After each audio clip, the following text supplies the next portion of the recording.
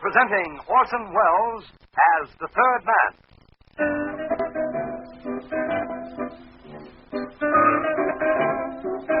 The Lives of Harry Lime. The fabulous stories of the immortal character, originally created in the stories The Third Man, with zither music by Anton Karas.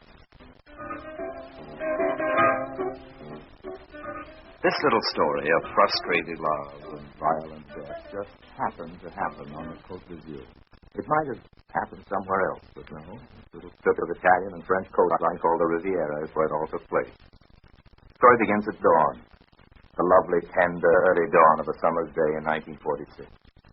At this period of my career, I was in the cigarette business, American cigarettes. My end of it was distribution, which in France was organized out of Marseille. That's where I was bound on this particular morning. I had a full truckload of the four leading brands disguised in cans of powdered milk. And I'd crossed the border, never mind how, while it was still dark. And by 6 o'clock, I'd passed through Monte Carlo. I think I was somewhere just outside of Ville-Ponce when I saw her. She was young, red-headed.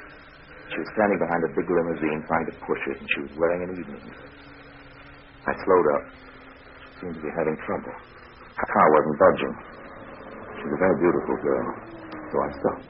Got out of the truck. See, she was frightened. Went over to the car she'd been trying to push. There was a man sitting inside. I could see he was wearing a dinner jacket. He had on black horn-rimmed glasses and he was bald. None of which would have been very interesting, except that he was also dead. Well, that's how it began. Stick around, I'll tell you how it ended.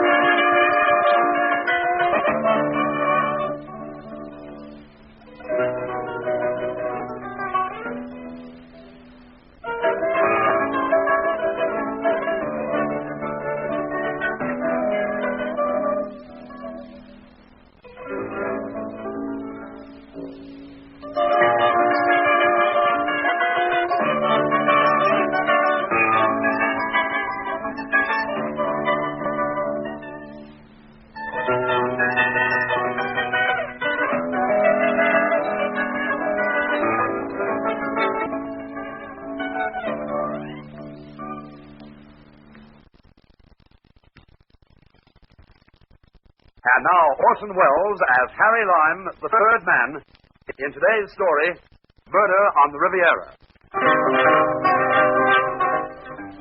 Well, I went back to my truck and turned it around. Don't ask me why, I'm just telling you what I did. I moved the truck up behind the car. She was still standing there on the road looking at me. Hey, you! You're stupid, aren't you? She didn't answer. Well, you must be stupid. Don't you know enough to take off the brake?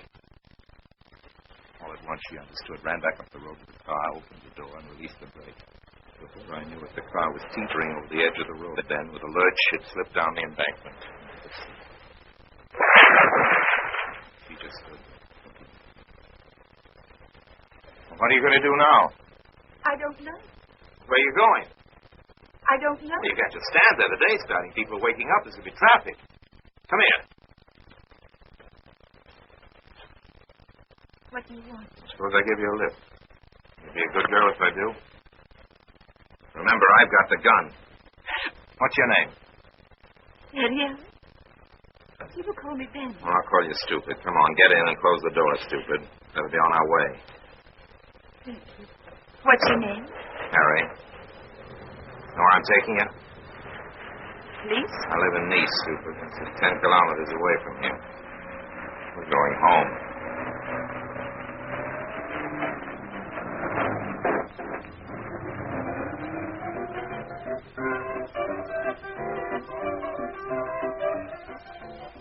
I had a room in Nice over a cafe, nothing very grand, but convenient. I guess it was that evening dress that did it, but I found myself apologizing as I opened the door. This isn't your style, my lady, I'm sure, but you have to put up with it for a while. You know, bachelor's quarters. Hey. Hello, Harry. Now, look here. What's all this? Well, I didn't know you'd be back so soon. Oh, you didn't? Perhaps you'd better introduce us, Harry. Well, this is Lily, Danny. Danny, this is Lily. I'm sorry, Harry. Don't look so upset. I know how you feel. How I feel? See, I go to be up in Genoa for another couple of days, and by then I'd found some place to stay. The old woman downstairs let me in. Come on. All right, get your things on and go. Go where? It's a nice day. Go take a swim. I don't have a bathing suit. Here, What's that? 2,000 francs. Oh, you're giving it to me. Go out and buy yourself a bathing suit. Goodbye. There's something I've got to explain. All right, start talking, but make it fast. Remember what I told you before. Make it good. Well, the first thing is I've got to get to Paris. Well, if you think I'm going to drive you there in the truck. No, of course not. Here. What am I supposed to do with that? It's the key to my room in the hotel. What about it? Well, I can't spend the rest of my life in an evening dress, can I? Besides, I've got to have my passport. Try to get out of the country, Well, then? Paris first. I told you. That's where the money is. Then we'll see. What do you mean, we? That's up to you. So I'm supposed to check you out of the hotel, is that it? We'll just put a few things in a bag. You know, things I can wear in the day. Oh, and remember the passport. It's in the drawer by the bed. Is that what you wanted to tell me? Why, yes. I thought maybe you were going to do some explaining. Explain. Yes, there was a body in that car. Didn't you notice? You don't think I killed him? I don't think he shot himself. Why not? Why shouldn't he? You know what I ought to do with you? I ought to turn you in right now. We've been gambling all night. He lost heavily. He was desperate. Stop boring me. You know what probation is. Probation? It's what you're on, stupid. You needed help. The idea was I'd give you a chance to explain things to me first instead of the cops. Well, you've had your chance. Give me a cigarette. Here, take these. I'll get some more. Harry, when you leave the hotel, you better go by the service entrance. And remember the plane tickets. Yeah, what? The plane tickets? For Paris. You'll have to buy them. Let's get back to cases now. Have to buy them. Let's get back to cases now. Have to buy them. Let's get back to cases now. Who was he? Who? The stiff. Who do you think I mean, the dead body? I don't know. Well, how did you happen to be in his car? Oh, he offered to take me. It was late, remember? It was dull. We've been gambling in the casino all night. And you didn't know it? Well, I was just sitting next to him at the table. He staked me for a while, but he started losing himself, and he wouldn't let me go.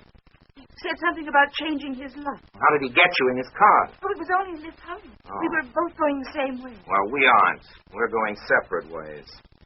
First, I'll get your bag and passport. Goodbye, stupid.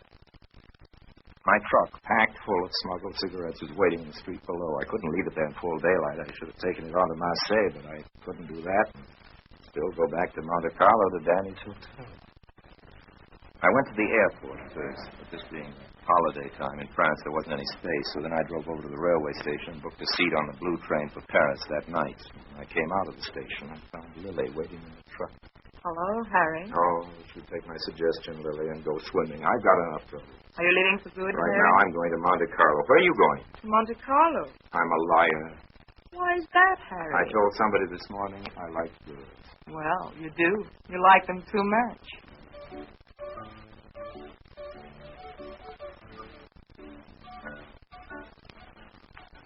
Lily was a nice kid, but she wasn't making life any easier for me that day. I tried to talk her out, tagging along with me, but it wasn't any use. Lily, will you please tell me just why you're taking this long ride to Monte Carlo?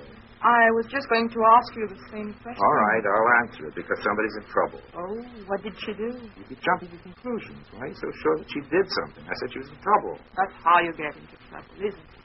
By doing it. Well, not necessarily. Look at you. I am not in trouble, Harry. You want me to be. You lost your job. That's trouble enough. You didn't do anything. They just fired you. Well, I threw a gin case at a man and hit him with it. Glass and all? Glass and all. I guess that's doing something. I guess so. Well, now what? You mean about me? Yeah. Well, it's not been working, this chip with the plan. Gonna try for something better? You've seen my eyes, Harry. Dance for the second plane. Yes. Lousy. Pretty lovely.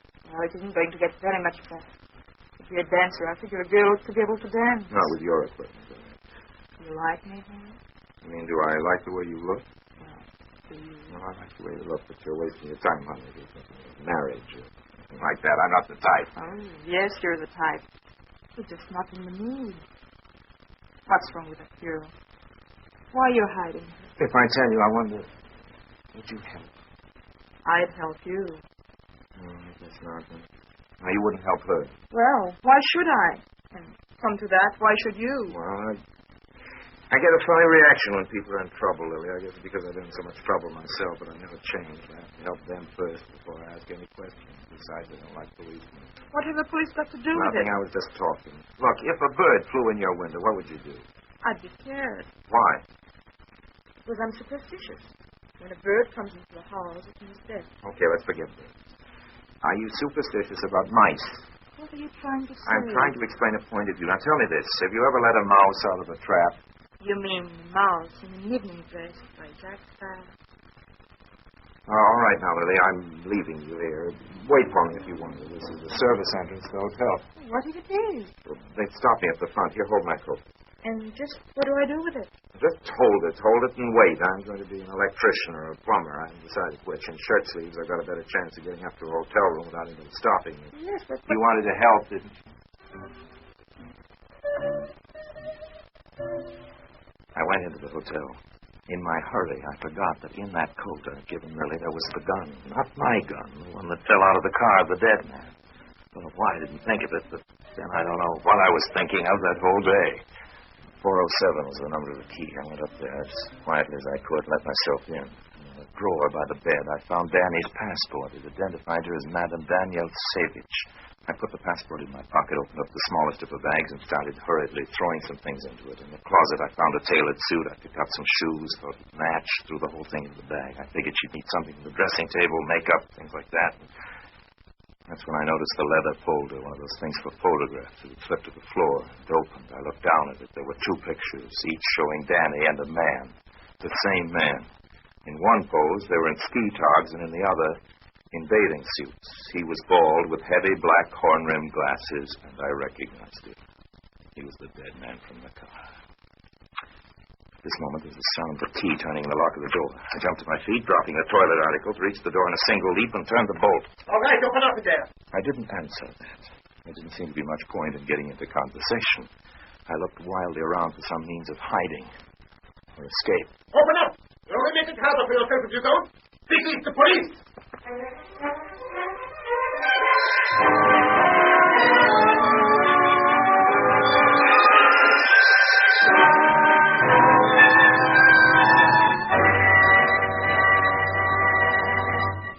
In a moment, Orson Welles returns as Harry Lime, the third man.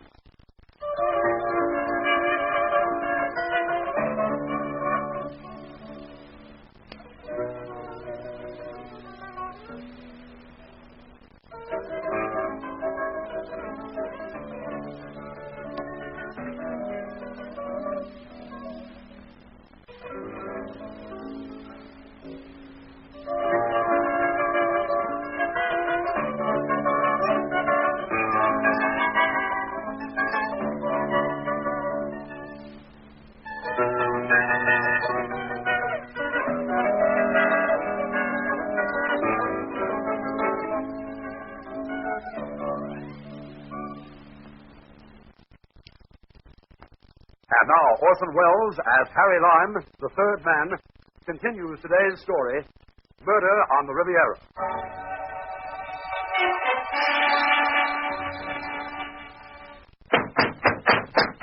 Open up in there! This is the police! I rushed to the window. It was locked.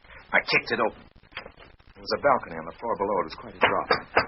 But in another minute, I knew they'd succeed in battering down the door, so I risked it and managed to drop safely enough on a narrow terrace. That jump had only been a matter of some 12 or 15 feet, but there's 4 stories between the balcony and the street. My idea was to try climbing into one of the other rooms and getting out that way. I pushed my hand in and turned the catch inside. At this, a very fierce-looking old dowager in corsets appeared and scared me away, and I ran to the next window, and that was open. I jumped into the room where a very pretty girl without very much on, who I'm sorry to say I never saw again in my life, was giving herself a pedicure. She looked startled, but I didn't pause for explanations. I rushed to the door of her room and bolted out into the hall. Then she started to scream. Help! Murder! Police! Police! I started toward the stairway, but I could see some police and an assorted gaggle of bellhops and porters converging on my floor from above and below, so I turned on my heels and raced down the hall, trying the doors to various rooms. Finally, I found one that wasn't locked and let myself in, slamming the door and bolting it behind me. I picked up the phone. Hello? Mayor Bessie's? Does Patrice happen to be there? Well, put him on the phone. Yes, to get my friend, who happened to be a croupier in the casino. He used to hang out at this restaurant that I'd called to bring me a change of clothes over to the hotel room. If I could look enough like a tourist going down to the beach, maybe I could get out past the cops. Well? Patrice, the croupier, was a real friend. He arrived with sunglasses, a jersey pullover, a beach robe, and a low-comedy blue canvas hat. And in that outfit, I managed to ride down in the elevator without attracting over much attention. At the side of the hotel, however, I found a gang of cops gathered by my truck. They were unloading the cans of powdered milk and prying them open. So that was goodbye to the truck, goodbye to a very expensive shipment of smuggled cigarettes, and maybe also goodbye to Harry Lime. As casually as possible, I strolled around to the front and ordered a cab. Lily was nowhere in sight. That was something to be grateful for. 40 minutes later, I was back home in Nice. Not, I can assure you, in a very cheerful frame of mind. For one thing, the door of my room was locked. And for another, my croupier friend, Patrice, had told me that some sportsman spearing underwater for fish had come on the car. The bald man had been found and identified. His name was Victor Savage. Yes? Okay, stupid, let me in. Oh, it's you. Better let me in, Mrs. Savage. Oh. Not much of a welcome. Hey. Thank you, Harry. That was nice. What do you dress like that for? Well, What have you been doing all this time? What have I been doing? Well, nothing much. Hey! Much. Where's my bag? Oh, I forgot it. You what? Well, you might say I was occupied. It sort of slipped my mind. But all I've got is that evening dress. I can't stay here forever. Honey, you're not going to. But, Harry. Yes? Don't you realize I'm a fugitive from justice? That makes two of us, stupid. The only difference is if they catch me, I'll have to serve some time. What for? Breaking and entering, for one thing, aiding and abetting a murderess, burglary, and impersonating a tourist. Oh, you're joking. Besides, why would it be you that's in jail and not me? This is France. You're a good-looking dame, and that's useful anyway. What are you talking about? Just this, stupid. If you can make that shooting of yours look just a little bit like a crime of passion, you've maybe got a chance. But you better start telling the truth just to get into the habit. I just thought of something. Congratulations. When you were knocking on the door. Yes? What was it you called me? What do you think I called you? Well, I don't know. I guess I was dreaming. I called you by your married name, Mrs. Savage. Well, that means you found my passport. Yes. Some people went swimming today and found your husband, What? too. Yes, Victor Savage, Esquire. He was wearing a black tie and very little hair, and he was sitting in a 1939 Humber Snipe, black with blue trimmings, about 30 feet underwater. And I warn you, Mrs. Savage, that anything you say will be used against you. I don't like your joke. I don't like him much either. Want to make up some of your own? Oh. Did you forget something else besides my I bag? don't have any cigarettes. Wait a minute. I know something else you forgot. You had it in the pocket of your coat. The gun. Pretty little thing, too. Still, by now, I should think you'd be tired of playing with it. Listen, stupid. Savage's body is identified. Your Mrs. Savage and half the casino must have seen you two driving off together. Forget about the fingerprints and get to work dreaming up that other woman. What other woman? The one he was cheating you with. When you found out about it, everything went red, remember? And before you knew it, you'd pulled the trigger. That isn't what happened at all. Okay. Tell it your own way. Well, you see... Don't try it on me, stupid. Where do they catch you? I've had all I can take. Hey. Yes? Nothing, I guess, but what are you doing? I'm changing my clothes, stupid. The tuxedo I borrowed from downstairs. But why?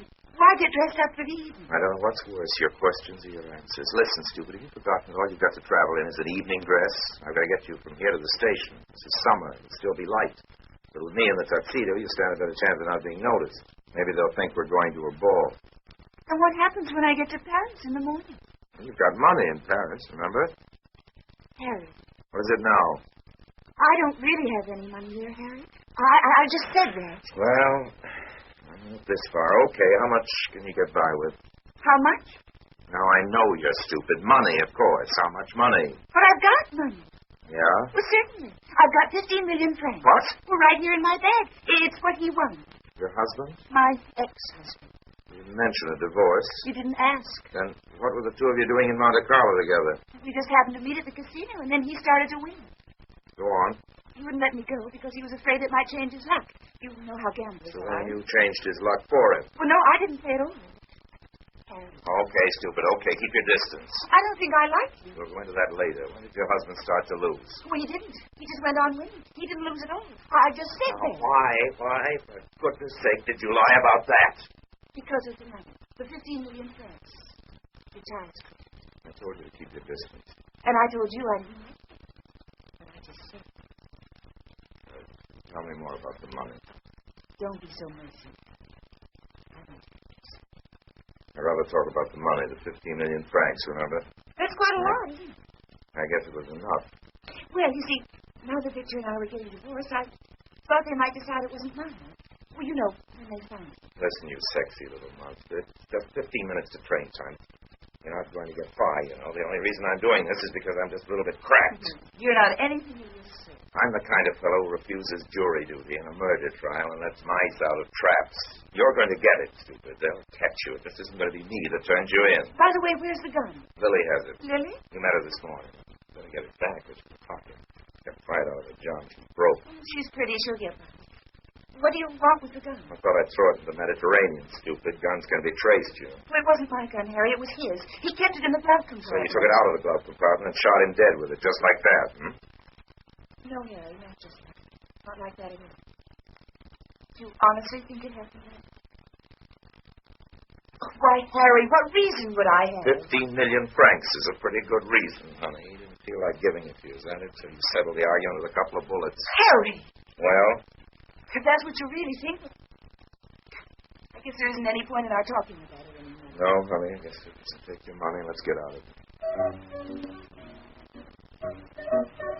I got her to the station, okay, and into a compartment. She told me she was hungry. There were a couple of minutes to spare, so I went across the way to get her something to eat. On the way back, I found Lily waiting on the platform. What are you doing here? When you're off. I'm not going anywhere. Hey, I just thought. Give me back that gun. You don't need it. I don't need it. I don't even want it. But neither do you, and you're better off without. Come on, give. Harry. Yes? Why are you going back to her now? Can't you leave her alone? Got a ticket. Is that all? No, I'm not sure. I just wish... What? Well, I wish I had a better idea of what she's really like. Shall I tell you? No. You wouldn't believe me. Here's the gun. You decide to go to Paris, Harry. Send me a postcard.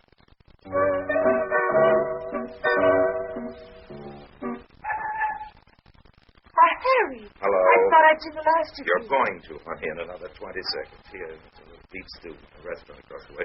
Here's some wine. Oh, you're an angel. Oh, stop it. Stop what? Make it with the big blue eyes. Tell me what happened in that car. Or don't. That's up to you, but quit the kidding. What's the use? You won't believe me. Nobody seems to think I'll believe them. Why don't you try? Well, what really happened is this. He owed me the money, and I tried to get it away from him. It was really mine, you see, mine by rights. Yes? Then we started struggling, and before I knew it, Look! There, out of the window. I turned. On the platform outside, you could see a crowd of police. I recognized some of them. They were the cops who found my truck full of cigarettes. They must have followed. So you did it. After all, you told the police. No, Danny, I didn't. I didn't tell anybody. I swear I didn't. Hey, what are you doing? I thought I saw the gun in your pocket. Give it back to me. Don't be a fool. Give me that gun. They're not coming after Yes, you. they are. You told them you trapped me. Danny! The next minute, the compartment was swarming with cops. They grabbed her and got the gun away from her. That didn't do me much good. I had a nasty wound in the shoulder. Take the woman away. Line, you are under arrest. But first, we'll get to a doctor. Well, Dan, at least I know now that your last story was the truth. What story? What did she tell you? She tried to hold up Savage with a gun. He grabbed for it. She pulled the trigger. Reflex action. Reflex. I couldn't help it, Harry. I just couldn't. I saw the gun sticking out of your pocket. Come on, take her out. Give this man air. He's wounded. Goodbye, Harry. Right. No, let me through. Here. What's this? There's another girl. What's she doing here? Harry! Lily down on the platform, waving through the glass. Send that girl away. No use, officer. I've tried, but I guess I'm stuck with her. Harry! Speak to me, Harry! I won't be using my room for a while. If you take me to a hospital and after that to jail, you can move in, Lily, if you want to. Lily? Lily who? Oh, just Lily. She's a nice girl, officer. But she's stupid.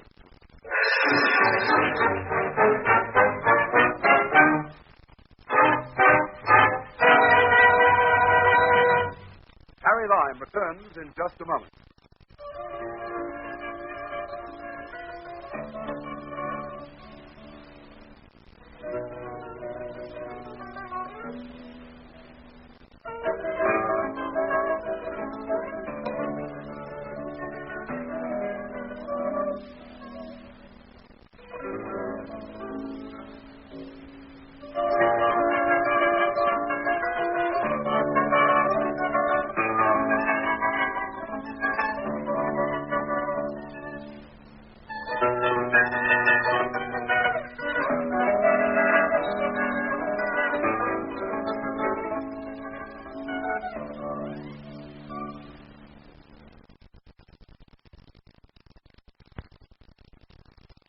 And now, Harry Lime.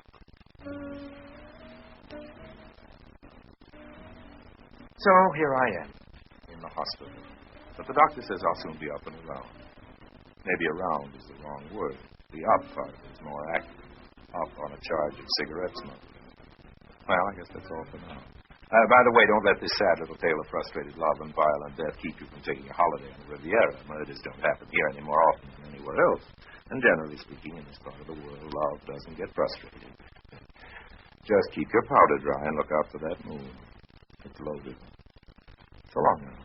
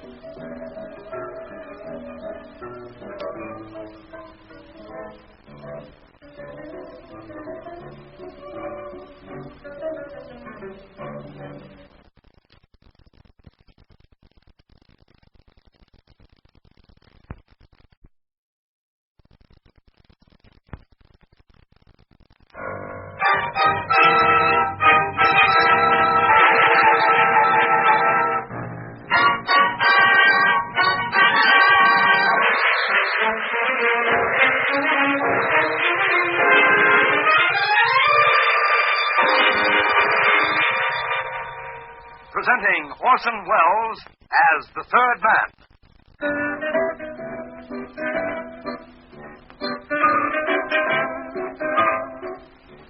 The Lives of Harry Lime.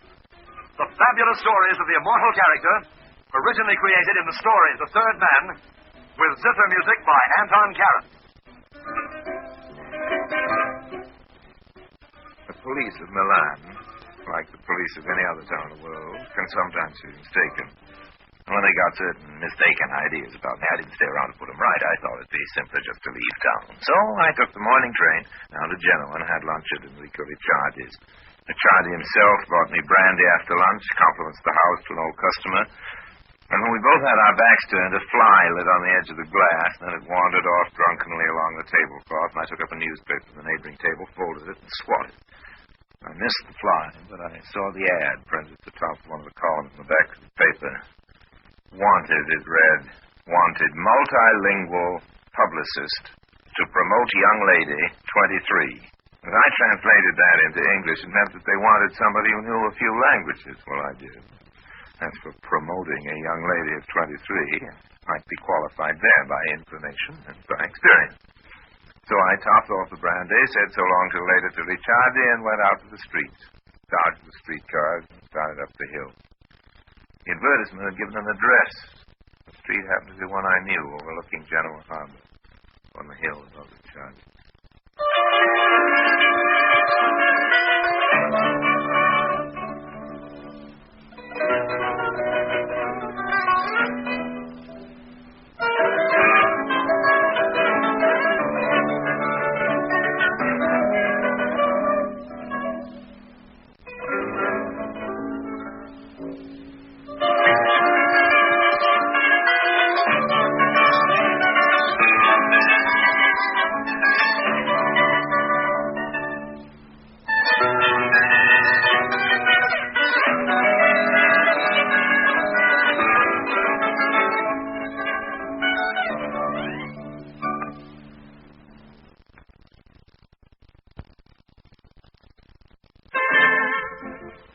Melody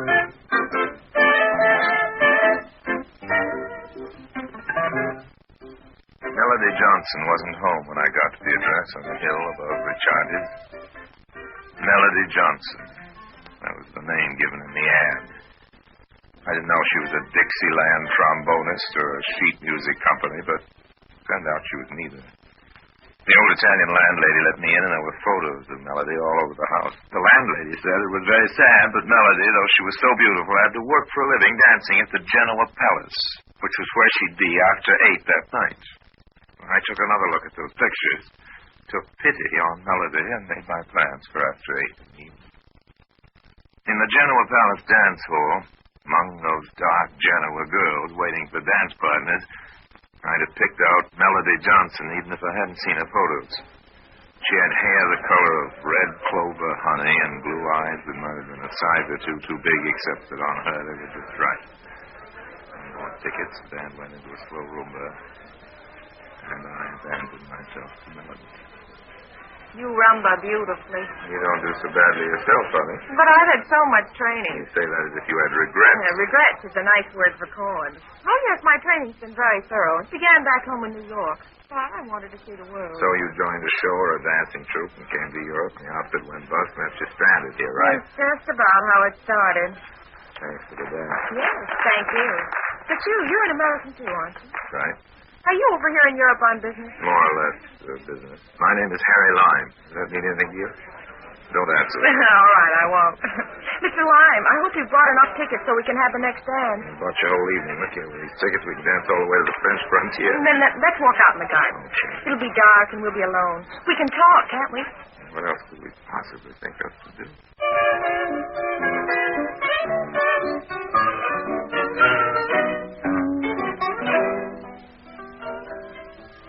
Well, we actually got down to business after a while.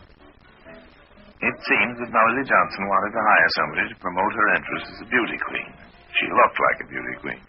But as I was kissing Melody Johnson, my sixth sense told me instinctively that Melody was off-key, give the joke. To the five senses, she was a beauty queen, all right, but something made me think there was something more that didn't meet the eye. So that's all it is to it, huh? You want somebody to sell you as a beauty. Motion pictures, maybe, huh? Beauty contest, cabaret work? Yes, Harry. Oh, there's just one thing more. The person will have to be ready to travel. Oh, when and where? Very soon. Very, very soon. As to where, well, I'll tell you that when you've told me you'll take the job. Will you take it, Harry? Oh, Melody. Suppose you give me a day to think it over.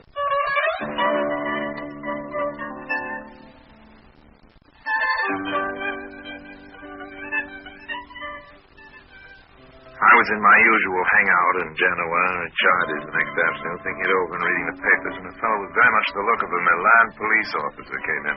Did he know the whereabouts of one Harry Lime? He asked Ricciardi. Never heard of a guy of that name. I answered Ricciardi, of course, in Italian. I went on reading the paper, lifting it a little higher, in fact, high enough to hide my face. But I remembered what Melody Johnson had said. The person who took the job she offered would have to be ready to travel. Well, I was ready to travel. Very soon. Goodbye to Genoa. Thank heaven. Ooh, that awful job in the dance hall. Arrivederci, Italia. No, not goodbye to Italy, Harry. No? Not quite. The ship stops at Naples on the way. That's right, and Alexander. Then where? Cairo. Cairo. That's because of the beauty contest, Harry. You want to be Miss Journal to Giza? Because of the honor and the publicity value. And then there's a big money prize. Mentioning money reminds me of something. Look here, let's just move a little further on down the ship rail. I know you can overhear what we're saying. Now, isn't there something you want to tell me, Melody? Oh, I don't understand what you mean. Well, this is what I mean. You want somebody to publicize you and promote your interest. Yes. That's very natural, but what about this? Doesn't it seem to you it's the least bit queer, honey, that you have to work in a taxi dance hall to keep yourself alive? But, Harry, I told you about the gambling. You told me you fell in love at Monte Carlo. With roulette. All right, but since roulette proved bad for your financial health, isn't it odd that you bought both of us first-class cabins on this ship? Very deluxe accommodation. No, Harry, it's not odd at all. Oh, it is. There was nothing else available. All the other space on the ship was sold.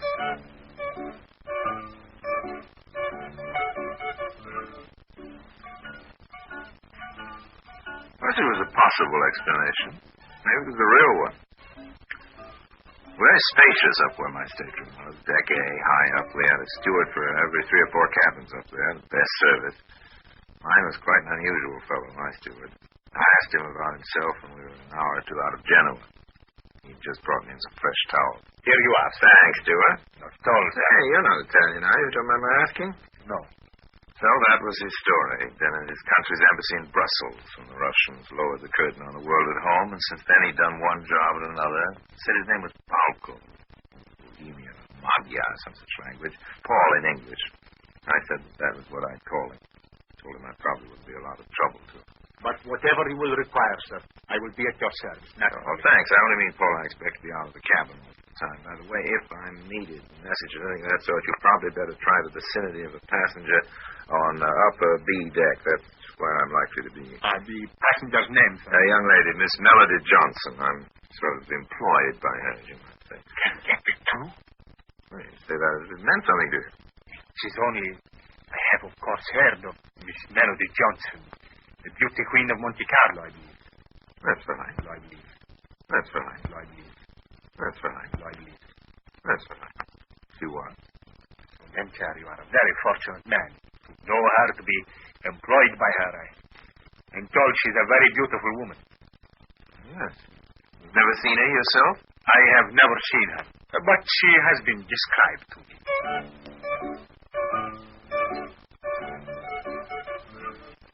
Well, Paul, the steward, wasn't the only one who took a special interest in Melody Johnson. Of course, up to a certain point, this was natural. Melody was probably the most beautiful girl afloat. How nice it is up here on the deck. So nice and lonely.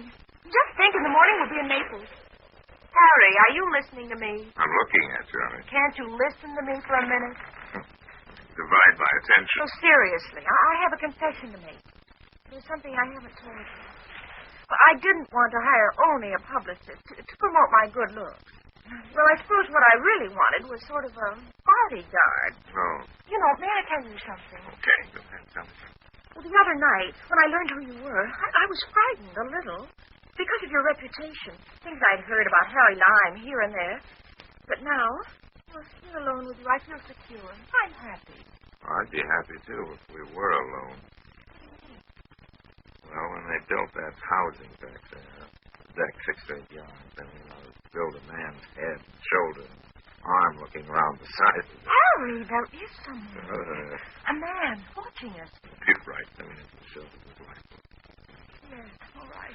I'll make it look all that and pretend it is. What am I thinking? Out of my mind. Pretend to. Turn up your face. Oh, is this a good plan, Harry? So far, it's a wonderful plan. I kissed her, and then I left her by the lifeboat and turned around and walked back up the deck. The man pulled in like a turtle, shrinking into the angle of the housing. Good evening. Out for the salt air? Excuse that I have intruded on yourself and the lady. I stopped only to light my cigar. Well, that's all right, old man. Don't apologize at all. Only take a tip from me. Senor? Next time, don't light your cigar after it's already lit. Goodbye, old man. When I squired Melody to a cabin and went back to my own, somebody had been there before me. The cabin didn't look gone over, but one or two small things about the place. Had somebody found a way to break in? The little Italian fellow with the lit cigar, or Paul the steward? He could have let himself in without any trouble. But what was whoever it was looking for? What did he want? I checked through my things. Nothing was missing. It wasn't until the next day when we docked in Naples that I began to get some idea of what it was all about. Stop along here, driver. Yes, senor. This is one of the best views, Melody, but that's Vesuvius over there. Harry, let's get out of the car for a better look. Well, I don't think we'd better do that, honey. Driver, drive on, will you please? Harry, why are we going? We haven't had seen it yet. Well, we didn't stop, Green Girl, for the view. That Alfa Romeo right behind us has been following us this whole time. We stopped to see if he'd stop, and he did, so he's following us. So in the back seat is somebody called Minelli. Minelli? Mm-hmm. I made some inquiries. We were coming to port this morning, and his name is Minelli. Mean anything to you? Minelli? Oh, no. No, I don't think it does. Well, he seems to take some kind of special interest in you. He's tagging us now.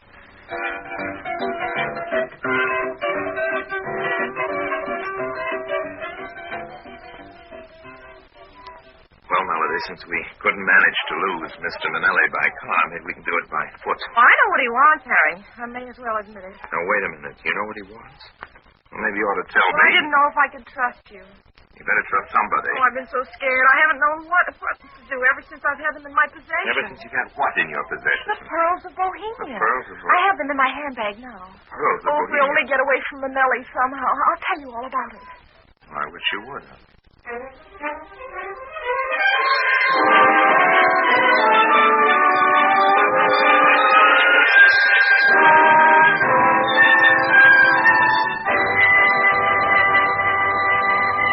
Harry Lime returns in just a moment.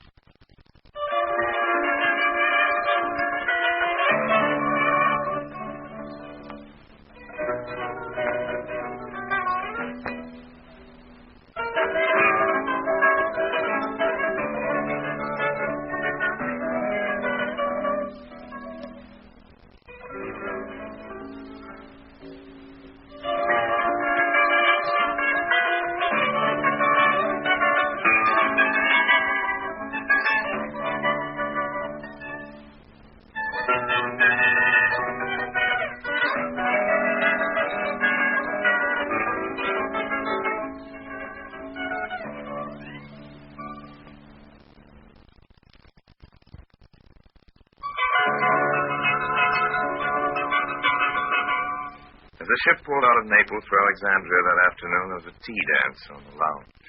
I want to tell you now. All about the pearls. Okay. Oh, I hardly know where to start. Why not try the beginning? That sometimes works. Yes, the beginning. Well, I suppose the beginning was Monte Carlo. Anyhow, I went into the casino.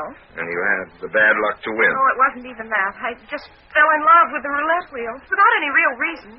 But it was so exciting, the wheel whirling, all that money, the calls of croupiers. I know, honey. I've had a go or two myself. And since Monte Carlo, I've gambled everywhere. Vienna, the new Curacao in San Marino, Lindau at Lake Constance, all those places. I've met a lot of wicked people. Yeah, you had what you might call a crook's tour of Europe. Yes. That's what it might be called. You see, Harry, I've got gambling fever. Yeah, but your luck hasn't been so hot. No. Face it. And that's how I fell into the hands of Vicky. That's the whole name, Zeke? No, he has an unpronounceable first name. Oh. He comes from somewhere near Prague. I'm not sure exactly. But it's behind the Iron Curtain now, anyway.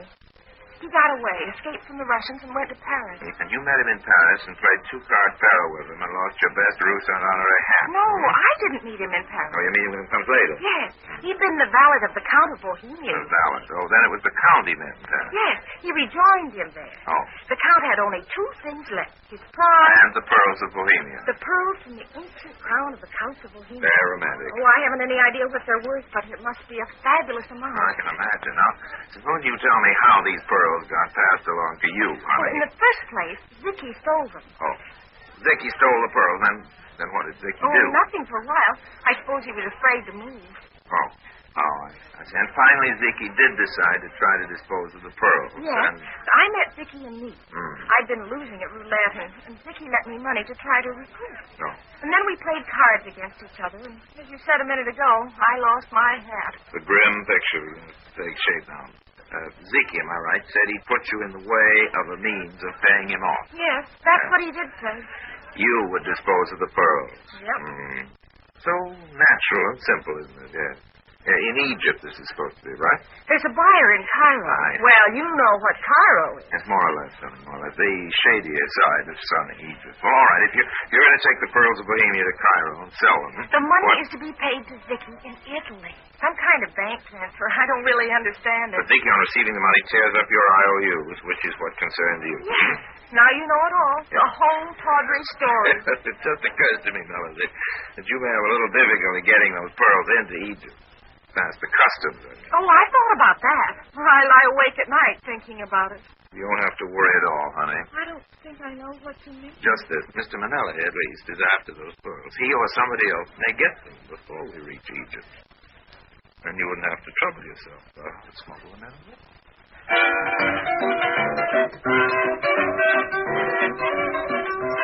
Well, we talked on a little longer without any tangible result. She didn't feel, understandably, that losing the pearls to Manelli was the right solution to the problem.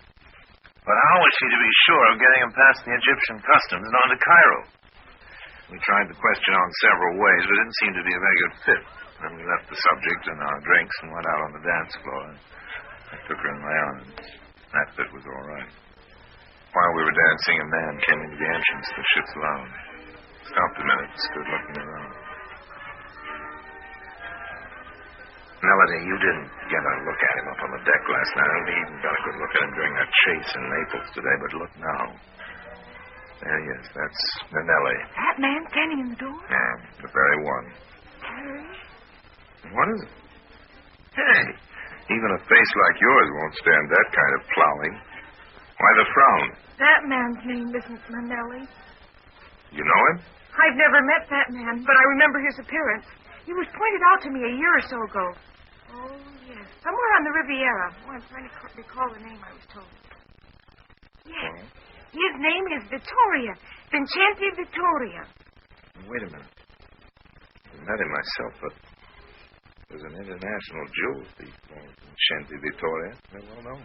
That's what I was told when that man there in the door was pointed out to me on the Riviera.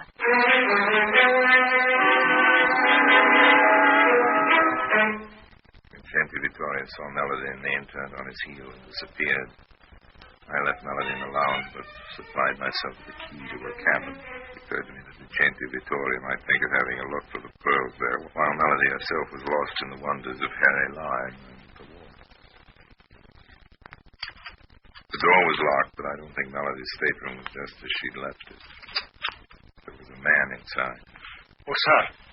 Oh, it is you, Mr. Lime. Just putting the lady's dainties back in those wardrobe drawers I used to have. Oh, yes, sir, yes. Yes, that is just what I am doing. You know, Paul, there may be 2 or 3 things wrong with this picture. Shall I enumerate them for you in order? Okay, this isn't your deck. This is B deck. And if it wasn't B deck, this isn't your block of staterooms. But anyhow, the Pearls of Bohemia aren't in those wardrobe drawers, so you're wasting your time, old man. I understand, sir. I must apologize. Well, you have to apologize to the lady, not to me. But maybe you owe me an apology after all. Was it you who went through my cabin last night, Paul, old man? Yes, I did. Looking for the pearls, of course. Yes, that is what I was doing. You know, Paul, this could get you into bad color with your employers here on the ship. Steward who wants to be light-fingered with passengers' property. The Pearls of Bohemia were stolen from their owner by a man named Ziki. The owner did not wish to have the foreign police arrest a fellow countryman of his, but he had Ziki privately watched. Ziki passed on the pearls to Miss Johnson, and the owner was very much surprised to discover himself that Miss Johnson was sailing for Egypt on this ship. The owner supposed that she was going there to dispose of the pearls. I see. Well, look, come on to my cabin. We'll have a drink, shall we, old man? I could not do that, sir. It would not be proper in a steward.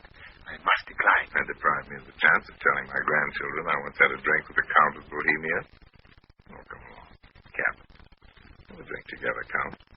Fuck this whole thing up. We made good time to Alexandria. Melody was still worried. Harry? Yes, honey? What about these pearls? What am I going to do? You're not going to do anything, honey. You can give them to me. I know a trick or two in the smuggling department.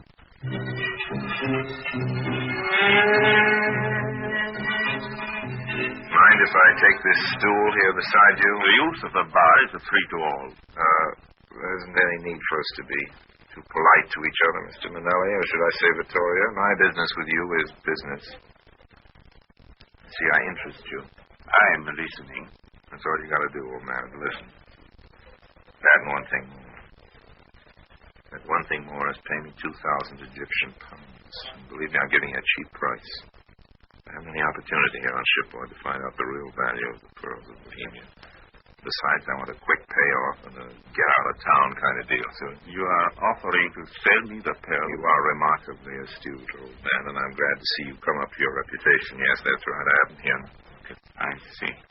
But ask yourself before you wonder if you ought to knock me over the head and steal them from me, if you, Vincente Vittoria, known jewel thief, ought to risk taking them through the customs.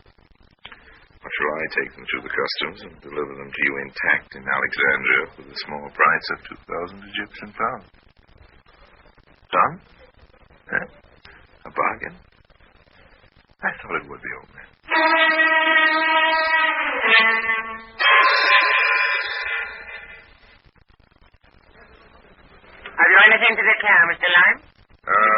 American customs? Well, my dragoman has got my bags, but you'll find nothing beautiful in them. I have these pearls, though.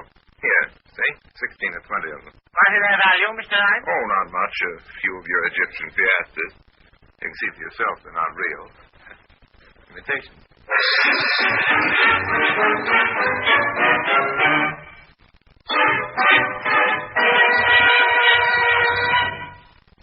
Harry Lime returns in just a moment.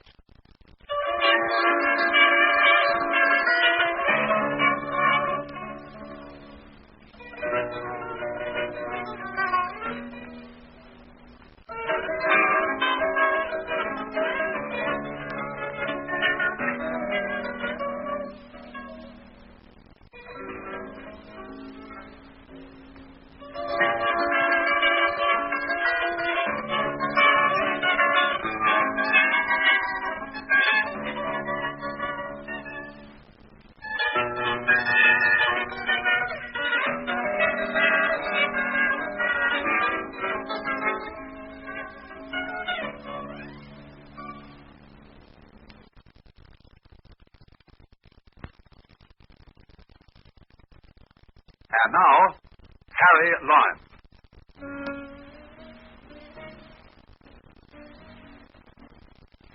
Those pearls were imitation, but pretty convincing. Convincing enough, anyhow, to deceive an expert like Vincente Vittorio. He's an honest man of his particular sort and promptly paid me the 2,000 Egyptian pounds when I turned the pearls over to him at a little sidewalk cafe in Alexandria. The pearls ought to have been convincing, of course, because they were made for a very special use. When Mrs. asked to build some such lady, goes to the opera with a couple of 100 carats of diamonds on her fingers, they're very likely to be paste. Perfect duplicates, fine imitations, and the real diamonds stay locked up at home or in the bank. That's what fellows like Vincente Vittorio have done to the world of the upper classes, and the world of Bohemian counts is just about the same. So it happens that Count Paul of Bohemia had in his steward's locker the imitation set that matched the real pearls of Bohemia. When I got the real pearls from Melody, well, I just traded. Melody had said, you remember, that Count Paul had only two things left, his pride and his pearls. He kept his pride, and I thought he might just as well have the pearls, too. Now, all of this left me somewhat under obligation to Melody.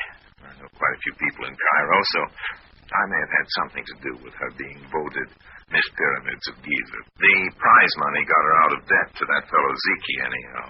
Then there was the dough I got from Victoria for the phony pearls. Melody and I had a lot of fun spending those 2,000 Egyptian pounds. But that, as the fellow says, is another story. So long for now. And remember, all that glitters is not gold. But it ain't hay either.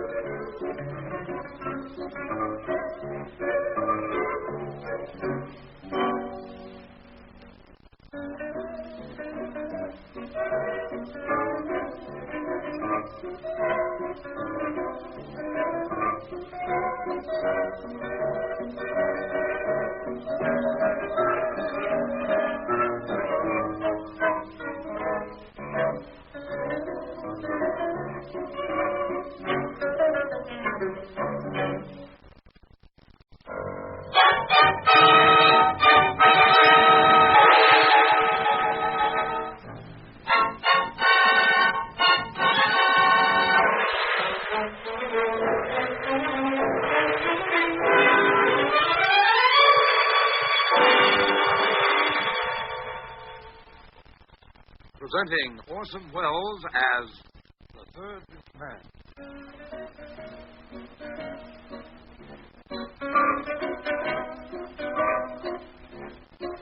The Lives of Harry Lime.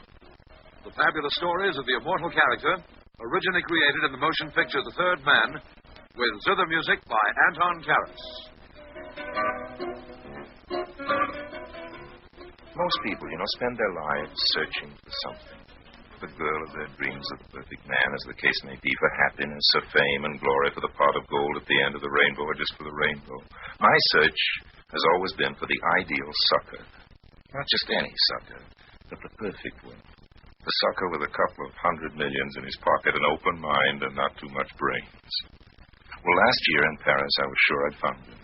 Sam Cordite, you've probably heard of him. Sam Cordite, the oil man. He actually wears one of those Stetsons, even on the Champs-Élysées, and those shoes with the trick heels and a gold toothpick and heart of gold and pale blue eyes as innocent as any newborn baby's.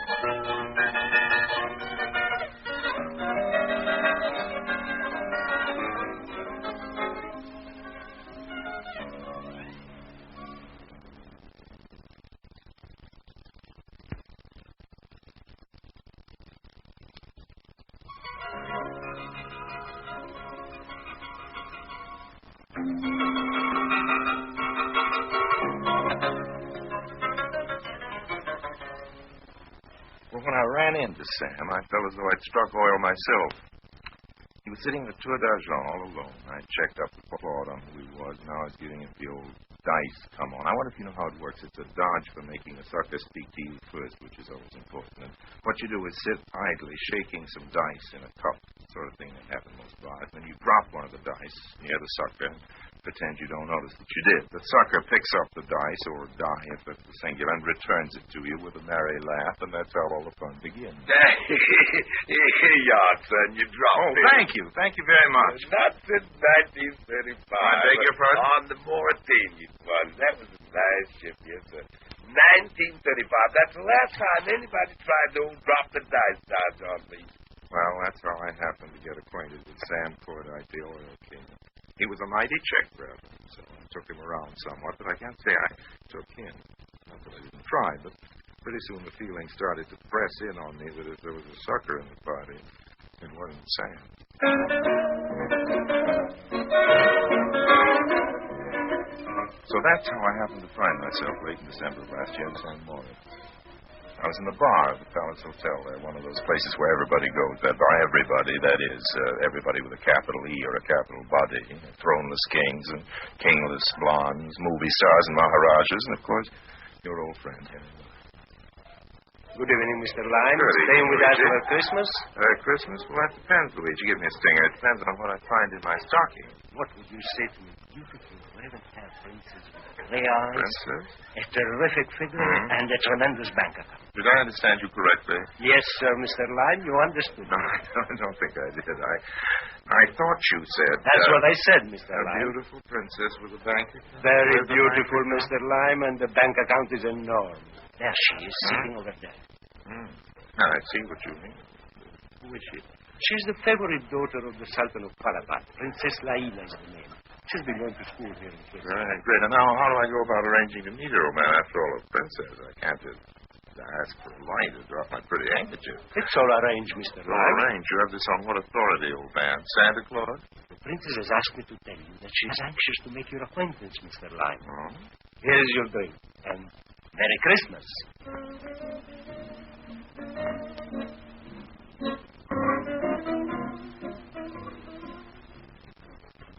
She had the big front suite in the hotel. It was full of hothouse flowers, and there was the sound of music from a gramophone somewhere, and through the big windows we could see the moon rising over the snow-capped delta.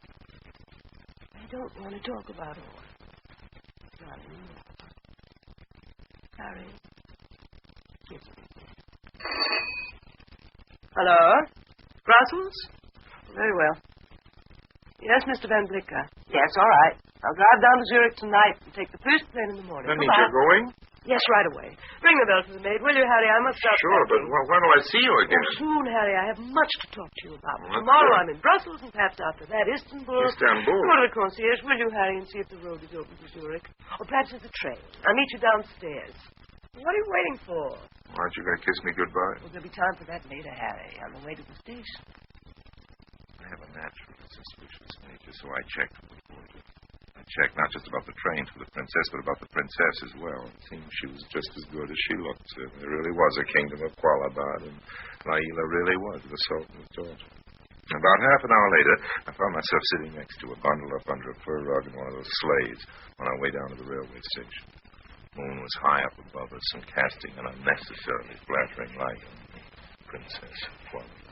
I'll send you a wire, Harry, if I have to fly down to Turkey. And then maybe you can meet me in Rome. Would you be willing to do that? Willing, Laila. For you, I'd go all the way to Qualabad. Well, that's nice, because you may have to. Hi there, Harry boy. What you been up to now? I took the Princess Laila to a train, Sam. She told me some very interesting things. Sam. Yes, Harry boy. Ever hear of a man called Professor Birdlake? Josephus Birdlake, the geologist? Why, sure. Well, you know about geology, too? Had to do with oil, son. I'm an oil man. A checkup. What you want with old Birdlake? I'll tell you later, but first, is he a good man? Well, son, I don't rightly know what church he goes to, if that's what you mean by a good man, but he knows where the oil is, and when he don't, he can make a mighty sharp guess.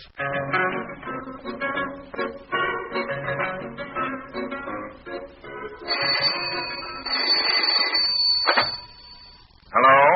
There is a Professor Birdlake to see you, Mr. Mine. Birdlake? Oh, yeah, send him right up. The next day, Miss Laila told me on the way to the station the night before Birdlake was coming to San Moritz to see her. She'd left a note for him, introducing me and saying I could speak to him. Come in. Mr. Lime.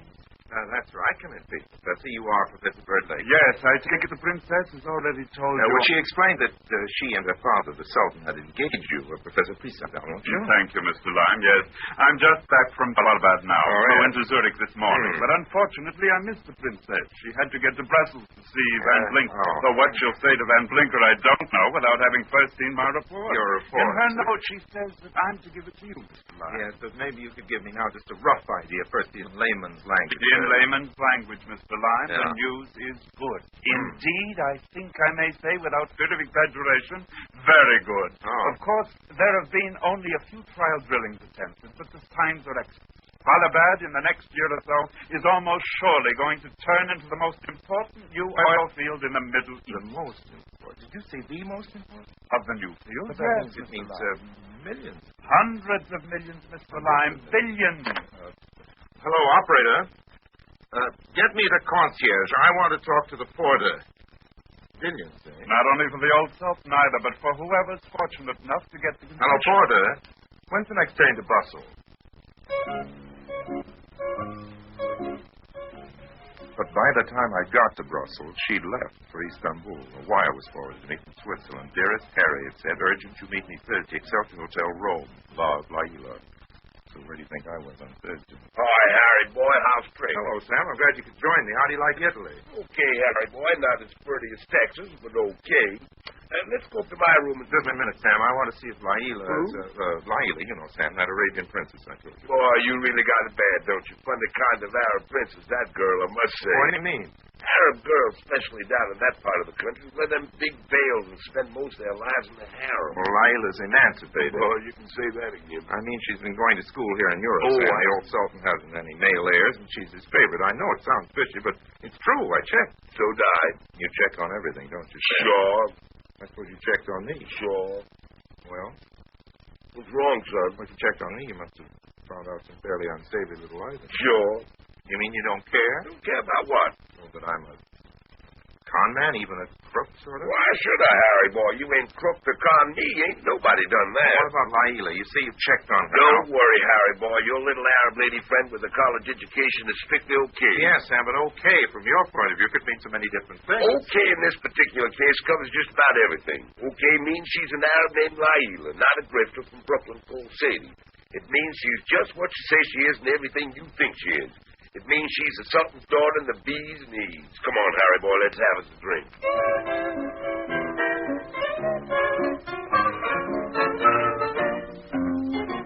It was late and I was tired, so I didn't notice that the door of my room in the hotel was already unlocked. I just opened it and walked in. Good evening, Mr. Lime. Who's that? I'll explain in the morning, Mr. Lime. Don't turn on the light. Oh, why not? Just lock the door. But why? You heard me. Okay. That's good. Now, how can I turn on the light? Certainly. It is very tedious talking in the darkness. Hey, perhaps I should present myself. My name is Honeymoon. Oh, right, yes. Laila was talking to you on the phone last week. You're... Please sit down. Oh, thank you. Now then, it will be well for you, Mr. Lime, if you are candid and truthful as possible. Exactly what is your understanding of the Princess Laila? Look here, old man, before I start answering your questions, suppose you answer this online. Just who was it you were watching for in the street? Of the there. agents, Huh? Mr. Lime. Of The the men agents. from Great Eastern... Great Eastern Oil? They've been following you. And there is even the possibility that Barakin himself has set up a Barakin? to say nothing of the Russians. Right. Well, you're still not making any sense, old man. Not in my language, anyway. Now, let's see if I can't do a little guessing. You're all of you worried about the oil concession in Kualabad, right? Naturally. Yes. If the estimates are even half correct, Yes. this is an affair as big as anything we've had to deal with in this generation. And you've got the idea in your head, you and whoever these other characters are representing the other oil companies, that I've got an arrangement with Laila. Well, let me tell you something. You're right. I have. And if you're interested in buying into that concession, Mr. Van Becker, you've come to the right room. Now, Harry, boy. Oh, go away, Sam. I'm busy. Busy, son? Oh, I see. You got company. Well, but it is an old chum Van Blicker. How strict you two know each other. Hmm? Oh? You're going, Mr. Van Blicker? I will get in touch with you, Mr. Lime. Now. Sam. I know what you're thinking, Sam. Yeah, boy? You're thinking I was going to make a deal with that Van Blicker and cut you out of that oil concession. Now, why should I think that? Well, I would if I were in your place. Is what I'd think. What do you want? Well, we hadn't got to that yet. Yeah, I didn't think so. You see, with my influence on Laila, I figure 10% for my part. Sure, I know 10% of $100 million is, well, sounds quite a lot. That's enough to get by on, son. Well, it is, Harry boy. You're treating me as though I was some kind of a crook, Sam. Are you? Well, not as far as you're concerned. I swear to you, I Sam. wouldn't care if you were, Harry. I'm broad-minded.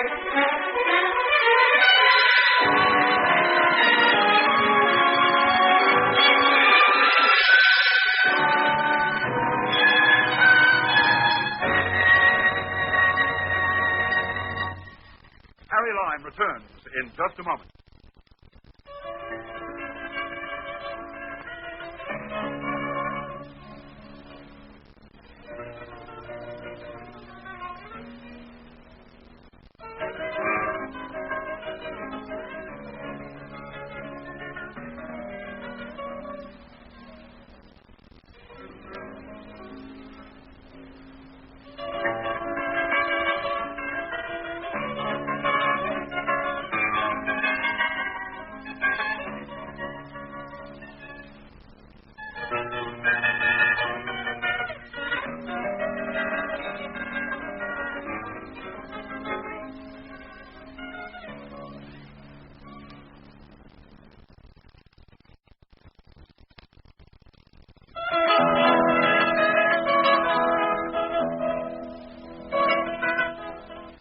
Kualabad is a tiny island kingdom, or rather shaken near the mouth of the Red Sea. It's been, I suppose, as long as any other island in the world, but nobody gave it a thought until just recently during all that excitement over the oil concession. And then suddenly, this forgotten little blob of sand, you have to look carefully on the map, for it became a sort of battlefield, the scene of an undeclared world war in miniature. Who do you think was caught up right in the midst of it? Well, who do you think? Sam and I flew down in his private Constellation to the nearest airport about 70 miles down the coast. Sam's yacht was waiting there for us, and that's how we got to Qualabad in style. We were met in the port by some solemn-looking nabobs from the old Sultan who told us we'd be received at court that evening. I was also given a note. It was from Laila. I will meet you, my darling, it began, in the courtyard of the Whispering Lions. I long to see you. Take the narrow road that leads from the street of the cobblers, turn to your left to the street of the builders of bird cages, and continue through the garden of nameless delight. I will be there when the moon has risen in the third hour. But be careful. The city is full of our enemies, and you are in great peril. Well, it was more of the same sort of lyrics, but you get the idea. Just reading it over when one of the nabobs, a particularly repellent old bandit with a moth-eaten beard and one glittering eye, the white of which was the color of cafe au lait, sidled up to me. Mr. Lyon. Yes? May your shadow never grow less. What's that? May your back never bend. May your cheeks never wither. Right, so I wish you 1,000 suns. Okay, chum, who are you? This unworthy one, this despicable dog, is none other than Jacob Ben Ali Hamid, Grand Vizier to the Sultan. Well, Jacob, old chum, if what you're trying to tell me is that you're a big shot. Big shot? Of course, it is an expression of the American. Yes. It is that you would say I am a man of influence. Yes. The Sultan's right-hand man, right? I, Jacob Ben Ali Hamid, the Sultan's right hand. The offender chooses to not. Wait a minute, don't get mad. It is the Sultan who is my hand. Left and right, right and left. Okay. My whim is his law. That's nice to know. Silly old son of an ass. I beg your pardon? I'm speaking of the Sultan. Yes. He only smiles if I deign to smile, and when I frown, he trembles. Well, all this is very interesting, I'm sure. I mentioned these matters to the great American Lord Harry Lime. May his beard never grow white. Only to point out that when the time comes to discuss signing a contract for the oil concession, I clear it with Jacob. Jacob being Grand Vizier and General all around power behind the throne, which is you. Which is indeed, as the great Lord is pleased to point out to this unworthy one, me. Okay, Jacob, I'll bear you in mind. Inshallah, mashallah, may your shadow never grow less. Same to you, old man. I hadn't gone very far into the town. A big black limousine came up beside me and stopped. A red face was looking at me out of the window. It was Van Blecker. Ah, Mr. Lime. Pleasure's all yours, Mr. Van Blecker. It will be, Mr. Lime, as the contract for the oil concession is in my pocket. Just now, however, it strikes me that there are too many foreign visitors to this little country. I suppose you mean me. Don't say you hadn't been warned, Mr. Lime. May your back never bend, old man. I beg your pardon. May your shadow never grow less. This unworthy one throws himself in the dust beneath your chariot wheels and begs to remind you of an old saying among us oil men. What are you talking Verily, about? it is written, never count your gushers till you own the real estate.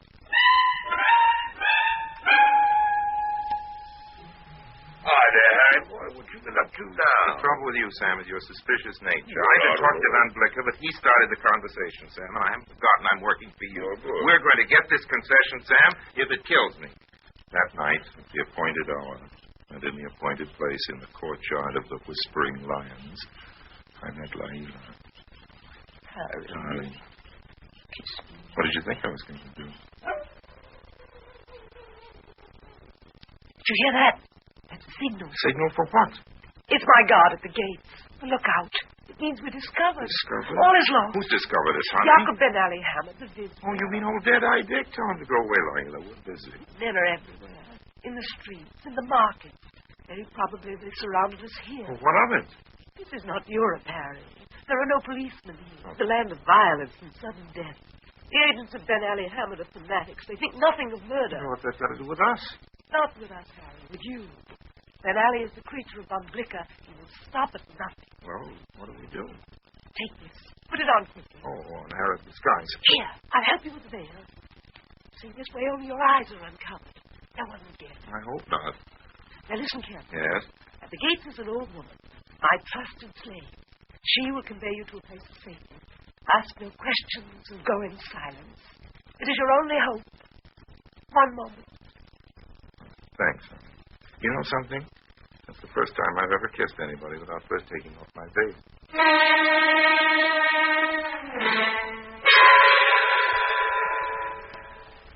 quite a chase.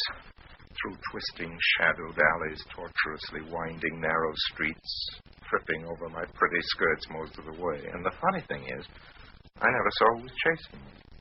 Now, friends, it's too late now for me to pretend to you that I'm exactly a stranger to the confidence racket, and I'm afraid it's time now for me to make a little confession.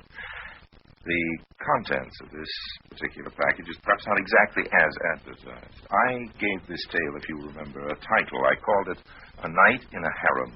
And it's conceivable that having heard that title, you may have expected something a little different from what you're getting. If so, I'm sorry. I'm sorry anyway. I did spend the night in a harem, though by the way they pronounce it harem. Foolish of them that they do. And a drearier, more uneventful 6 hours I've never put in. The only slow-eyed daughters of the East I ran into seemed to be the cook and her grandmother. And, too, that veil was a considerable inconvenience. Laila's servant let me in, and after the 6-hour wait I mentioned, Laila's servant let me out. And then I was taken down to the shore and put in the rowboat. Muffled oars and all the rest of it. Very furtive departure for a big oil man like myself. Laila was the other passenger. Harry? Yeah, but what now? I think there's something you ought to know. Hmm? Pains me to tell you this, but you'll find out anyway. Okay, honey, let me know the worst. After that night in the Sultan's harem, I'm ready for any disappointment. Well, it's about the oil confession. Hmm? What about it? While you were waiting in the harem... Yes, and by the way, what was I waiting for? I never even saw anybody chasing me. The ways of Miss Harry are mysterious. Honey, they sure are. Well, what about this oil concession? The contract is signed, Harry. Well, that's all right. Sam's a good guy. He'll see that I get my cut. The concession didn't go to him, Harry. What? Dizzy and my father came to an understanding. We must not complain. These things are written in the stars. Blicker? Yes, Harry. It was Kismet. Kismet? Who's he? Kismet is fate. Destiny. They paid us $10 million, Harry. Just for the option. Then what was I doing all the time? Don't tell me. I know. I was being used to jack up the price. Oh, Harry, what could I have done without you? I'm just a helpless young girl. Mm-hmm. And what am I? Don't answer that either. No, I didn't murder her. I even let her kiss me goodbye. As I went up the gangplank to Sam's yacht, she told me someday, when I knew everything, I'd thank her. Well, after I got my dress off, I met Sam for breakfast. Come on, cheer up, Harry boy. You had nothing to lose. You didn't lose it anyway. 10% of $100 million. You call that nothing? Well, nothing's just exactly what I do call it, Harry boy. Anyway, who ever mentioned $100 million besides you? Oh, I don't know. Bird Lake, for one. Oh, yeah. But you told me just even Bird Lake's an authority on oil. Well, let's celebrate. Celebrate? What's there to celebrate? $10 million cash just for a down payment. Yes, that's why I celebrate. But they got the concession. For what? For sand little old island, even Lila doesn't stay on any longer. She can kill. But Professor Bird Lake told me. No, Harry boy. Bird Lake can tell you things. That was just a fella that told himself Bird Lake. Lila hired him. He's a play actor from London. I checked on everything. I knew first, of course, even on the princess. But she is the princess. Sure, but being a princess don't say a girl has to keep from indulging her natural talents for the confidence racket. You know the old salted mine dodge, Harry boy. I'm surprised at you. You must have sold a few worthless oil shares in your day. Then there's no oil in Qualabad at all. Of course not, don't you? Why, that good. Well, you can't blame her and the old man from the Sweden that they is, boy. After all, they gotta live, too. Live on $10 million cash? Sure, they'll get along. But why not? And now what happened? Well, I thought we'd just sail on from there and see the side. I've heard a long lot about this here island of Bali. That ought to be fun. You know, the way you can try selling me some gold bricks. That ought to be fun, too. Come on now, Harry boy. Bottoms up.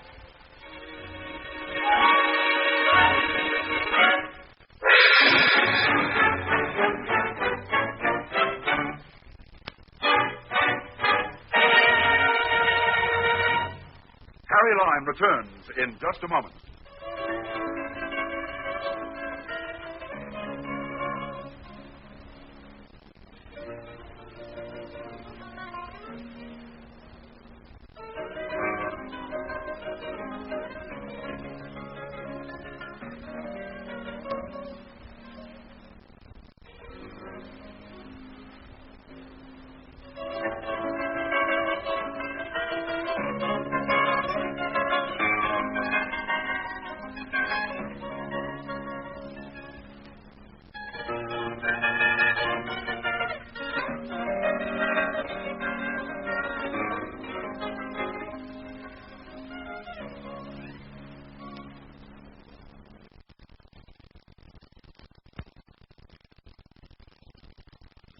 And now, Harry Lime.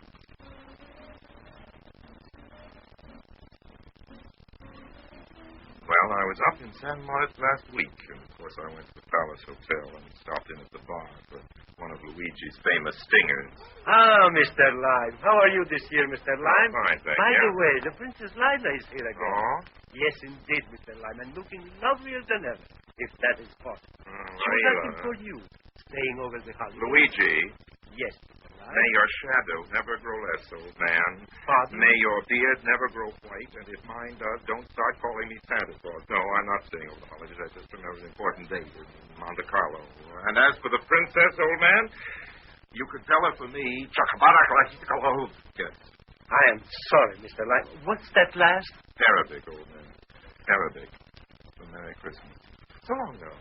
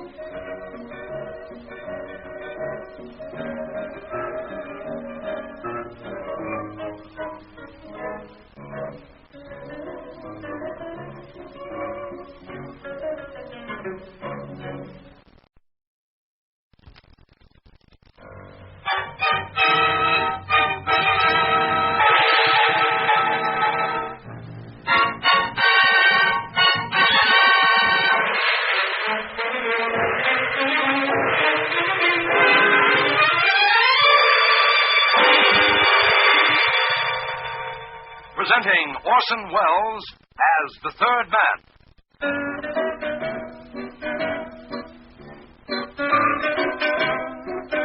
The Lives of Harry Lime. The fabulous stories of the immortal character, originally created in the story The Third Man, with zither music by Anton Karas.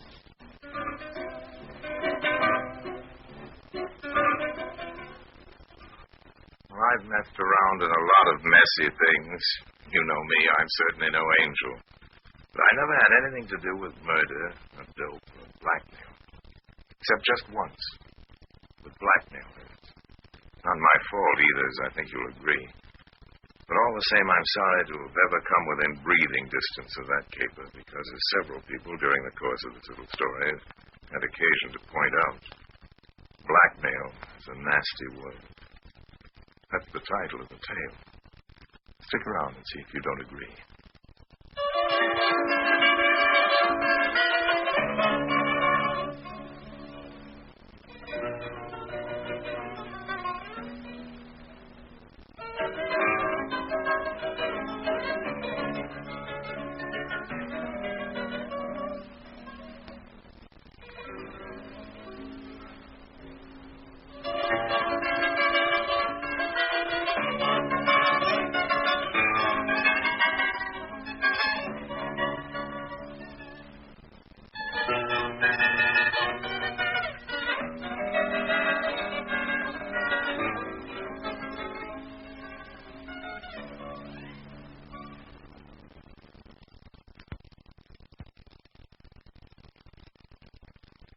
It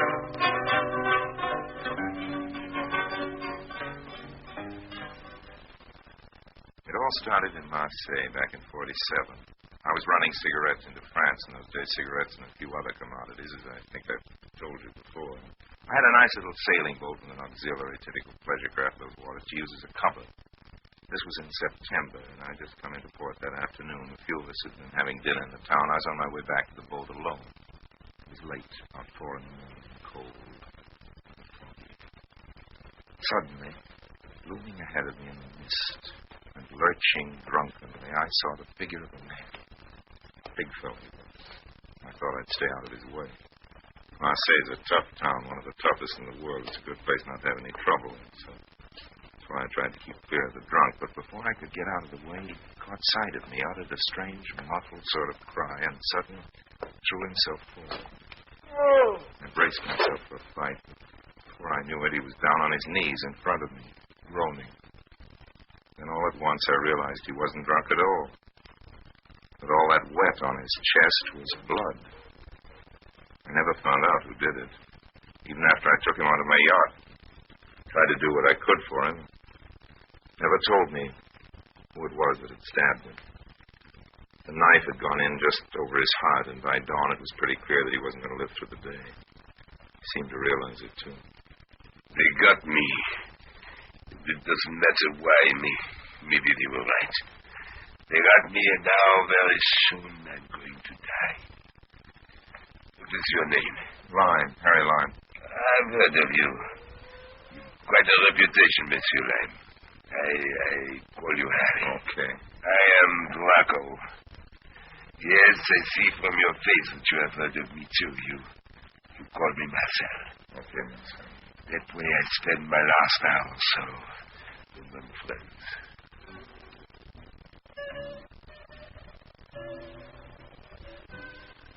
Marcel Bracco. A real Marseillais. Born quite a while ago anyway. Died September 12, 1947. Profession, crook. All kinds of crook. Some of the dirtiest kinds, I knew that. Among other things, I'd heard that Bracco was the chief of the Amazons. There was a gang of girls. Crooks, all of them. No, the big ugly man in my berth wasn't one of the nice people. You mustn't think because I'm telling you this story that I've anything to say in his favor. But he was a guy. See what I mean? He was somebody. And he was dying. Steady, old man. Easy does it. I'm with you. I haven't got time to make a wheel. I know that sounds like a joke, but I'm serious, Harry. I'd like to leave you something to show my gratitude, something to remember me by. That's okay, old man. Look, all I can give you is this. And it's worth something, Harry. It's worth quite a lot if I give you a name. A name, Harry. Do not think I'm joking. This name is just as good as money or jewels. Remember it. The name it is Maurice Chevrolet. Did you hear that, Harry? Chevrolet. Maurice Chevrolet. Well, who is he? Oh, he's many things, Harry. He's a very many different sorts of man. You must remind him of this. It will be like money to you. Where do I find it? In the Chamber of Deputies of the National Assembly of France. What do I say to him? Say... I'm dying, Harry. Hold my hand. I am, old man. I'm holding it. I haven't time to tell you. You must have Julien. Julien? Yes, Julien Moreau. Moreau? But he was dead. I pulled the sheet up over his big, ugly face and went out of the cabin. Locked the door.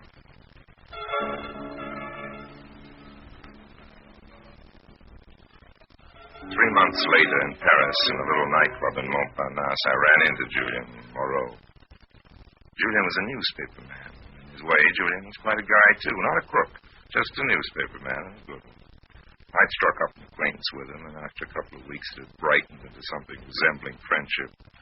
So tonight I thought the time had come when I could afford to approach him on the subject of legacy. A precious name. Julien. Yes, Harem? I want to ask you a question. Go ahead. I'm going to mention a name. Well? If it means anything, you let me know.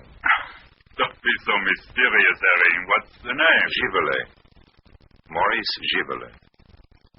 Why do you ask? Why don't you answer? Excuse me. I want you to tell me why you mentioned that name. You won't tell me anything about him unless I do? I'm afraid not. There was a guy down in Marseille who told me that name. Said it was worth money. Money? Yes, that's what he told me. He was dying at the time. That man in Marseille, he must have been a criminal. Well, don't go all prim and moral on me, Julian. Yes, as a matter of fact, it was something along those lines. What of it? I'm not going moral on you, Harry. I'm nothing very special myself, but when you say to me that the name Maurice Givelet is worth money, well, what? There's a nasty word for that, Harry. A nasty word for that kind of money. What do you mean? Chantage. I don't get that. That's French, Harry. French for blackmail.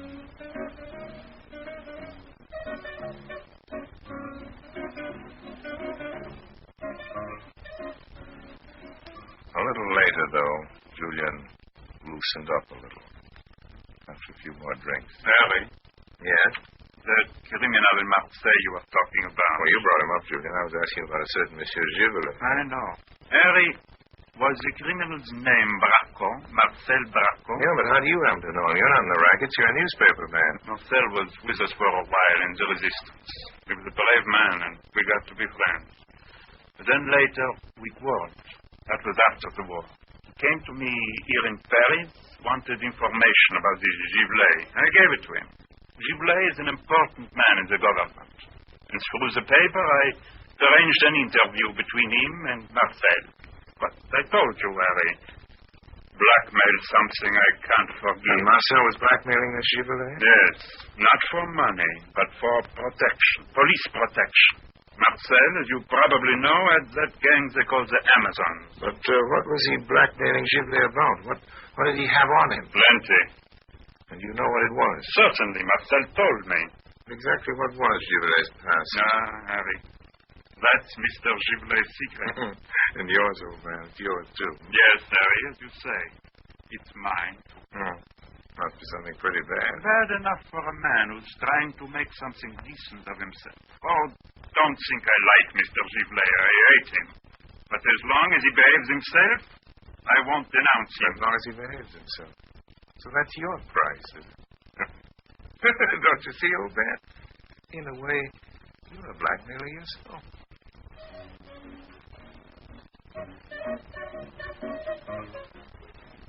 Then, some months later, in the lobby of the Georges V in Paris. Calling Mr. Lime, Monsieur Harry Lime, Yes. Monsieur Lime. Yes, boy? Monsieur Lime. Yes, what is the phone call? There's a lady to see you, Monsieur Lime. She's going to be up. A lady? Young or old? Young, Monsieur Lime, and very good. Well, lead the way, old man. What are we waiting for?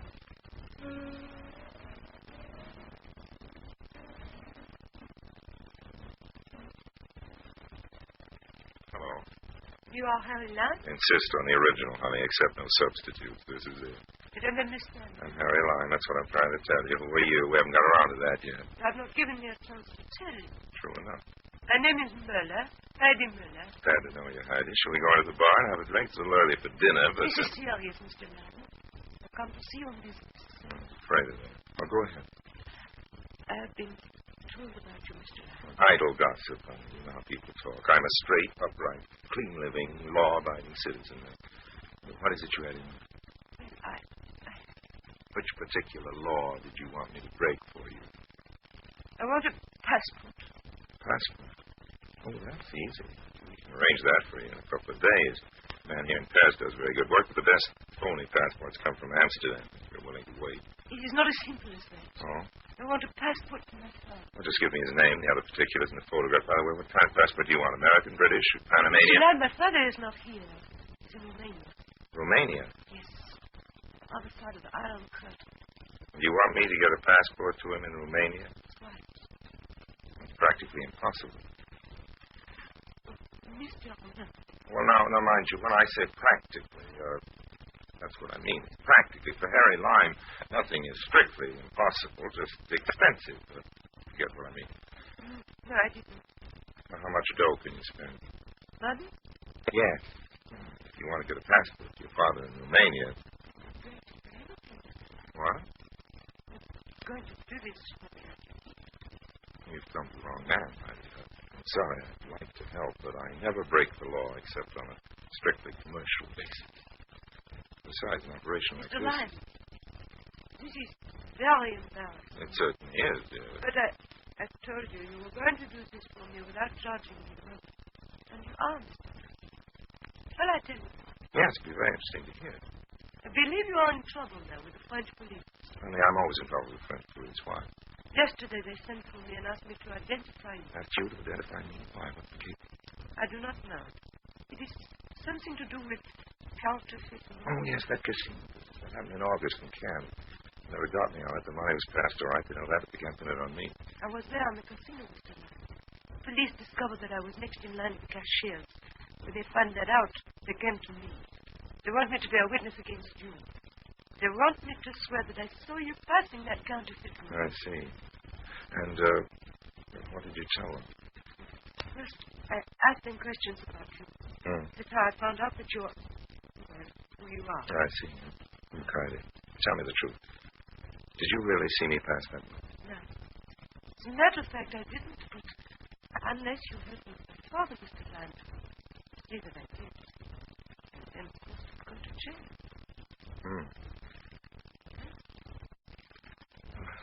Reminds me of something a friend of mine was saying last night. French have a nasty word for what you're up to, young lady. I can't remember what it is now. Blackmail's a bad word in it.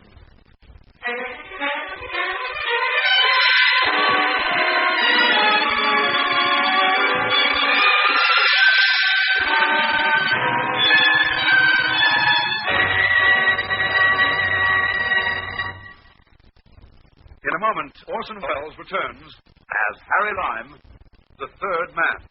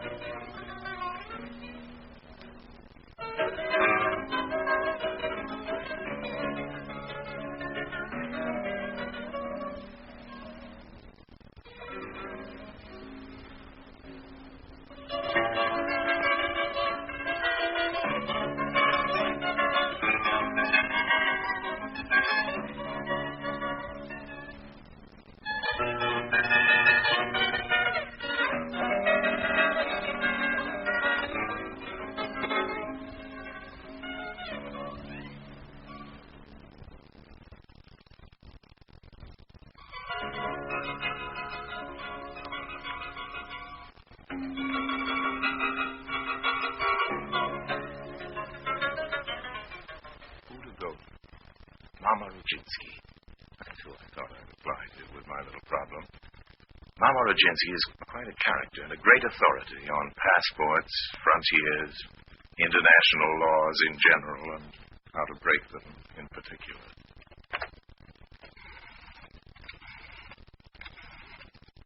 Hello? This is Harry Lime speaking. Harry Lime, I want to speak to Mama. Ne quitte pas. Hello? Hello, Mama. Yes? It's Harry, Mama. How are you? Lime, Mama. Harry Lime, I'm in trouble. I need help. Trouble? Sort of. Come up. I'll see you right away.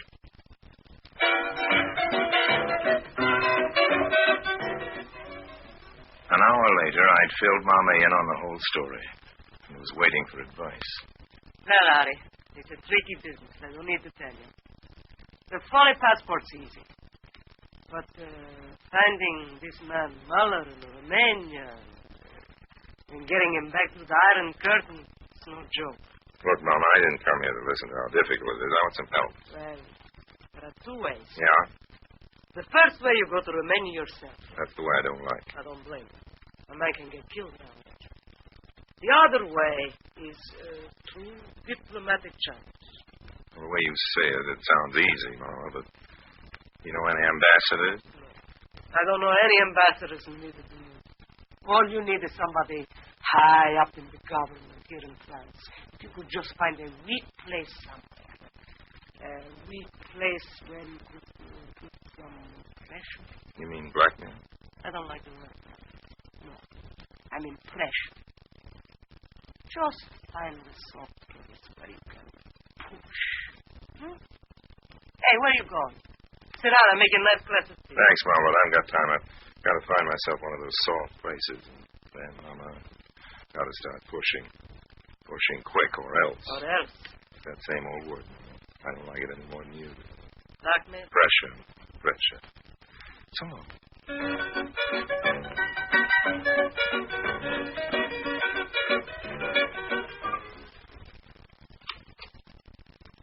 Monsieur Lyon? Yes? Monsieur Givelet will see you now. Come this way, please. Thank you. Monsieur Lyon. Oh, yes. Come in, please. What can I do for you? Well, I'll get right down to the point, Chipper. I know you're a busy man as well as an important one. Well? I have a favor to ask. Ah? The man in Romania, he's stateless. Nansen passport before the war. His daughter's here in France. She wants to get him out. Are you serious, monsieur? Lime. Such a thing as you are asking. Why, it's practically impossible. And I will be frank with you. I don't even know who you are. Lime. Harry Lime, I told you that. Well, you see, even on the highest ministerial level... It would be, as you say, practically impossible. I like that word, practically, Mr. Giblet. It gives me a little hope. Yes, but... I know. Don't bother to say it again. You don't know me from Adam, Monsieur Giblet, but there, you see, I have the advantage. I know you from Adam, Monsieur Giblet. I even know you from Monsieur Giblet. I don't understand. I've been in touch with a friend of yours. What friend of mine? A man called Brocco. What? Marcel Brocco. The name seems to mean a good deal to you. He said it would. Brocco is dead. But not Brocco's secret, not your secret, old man. He gave it to me before he died. Now then, when can I expect some action on my client, Miller? Your client? The man who needs a passport. Remember the case you said was practically impossible? Leave the particulars with my secretary. You will hear from me before the end of the week. Thanks, old man. I appreciate this. I really do. And when do I hear from you? Again. Blackmailers always come back. That's a nasty word, old man. Don't use it again. You won't see it.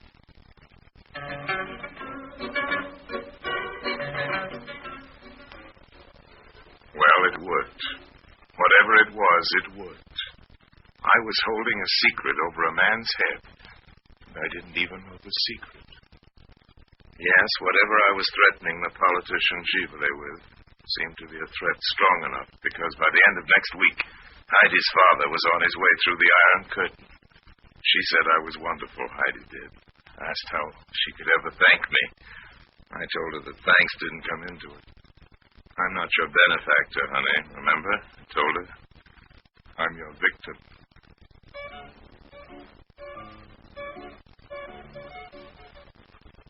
About 4 months later, Julian wrote me from New York. This is Julian Moreau, my newspaper man. Dear Harry, he wrote, now that it's all over, I think you have a right to know the truth. The truth about Givelet, I mean. I'm reading to you now from Julian's letter.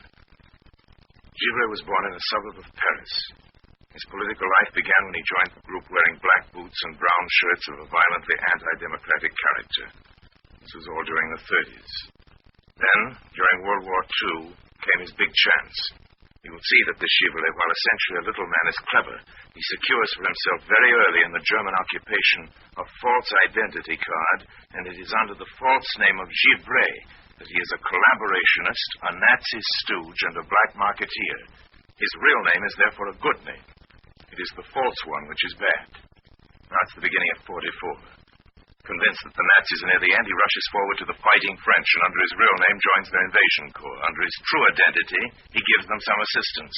And at the end of the war, the power of the resistance becomes overwhelming, and their investigations far-reaching, so Givelet drops the false identity of Givray forever.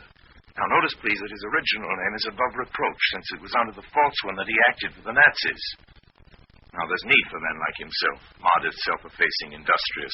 And so it comes to pass that the little fascist street fighter, the black marketeer, the collaborationist who betrayed scores of his countrymen to the Germans, is triumphantly elected to the parliament as representative of one of the great historical parties of France. Well, now, my friend, we come to the Amazons. I gave them this title in the newspapers myself just before the war. Theoretically, the racket was broken up, but in fact it was still flourishing in Paris until the very recent death of a certain Marcel Brocco. This gang worked in pairs late at night. Gangs of girls.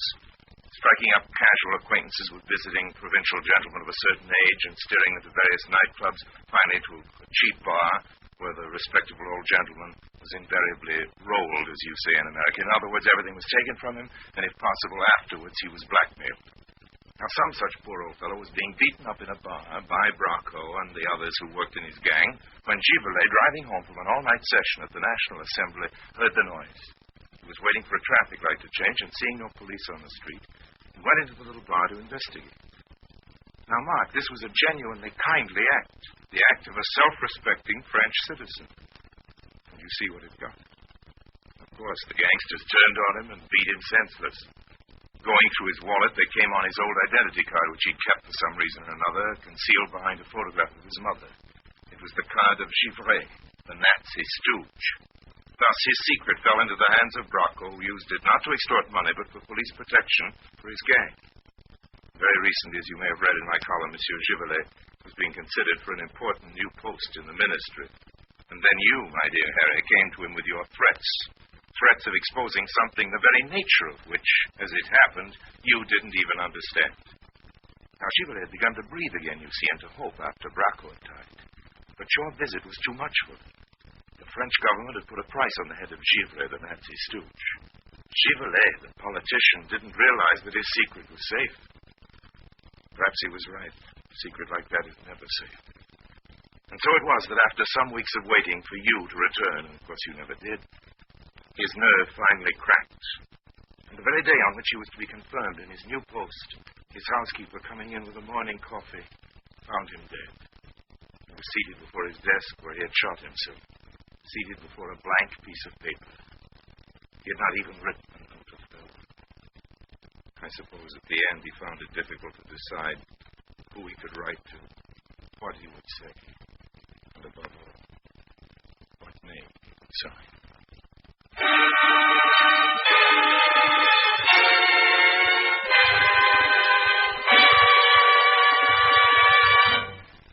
Harry Lime returns in just a moment.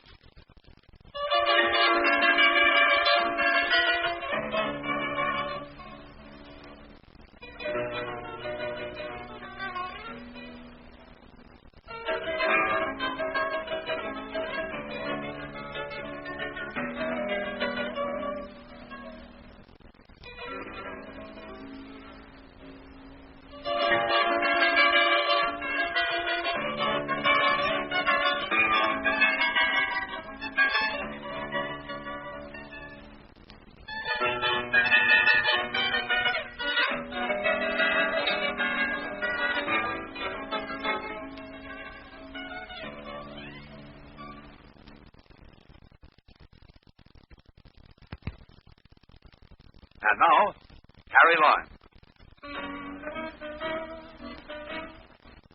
A few days ago, I was in Paris. I went into a little place I know near the markets where they make a wonderful fish soup. And who should I see having lunch there but Heidi? Heidi, an old gentleman I was sure must be her father. It was. She introduced him, and I sat down with him for a drink. So finally, I get to meet the wonderful Harry Lime. This is really a pleasure. Well, I'm glad you're with us here, Miller, on the sunny side of that iron curtain. Thanks to you, Mr. Lime. Oh, no, really. But yes, my daughter has told me everything. Everything, Heidi? Did you tell your father everything? Well, Mr. Lamb, I told him of the wonderful help. Did you tell him how you managed to persuade me to do it? Not exactly. Not exactly. What's this? Secrets? Heidi, you're blushing. Heidi, I'll make a deal with you. A deal? I won't tell your father what you did if you let me take you both to lunch. But that's blackmail. It's a nasty word, Mr. Miller. Let's not use it again. It'll spoil our soup.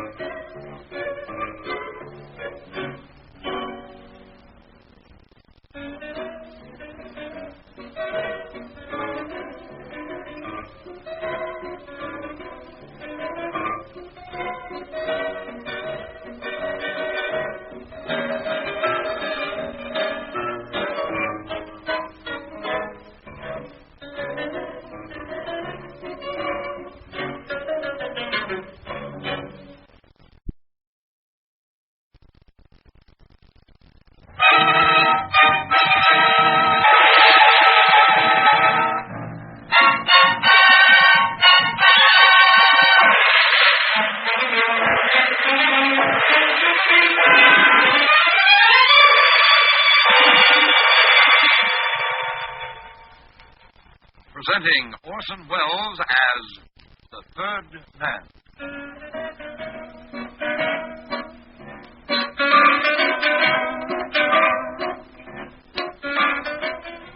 The Lives of Harry Lime. The fabulous stories of the immortal character, originally created in the motion picture The Third Man, with zither music by Anton Karas.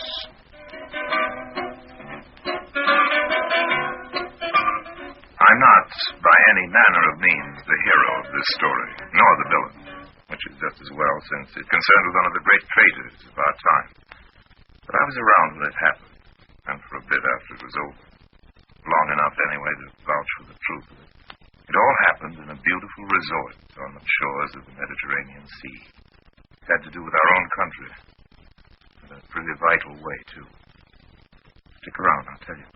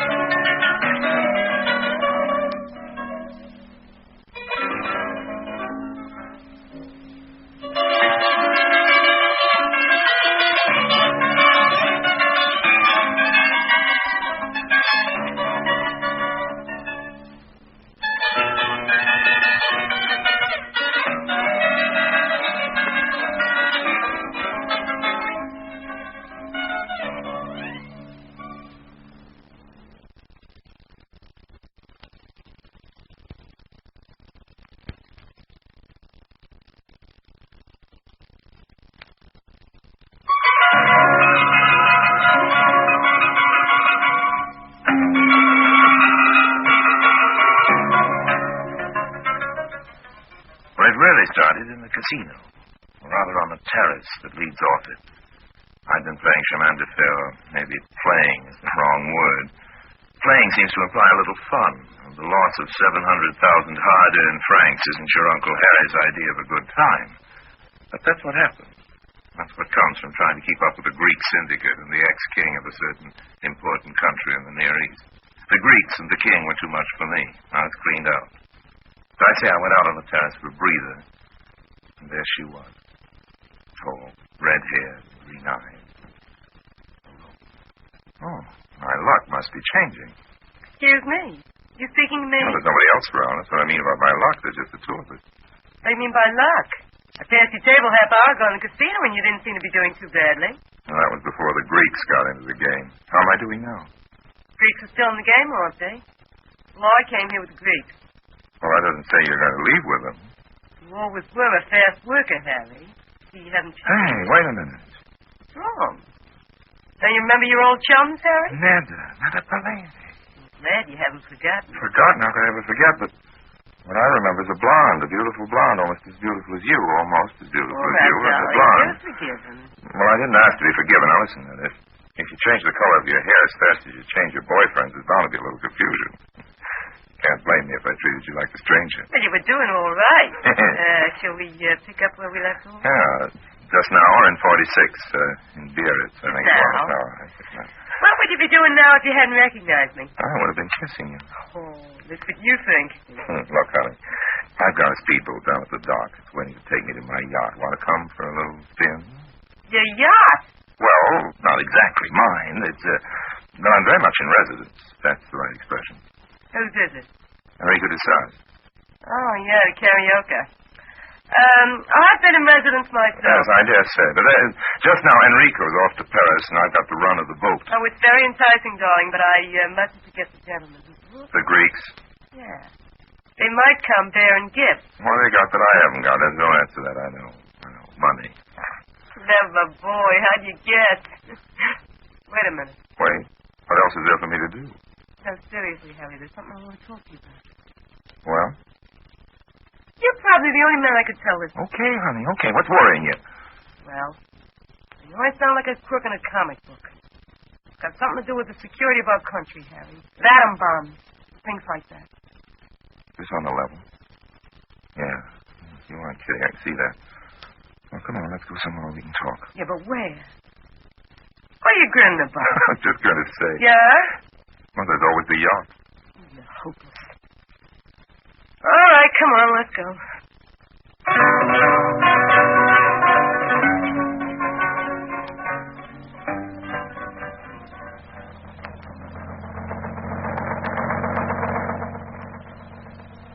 That's the karaoke up ahead. In 5 minutes we'll be there. What's going to happen with the Greeks? No, I don't care. You don't care? Why? Is that my fatal charm or the atom bomb? You'll stop joking, darling, when you hear what I gotta say. Well, why don't you start? All right, I will. You know somebody called, Fodor? Fodor? Oh, yes. He's the one of that big villa on the Cap, the Hungarian, about 70 years old, bald, gray eyes, amateur oceanologist. There's a big aquarium. Used to be an investment bank or something like that. They seldom goes out. Is that the one? That's the one. What's wrong with Mr. Fodor? Is he some kind of international spy? Well, I'm staying in his villa as a housekeeper. Oh, and what about the Greeks? The Greeks just took me to dinner. Oh. Dr. Fodor has a cold. Doctor? I didn't know he was a doctor. That's just a title. Lots of Middle Europeans are doctors. It doesn't mean they practice medicine. Okay, and so you're his house guest. Well, isn't that nice for you, Netta? And Dr. Fodor is what is technically described as loaded. Now, what's on the agenda? Marriage? Oh, don't be silly. He's too old. Well, nobody with more than $20 million in his stocking is ever too old. Well, if you put it that way, I agree with you. As a matter of fact, I think he's planning to adopt me. Now, you stop laughing, Harry. It's true. Taking a shine, I mean, the whole thing's more or less on the, up and up. More or less. Well, yeah, of course, more or less. But, I'm playing it straight.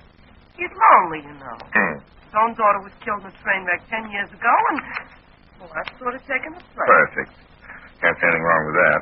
Don't tell me after all the capers you've poured in your time, that's what you've got in your conscience. We weren't talking about my conscience. Well, you that brought it up. Yeah, that's true. Well, here we are.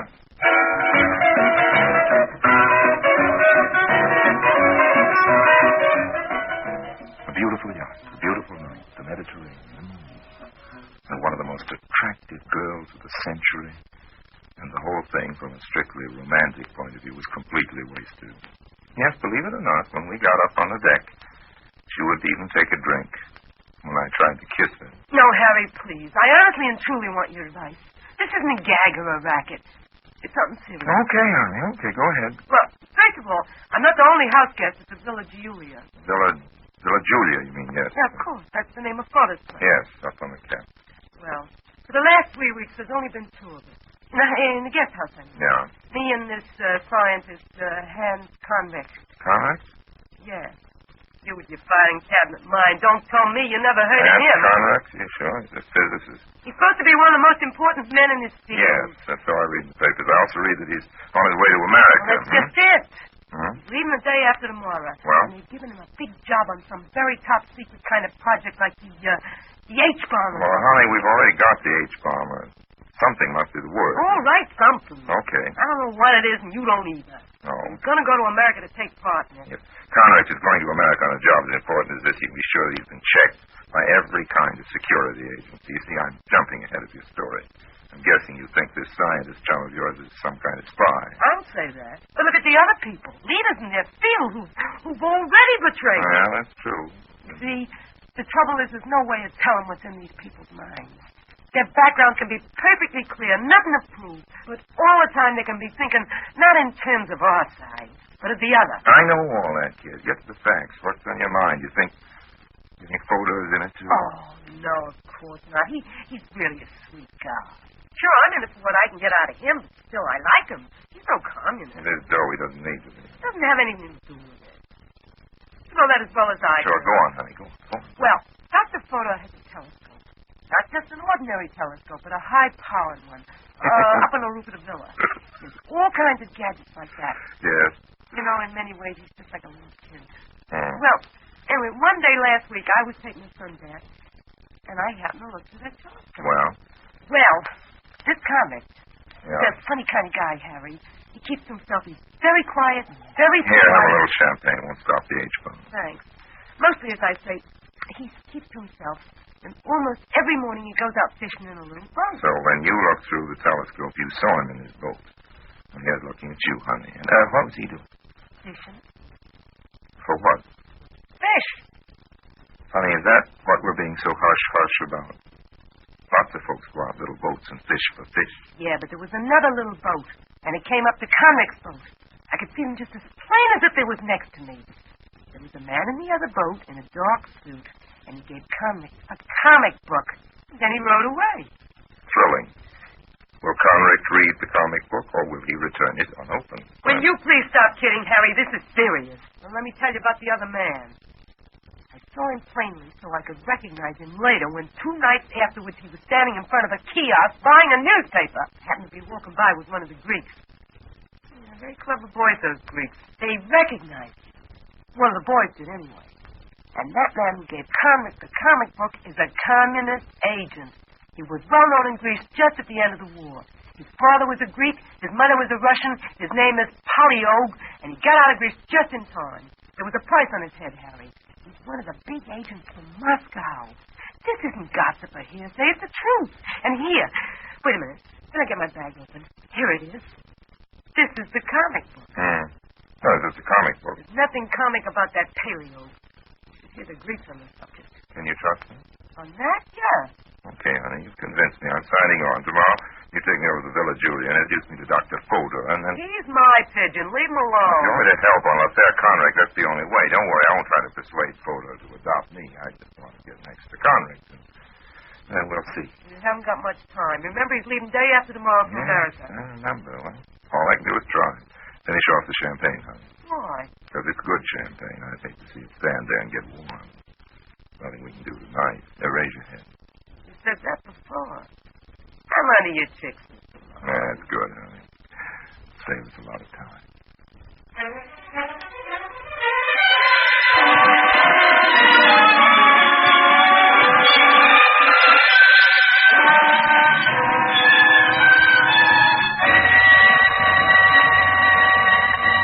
Orson Welles returns in just a moment as the third man.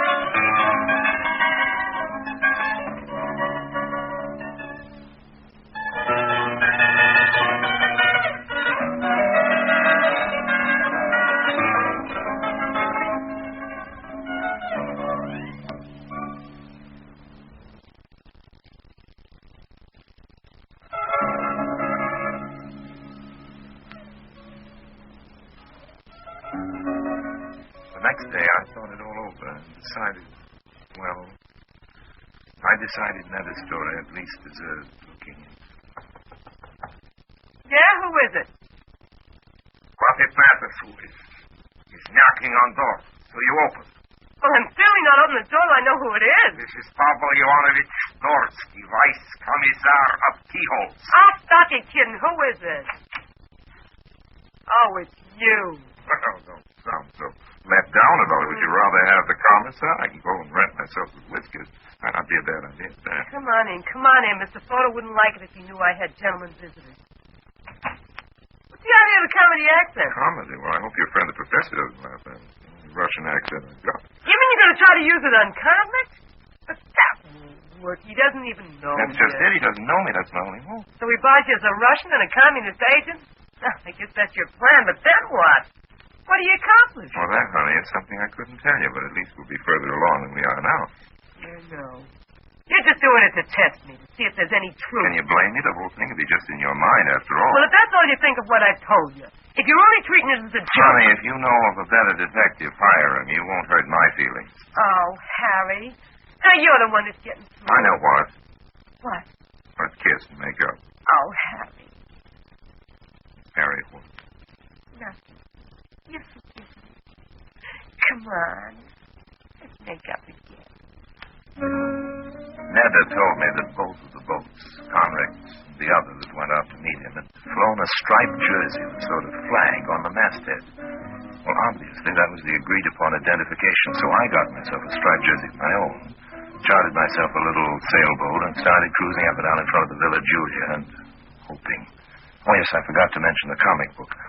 Neda had comped the professors out of his room, so I went and got 2 more comic books just like it. And I tore my 2 comic books in exactly the same way. And then when Neda put one of these back in the professor's room, of course, now he had a comic book, the torn place of which would match my comic book and nobody else's. Well, the jersey on the mast finally worked, and out came Convict in his own boat flying his own jersey.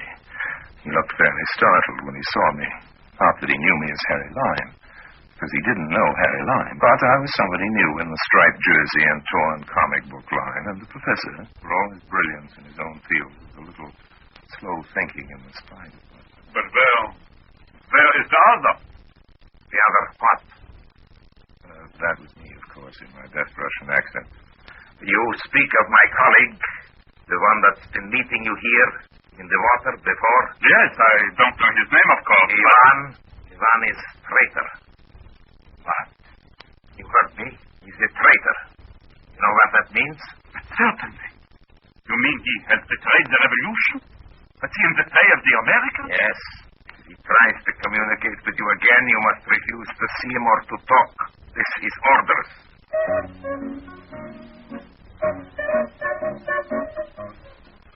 Well, what happened? What do you mean, what happened? I only unmasked your pretty little professor, that's all. I only proved. Proof? You mean you got proof? What? Well, if you got proof, there's nothing more to worry about. We just take the proof. Yeah, proof. What's wrong? I forgot. You forgot what? That proving something to my satisfaction isn't the same as... Harry? Yeah. Why don't you go to the American ambassador? With what? I mean, if you got the professor to talk, and you know... Look, honey, I'm a crook. All the world knows that. How am I going to even get into the Well, for one embassy? thing, he isn't there. The ambassador's here. He's spending the weekend at the Carlton Plaza. You can get into the Carlton Plaza, Harry. You've been in every room already. Now, don't exaggerate. Well, isn't it the truth? In a general sense, yes. You mean just break in and beard the old buzzer? Why not? Why not, indeed. What time is it? Really, why? Well, early is definitely too early for breaking in on an ambassador. Let's go to the casino. So you can lose some more of your money? Don't be ridiculous, child. I can lose some more of your money. Come on.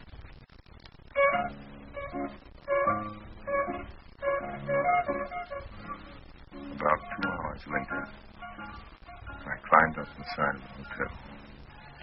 Let myself into the ambassador's room.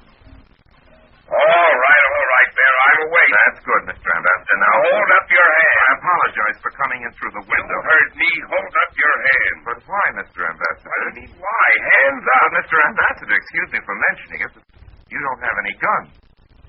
Oh. You see, when people ask people to hold up that... How do you know I don't have a gun? Because I can see. Oh. Well, the explanation's quite simple, Mr. Ambassador. Well, I've been crawling up from one balcony to another in the darkness, so my eyes are... All right. What do you have to my money? It's in my pants pocket. Take it and go away. I'm sleeping. I don't want your money, Mr. Ambassador. Just a minute of your Oh, time. that's words. Everybody wants a minute of my time. Now they've taken to breaking into my bedroom to get it. From now on, I'll have to sleep with another secretary under my pillow. Mr. Ambassador. Please make it quick. I know you're armed and I'm not, but in common decency, if you had the remotest idea what my schedule is You like, know of a you wouldn't certain Professor Conrick. What about him? Well, he's leaving for America day after tomorrow to take charge of... I know. What about Conrick? The communist. Everybody says everybody's a communist. Got any proof? I can prove. Good. How? Well, I talked to him this afternoon. And? He admitted he was working for the Kremlin. Got any witnesses? Witnesses? Got a tape recording? Oh, no, this happened out in the water. On the water? Yes, in a couple of boats. I pretended to be a Russian agent. With no witnesses? Well, no, Mr. Ambassador, but I can assure you... Oh, you can you? By the way, who are you? Well, it doesn't matter who I am. Of course it matters who you are. You're making a very serious accusation. Hey, where are you going? Away, Mr. Ambassador. That's where I'm going. Away. I've certainly understood that I'm making a fool of myself. Now, hold on a minute. Excuse me, Mr. Ambassador, but why? Because maybe you've got something. Of course I've got something, Mr. Ambassador, but what, if you'll excuse my impertinence, what in the blue blazes can I do about it? Good night, Ambassador. And pleasant dreams.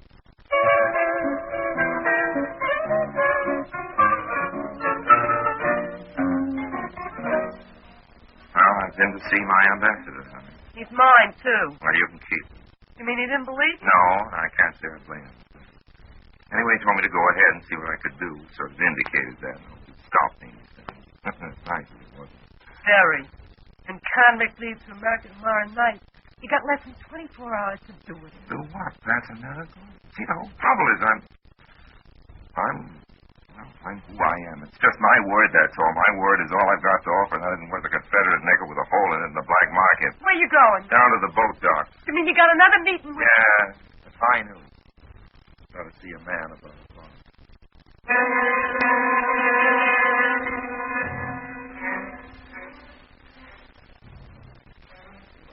Harry Lime. Yes? We have a friend in common. Huh? With this friend I have come into possession of some very startling information. Oh? Do I need to explain myself any further? Well, yes, old man, just a little bit further. What's the information? Who's the mutual friend, and who are you? The friend is Nedda. The information, Mr. Lime, has to do with treachery. Treachery of the most terrible sort. I am Dr. Fodor. Oh, I see. You mean Nedda's been talking to you about... She is a delightful child now, Nedda, but she doesn't know how to keep her trap shut. Well, Mr. Lime, you see, she trusts me. She began to feel that there was nothing effective that you could accomplish, so she... And spilled the whole pot of beans. Okay, what happens now? Professor's your friend. Just where do you stand, Dr. Fodor, and all this? I stand, Mr. Lime, with the free world. Well, that's a very nice little speech, Doctor, but what does it mean? But I have known Hans Conrick since he was a child. His father and I were friends in the university. He has been almost like a son to me. Fine, but you're still not answering my question. I will endeavor to, Mr. Lime, if you will just... There isn't much time, you know. Your old chum, the professor's leaving for America. No, Mr. Lime, I do not think he is leaving. But it's all set up. He's taking charge of that new project. No, Mr. Lime. Professor Conrick has changed. You still aren't telling me anything. What does that mean? He has resigned his post, or what? No. But how can you be sure? How can you speak for him? I was like his father, certainly. I loved him like a son, yes. And I think he loved me. And now? Of course not. After all this, I never trusted him. I don't blame you, Dr. Fodor, but I don't see why you shouldn't tell me what's happened. Well, I suppose I'd better tell you something, yes. When the police come, I'll have to say something to them, but the truth is I don't have anything more to say. I've said everything to Hanson. He was like my own boy, Mr. Lime, my own boy, and now he is dead. Dead? You mean... I killed him, Mr. Lime. I am his execution. Dr. Fodor took me into his house and showed me Conrick. He was in the laboratory just off Fodor's aquarium. His blood showed almost black on the white tiles of the floor. I told him I would hand him into the police, but I gave him time alone. I knew he would choose to go like this. He took one of the knives, which you can see. One of the knives we use here for our research on the fish sharp. He slashed his wrist. I came in and found him like this. He was not yet quite dead. But then he died. And I went away and I left him. So what is there to say now? A prayer. He didn't even want prayer.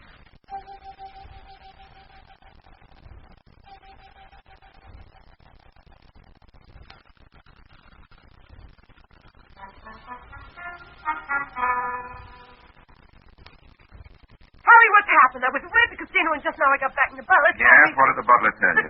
Some awful it happened. The butler hasn't told you half of it, Netta. At least I hope he hasn't. Anyway, there's one less traitor in the world. You're the one that did it, Harry. To the professor. Oh, not exactly. But you might say I was around at the time. No. What do we do? What do we do? What does anybody do nowadays? We just go on the way we're going. Oh. Oh, for what? Well, the Conricks of the world are in the minority, for one thing. There's just a few of them and lots of the rest of us. What do you mean by the rest of us? I'm not too sure. I can't say it, Killer. It just won't come out in words that don't sound like wilted oratory on a late afternoon on the 4th of July. When I get corny, real corny, I know about it in advance, and now I feel it coming on, so I figure we better get out of here and go down to the casino. But I've just come from there. Well, we'll go back eventually, honey. Why not now? Come on. I feel lucky.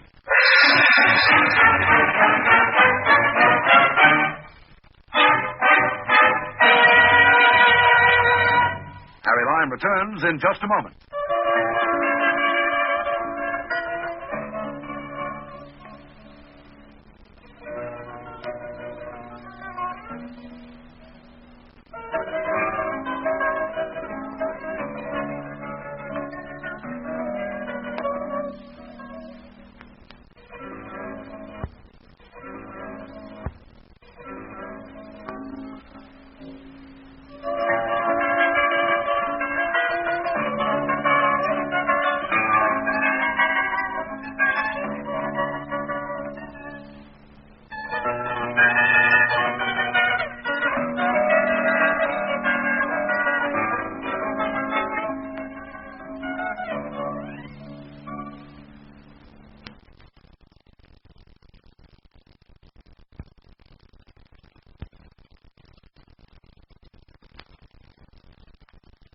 And now, Harry Lime.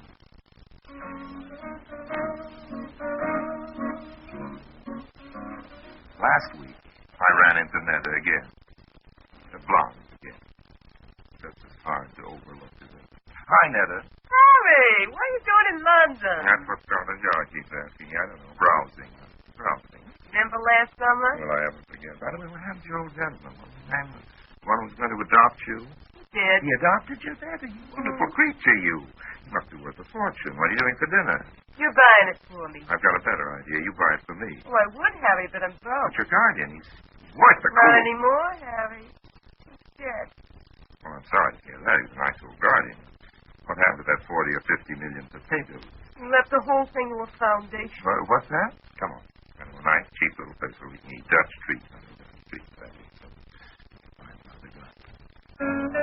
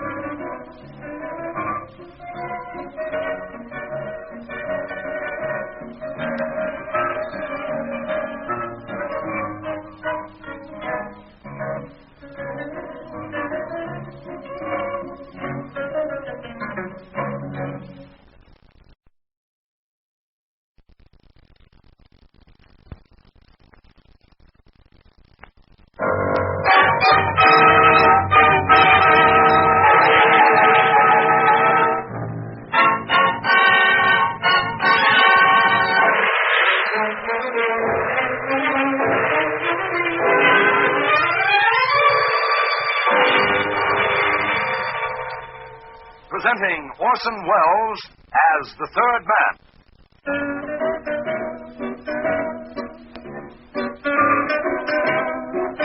The Lives of Harry Lime.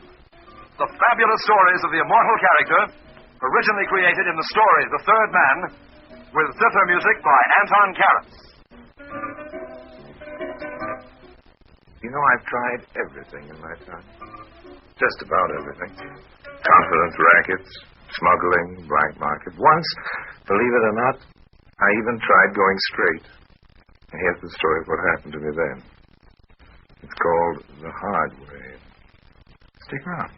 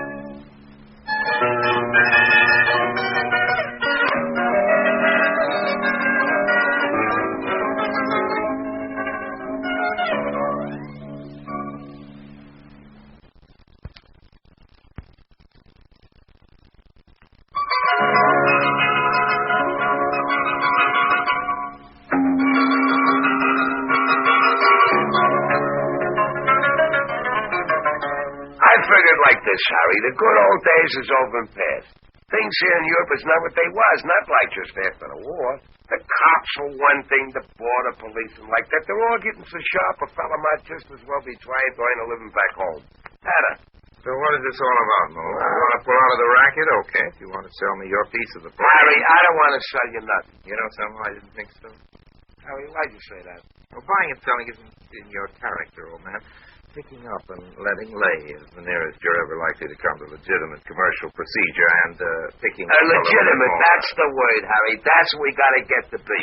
The international cops, like I tell you, Harry, is entirely too organized. You know Swifty Sloan and English Everett used to fly in islands? Yeah? Very smart little combination that was, huh? Well, what happened to him? What happened? Everett makes a jump into England last night. And the parachute didn't open? You know that place on the coast of Cornwall, Harry, that was you and me first developed like? What about it? As safe a little drop as you can find, huh, Harry? 6 miles from a road, no houses, nothing but header. Well, what do you think they got in the header Thursday night when Everett jumps? Birds? Cops. That's what they got in the header now, Harry. That's where half of Scotland Yard is spending their evenings. Everett gets out from under the parachute. Looks like a surprise party. And as for Swifty, they got a couple of fast Coast Guard jobs that follows them all the way across the channel to Dieppe. Then comes the French planes, and even a fella comes from Belgium. By the time Swifty is forced out, it looks like an international conference. It does seem rather discouraging. I tell you, the good times is finished. Pickens was real nicer after the war. There was opportunities. But not anymore. Europe is getting entirely too commercialized. All right, Mo. What do you suggest? Want to go back home? To the States, Harry? Eventually, yes. But right now, there's maybe still too many people looking for both of us. Well? Meanwhile, we gotta live, Harry. That, old man, is the first objection to going straight that jumps into my mind. Well, Harry, we got the plane. It's a pretty good little plane. Well, easy to sell, Mo. No. Flies okay, but a little bit like you and me. It's been around. It's heard the chimes at midnight. We can shop around for a sucker, but what do we do in the interim, old man, for groceries? What would you say to this, Harry? How does this strike you? The Imperial Safeways Charter Flight Company Incorporated. Fly for private charter? Is that what you're driving at? Sure, it's a business, Harry. Nice, quiet, steady little business. And no trouble with the cops.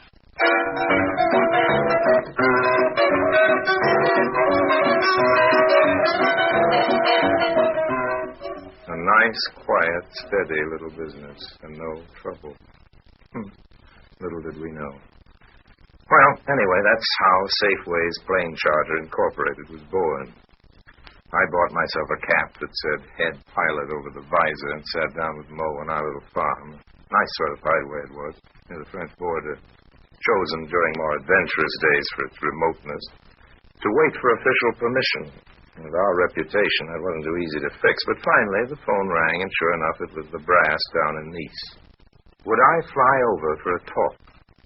Well, Nice was about a 20-minute run from our very private field, and pretty soon there I was, twisting my new cap nervously and trying to look as honest as possible for the benefit of some official or other who didn't, I'll say, look very impressed.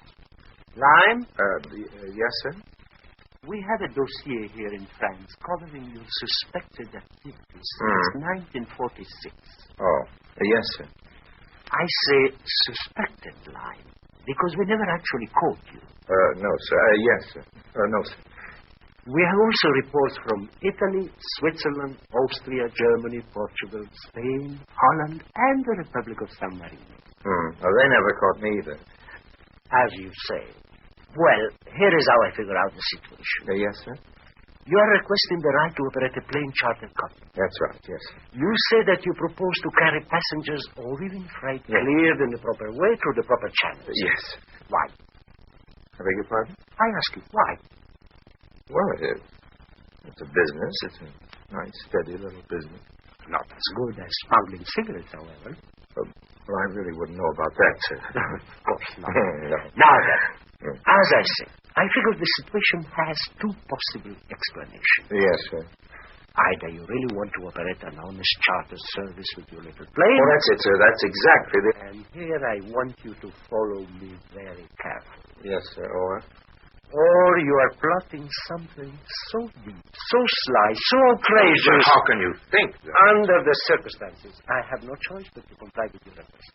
Thank you, sir. We are letting you start this charter company, Line. We are permitting you to begin. Thank you so much. But we are keeping our eye on you, all of us, the police of every country in Western Europe. We are watching for hanky-panky, Monsieur Lyle.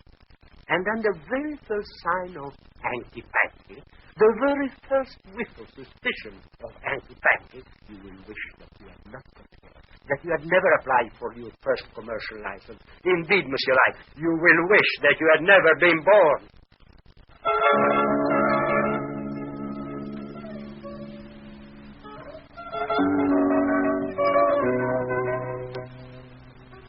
Oh, man. Yeah, chum. I don't like it. Like what, Harry? You got your papers and all like that. What's it right? I don't like the official attitude as regards this little caper, Mo. All we got to do is break one routine little regulation, and we've had... Don't be such a pessimist. It's true, old man. That's absolutely true. One little slip. That's all they're waiting for. Don't forget they know us. They're just waiting now for the chance to crack down on us for everything we got away with before. Start reading the fine print and all the rules and regulations, old friend of my youth. Somewhere there's a little joker about tipping your right wing to Matterhorn or flying south on the first Sunday after Michaelmas, something like that, on which the vigilant police of Europe will manage to fulfill their fondest dream and send us off to break stones on that work farm in Sardinia. Harry, I tell you, Mo, we never should have gone straight. Quitting the racket, that's okay. But we should have retired, not gone into legitimate business. It's too dangerous.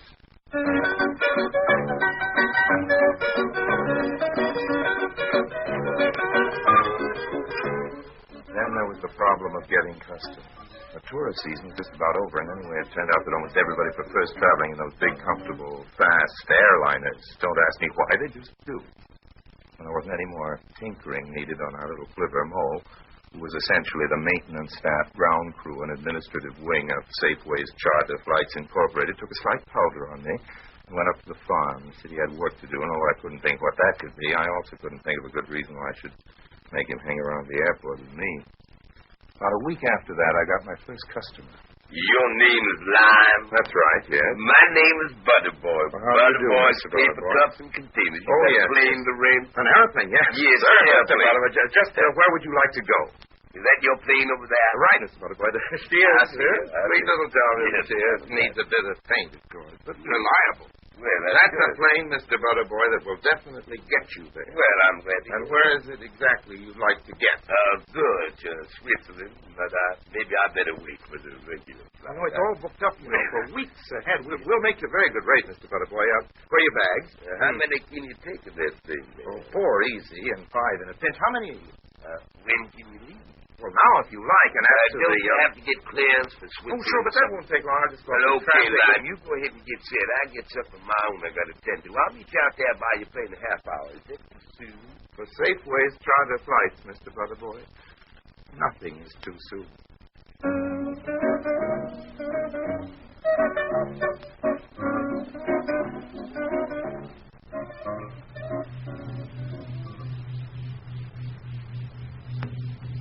I got my international clearance. It was all fixed up with traffic right on schedule. There was some kind of excitement going on in the passengers' waiting room, but I didn't investigate. If only I had. Well, too late now. An attendant came up with a message. Monsieur Lyle? Yes, what is it? You're the plane Monsieur Butterball has chartered. Butterboy. Yes, this is the plane he chartered. What of it? He wants you to go on ahead without him. What do you mean, go on without him?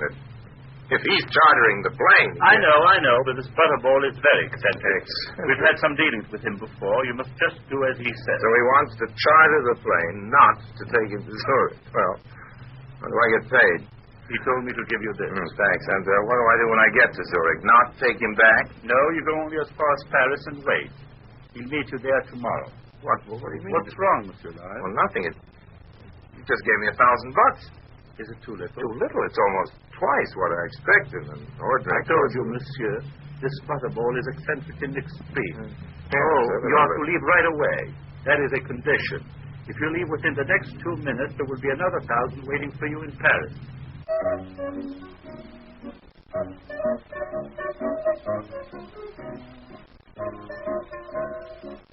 1.5 minutes after that, your Uncle Harry was airborne. Nice evening. Clear, still, full moon. Didn't like the look of the weather up ahead. Now, for about half an hour, I was alone with my thoughts. Or rather, I thought I was alone with my thoughts. Then gradually it began to dawn on me that I wasn't the only one in the plane. Somebody was sitting behind me. Somebody had been hidden before, evidently, under my duffel bag in the parachute. It was kind of spooky. It was, among other things, a girl. On a stowaway. And a very attractive stowaway at that.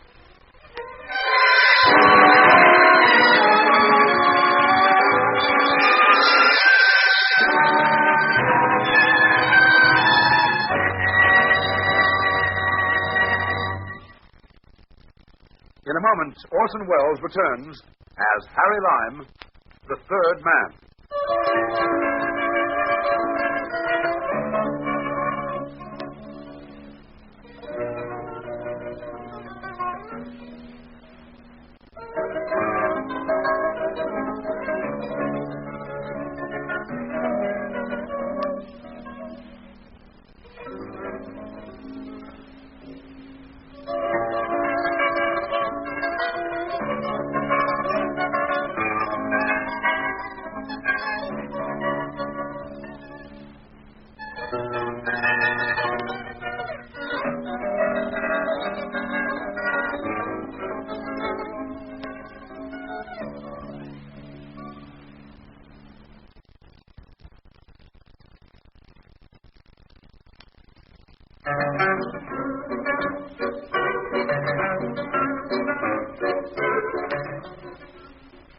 Now, kiddies, I'll have to admit that although I found myself in the course of a fairly long and extremely varied career in some pretty odd positions, this was by all odds the oddest. 1,500 feet over sea level with a doorway who looked as though she belonged on a calendar instead of in an Arab. What are you doing here? Well? You don't feel like answering, huh? Come up in front so I can look at you. Just climb up over the seat. Can't leave the stick. The weather's going to be bumpy over this mountain. You heard me. Get up here in front. Why should I? Because I say so. Suppose I don't want to. Well, look, is this the first time you've ever been in a plane? Answer me. Yes. Are you coming up in front or not? I don't see why I should. Okay, then start holding on to your head. What do you mean? We're going to do a little stunting.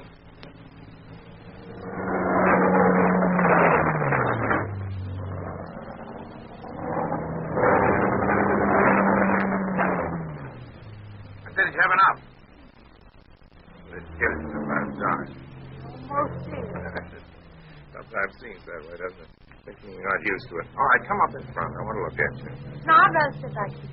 Okay, here we go again. No. No what? Don't stop that awful side me again. I'll obey you. I'll do anything you say. Just climb up over the seat, honey. Sit down next to me. It's off. I got a stowaway on this airline. I'd like to see who I'm talking to. Right. Yeah, I come. You asked for it. Ouch! What's wrong? Oh, my head. Well, just slide down on the seat. That's right. Just a second. What are you doing? Don't worry, I'll try to pick it up this time. I'm just taking off my coat. What for? Oh, thanks. Well, don't just put it around your shoulders. Put it on. Not going to get any warmer. We've got to make altitude over those mountains. You're not so bad at that. What do you mean it's that? Well, as they say, I mean. You're not so bad as they say. Who says I'm bad? Everybody. Oh. What do they say about you? Oh, I'm not notorious like you. No, well, maybe not, honey, but I never stowed away in a private plane. Strikes me it's a good way to start building up a reputation. Well, it's not my fault. It just happened that way. Amnesia? What's that? Amnesia, loss of memory. I don't understand. I'm asking you if you lost your memory. Well, why should I do that? Oh, I don't know. It happens. People lose things, you know. What kind of a girl do you think I am? You want an absolutely frank and candid answer to that question? What do you mean? What do you mean, what do I mean? You have a very complicated way of I talking. merely asked you if you wanted me to answer your question truthfully. What question? You asked it. You asked yes, the but question. I can't remember what it was. Amnesia. No doubt of it. Amnesia. There you go again with those big words. You asked me what kind of a girl did I think you were, and I asked you if you wanted me to give you an answer to that question which was truthful or merely polite. Honey, I haven't formed any definite opinion, but... How long before we're going to get into the next town? What do you mean the next town, the next country? Well? A couple of hours, that is, if all goes well. What do you mean by that? Well, I don't like the look of the sky up there over the mountains. We're going to be running some nasty weather. You mean we'll all be killed? Oh, let's hope not, kid. Kind of a strange couple, you and I, if they never bother to sift through the wreckage. No, I just mean we might be late. We might have to fly around on the outside of that storm. But, by the way, what's your name? Why should I tell you? Why shouldn't you? Why should I? Young lady, this is without any question the most insane, the most inane, the most meaningless, the most idiotic conversation I've ever held with a human being 1,500 feet over sea level or anywhere else. Oh. Now you're cross. I knew you'd get cross. Shut up. Why? Because I'm tired of talking to you, that's why. All right. That's your attitude. One thing I don't understand is how you ever managed to get into the plane to begin with. Well, it was dark, and nobody was looking. Evidently not. But how did you know that this was my plane? They pointed it out to us when we came to the airport. They said this was the plane of Harry Lime, the famous smuggler that nobody's ever been able to erase. Oh, they did. And that's why you picked this plane instead of one of the big airlines. If I was a smuggler, you figured I could just well be smuggling you. Is that it? Now what are you doing? Not doing anything. Just buying a plane. Perfectly normal flight. And give me $1,000 not to take him to Paris, not to take him to Zurich or wherever it is. Yeah, but you're turning it around or something, aren't you? I don't like that weather up ahead. Also, I don't like what the boys at the airport in Paris are likely to do to me when they find you in the plane. What are they likely to do? I don't know, but it won't be too pleasant for me. I'm trying to build up a good reputation, trying to prove that I've reformed. Look what's happened to me on my first legitimate flight. Well, there's no law against me, is there? Maybe not, but there ought to be. So, where are we going instead of Paris? What do you think? Not back where we started. You got some other country in mind? No, but what's the use of going back where we started? That's no fun. And besides, I'll get into trouble. You get into trouble? What about me? When you were a smuggler, didn't you have a place of your own where you kept your own things? I still do. It's a farm a friend and I live on. Up to now, we never paid much attention to the crops. Oh, you mean? Obviously, that's the best place to take you, don't you think? Obviously. And then what?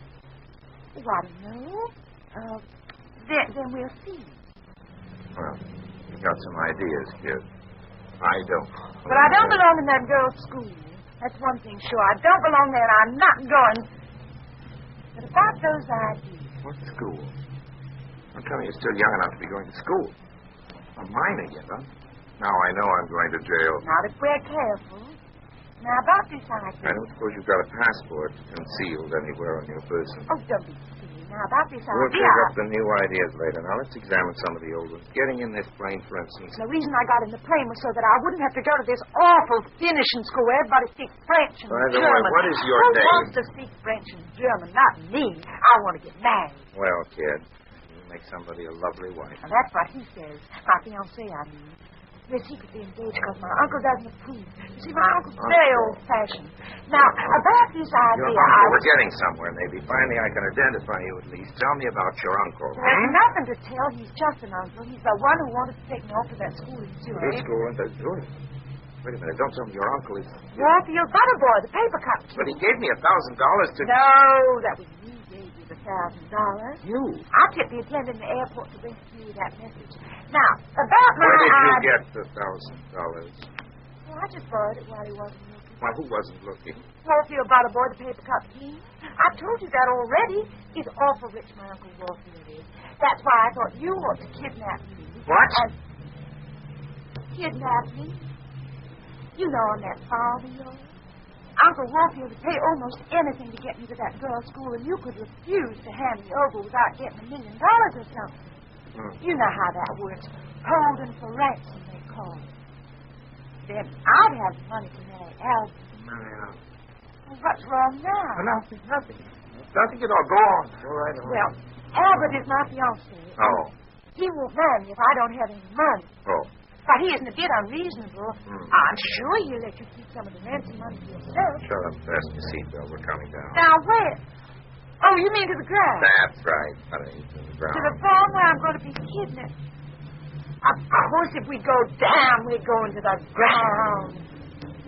What's wrong? You think I'm stupid?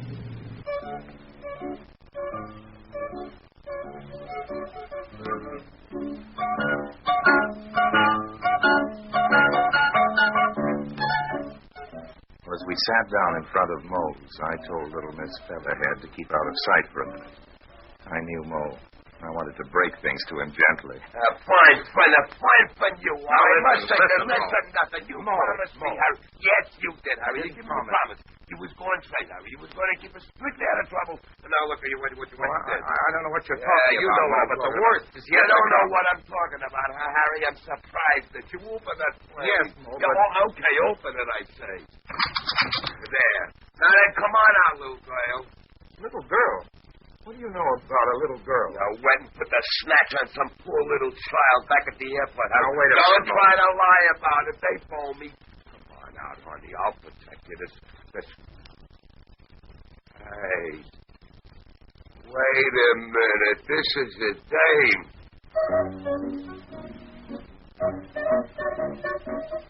I didn't wait around to make any explanations. I just introduced them. Hyacinth, her name was Hyacinth Butterboy, and left the two of them on the farm to discuss it between themselves.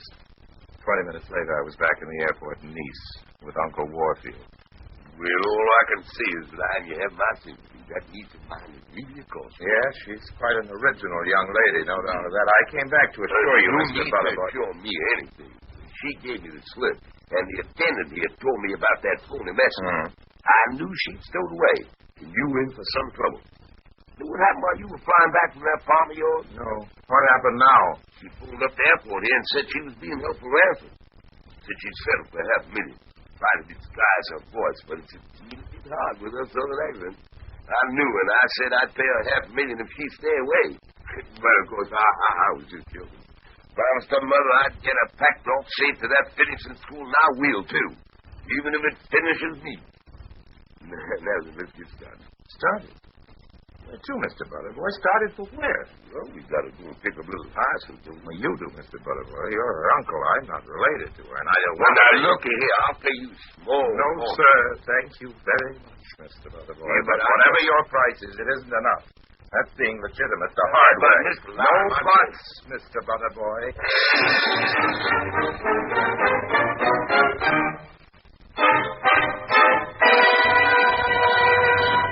Harry Lime returns in just a moment.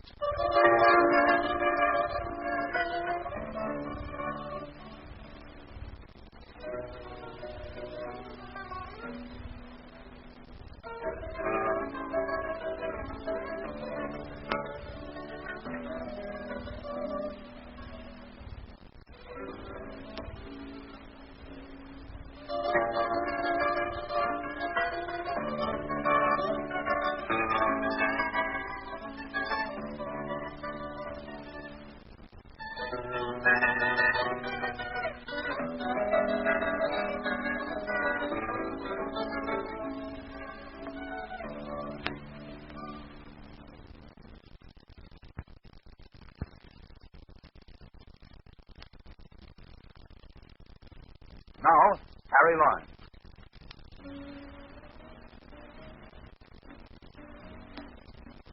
Well, by the time Uncle Warfield got Hyacinth Butterboy safely tucked away in that high-class reform school in Zurich, Moe, poor soul, was just about ready for a mental home. He had to keep her company, of course, till the paper cup king came and took her away. Oh, and by the way, she stole $60,000 from him. From Moe, I mean. That's what he'd been doing up there in the barn, printing it. He was very put out about having to start making all that money again. What Hyacinth did with all that bogus dough is another story, but I never want to hear it. Got enough troubles as it is.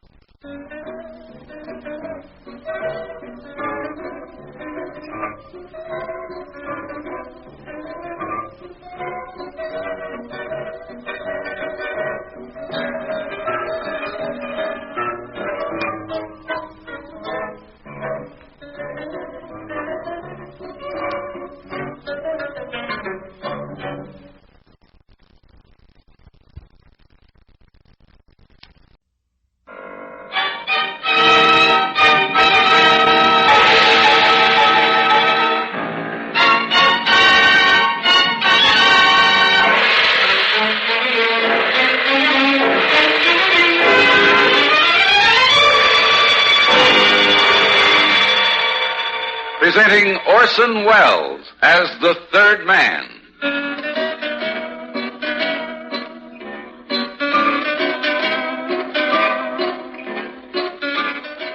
The Lives of Harry Lime. The fabulous stories of the immortal character originally created in the motion picture The Third Man, with zither music by Anton Karas.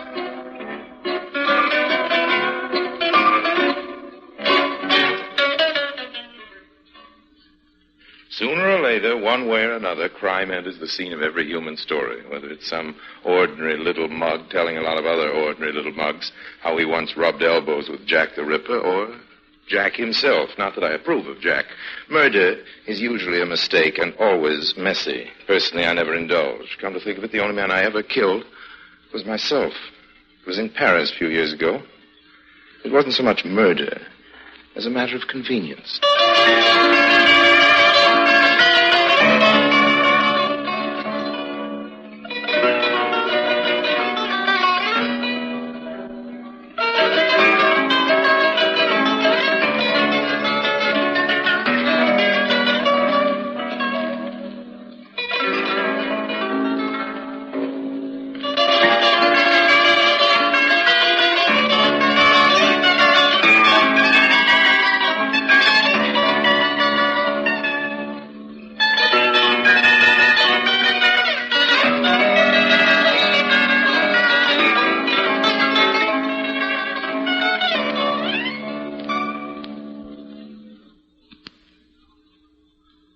And now Orson Welles as Harry Lime, the third man in Paris is Not the Same.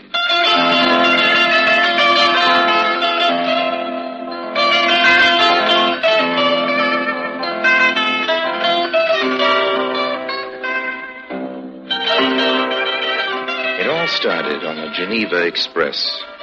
A fat little character with very little charm and no hair to speak of was giggling at one of my jokes. Just another mug, if you see what I mean, and not worth the trouble of another joke. Or so I thought, until he showed me that photograph. It was a woman, and I recognized her. Oh, very well, Monsieur Lime. When I get back to Paris, you must visit us. Us? Me, my wife, Karen. Here, my card. Put it away. Don't lose it. 1149 Rue de Villas. I remember it. Here's what I was looking for. It is a photograph of my wife. Very beautiful, Mr. Duval. My congratulations. Merci. Oh, but this does not do her justice. Her hair is auburn, blue eyes, and, of course, the coloring of her skin is lost. But the photo can't hide her qualities, as you can see. Indeed, I can. Such a face deserves to be painted, not photographed. I've told Karen that many times. I'm sure you But have. she's not interested. Here's your photo. Mr. Duval, mustn't lose it. Yes. When I am out with Karen, I am the envy of every man in Paris. I'm sure. They do nothing but stare at us when we enter the room. I see them out of the corner of my eyes. Old man, how long will you be in Switzerland this trip? 3 weeks. Oh, it's a long time to be away from her, but there is the business. We have come to the border. It's been very pleasant, Mr. Duval. But, Monsieur Lime, you are not getting out yet. Oh, but I am, old man, But I am. thought you told me you were going to Geneva. Later. I've got some business to attend to here first. I'm sorry. I look forward to more of your stories and your delightful company. Business is business, you know. Yes. Here, let me help you with the bags. Oh, thank you. It's not necessary. You can hold my coat. Thank you. Now, goodbye, Duval, old man. Goodbye. It was a pleasure meeting you. Oh, the pleasure was all mine. Monsieur Lime, don't forget, when in Paris, come to see us. I insist. Oh, I won't forget. I won't be in Paris for quite some time. But believe me, old man, the next time I'm there, your home will be my first port of call. Good evening. You're the station master, aren't you? Yes, monsieur. What may I do for you? I just wondered, when is the next train to Paris? Oh, it's waiting across the border for this one to pull out.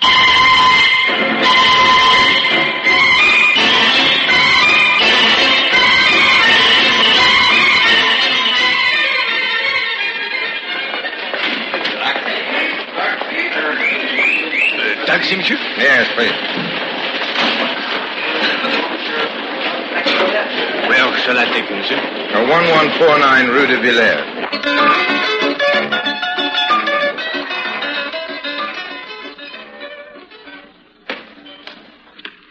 Yes, Andre? Gentlemen, to see you, madame. I'm not expecting anyone. Who is he? He did not give a name, only that Monsieur Duval had invited him to call. Tell him that Monsieur Duval will not be back until the 30th. And if he would like to come and... What's that? It must be the gentleman. Perhaps I'd better see him. It may be connected with the business. Yes, madame. This way, please. Madame Duval, allow me to introduce myself, Harry Lyme. I met your husband on the train last January. He kindly invited me to call when I was in Paris. That will be all, Andre. Monsieur Duval, unfortunately, is out of town. Harry, in heaven's name, where did you come from? Oh, no place in particular. You know me. I just pop up. And disappear again. Well, I'd keep moving, Olga. It wasn't very kind of you not to show up for our meeting at the Savoy in London. I waited all evening. A pleasant place. Excellent bar filled with others waiting for someone to walk in the front door and break the stillness of their lives. But to walk out. Never a word of explanation then or ever. I was afraid you were hurt. Had been buried in a bomb raid. Oh, Harry, I'd searched all over London for you. I was frantic. Let's keep that in the past tense. Fact is, I'm here. But why? What are you doing in Paris? It's obvious. Came to see you. How did you know I was here? I was on a train. I met your very dull husband. Oh. He giggles, you know. He really does giggle. Karen, he giggles when he's a little drunk. Oh, I know, Harry, but he can't help it. He talks too much. About you. Oh. He had the vile taste to show me, a stranger, your photograph and boast about his beautiful wife. And I saw the picture. I got right off the train, came back to Paris. Naturally, I couldn't resist. When you walked out like that, I thought you were dead. Oh, I knew you were mixed up with something in London and maybe had to run. But why didn't you let me know? I'd have waited for you. I'd have followed you if I'd only known where to find you. But you didn't. I had to live, and You married Duval? Yes. He was in the Savoy bar. He saw how anxious I was and offered to help. Help me to find you, Harry. You married a small skinhead with the giggles, honey. He's been good to me. In his own way. He loves me. He's proud of me, and he'd do... And it all adds up to the fact that you don't love him. You would know. You always know more about women than is good for them. Well, I must say, Karen Olga, it's not very flattering to pick a dud like Duval after knowing me. I didn't care much after you were gone. He could have been anyone who offered a little security. Life was dull. The struggle for a little food to eat, the blackened ruins of London, the weary faces all around. Why should it surprise you that I should marry a dull man when everything around me was dull as myself? Darling, you were never dull. No, Harry. Please, I've tried so hard to forget you. No, don't make me remember. Oh, Harry, why did you have to come back? Now I have to start living again. Oh, Harry.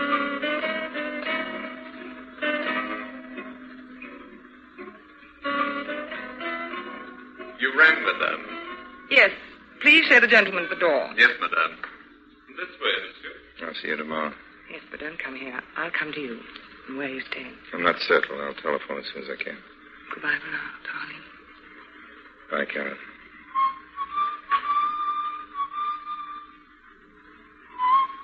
Your coat, monsieur. Thank you, Andre. Monsieur Duval would be very disturbed to know that madame greeted monsieur with more affection than a first call demanded. I can imagine his chagrin, Andre. Would it surprise you to know I was about to be appointed an instructor in philosophy when the war came? Nothing surprises me, Andre, old man. I tell you this to show you what war can do to people. I was once an idealist. Now I think nothing of peeping on you and madame. A security precaution, you understand? Oh, yes, very sure. One has to look out for oneself. Andre, you don't deserve an instructorship. I learned that by myself when I was 10 years old.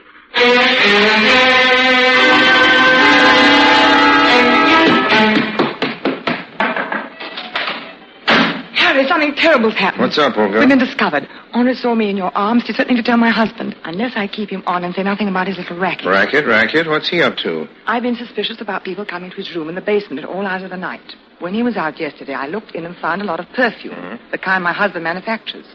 When I asked him about it, he merely laughed. When I gave him notice, he threatened to tell my husband about us. You can handle this. Tell him I'm an old friend who you haven't seen in years. Jealous as he is, after you saw my picture and took the first train to Paris, I had a letter from my husband telling me about meeting you. I'll teach him not to show his wife's pictures to strangers. Oh, you don't care. What am I going to do? You're no good, I know that, but I can't help loving you. And you'll just walk out again when you get ready. Any idea of what kind of racket Andrew's running? No, black market of some kind. Must be very profitable. His bookcases were filled with first editions, and his cupboard with better wine than we can buy. But I don't care about that. What must I do? Nothing for the present. Andrew and I are going to have a discussion. About us, Harry? That may enter into it. But the main topic will be business.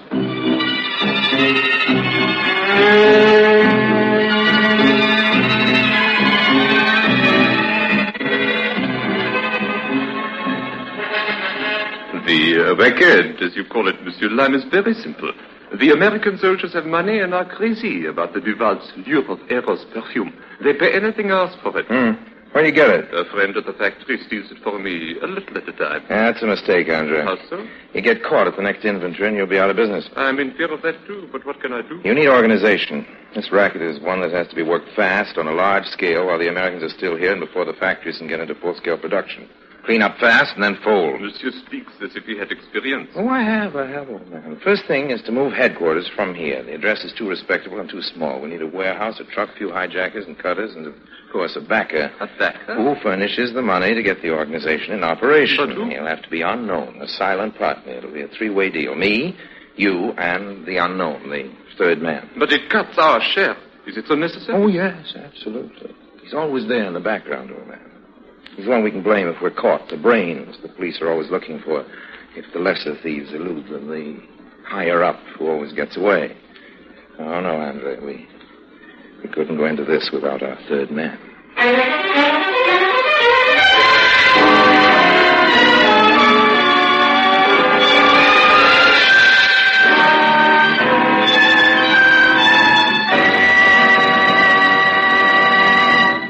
Orson Welles returns in just a moment as the third man.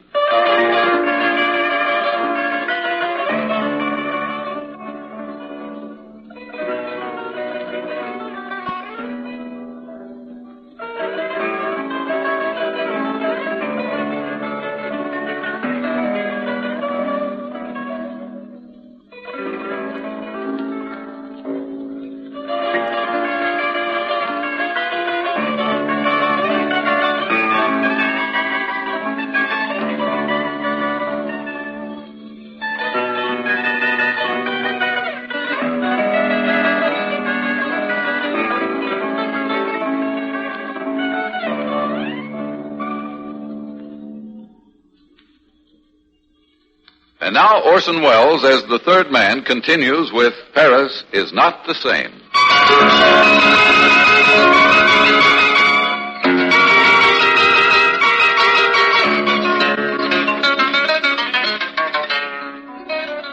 Now follow this operation carefully, Andrea.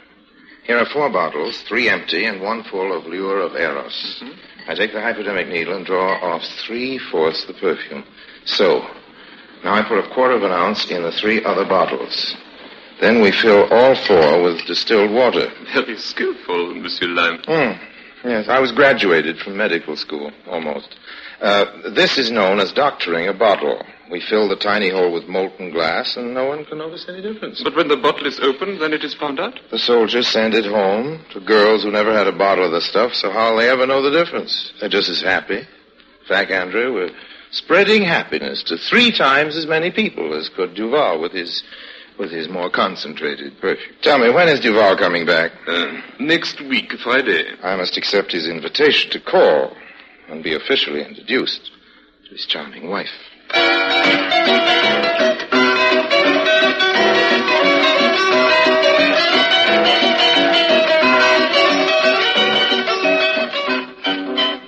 Karen, dear, may I present Monsieur Lime, the gentleman I wrote you about? I'm glad to meet you, Mr. Lime. It is my pleasure. I look forward to this introduction. Madame, cocktails are ready in the salon. Come, let us drink to this reunion. Did you have a good trip, Edmund? What? Oh, yes, quite successful. Forgive me, dear. I've had very disturbing news since my arrival. About the business, Edmond? Yes. Monsieur Lime, here is an ounce bottle of my best perfume, Lieu of Eros. Inspect it carefully. I can see nothing wrong, old man, should I? Under the magnifying glass, you would see that the bottom has a tiny hole that has been plugged with molten glass. The bottle contains 3 parts water. Hundreds of such bottles, no one can say how many, have been bought by the Americans and sent home to their friends and sweethearts. Oh, but of course you've notified the police. They'll soon put a stop to this.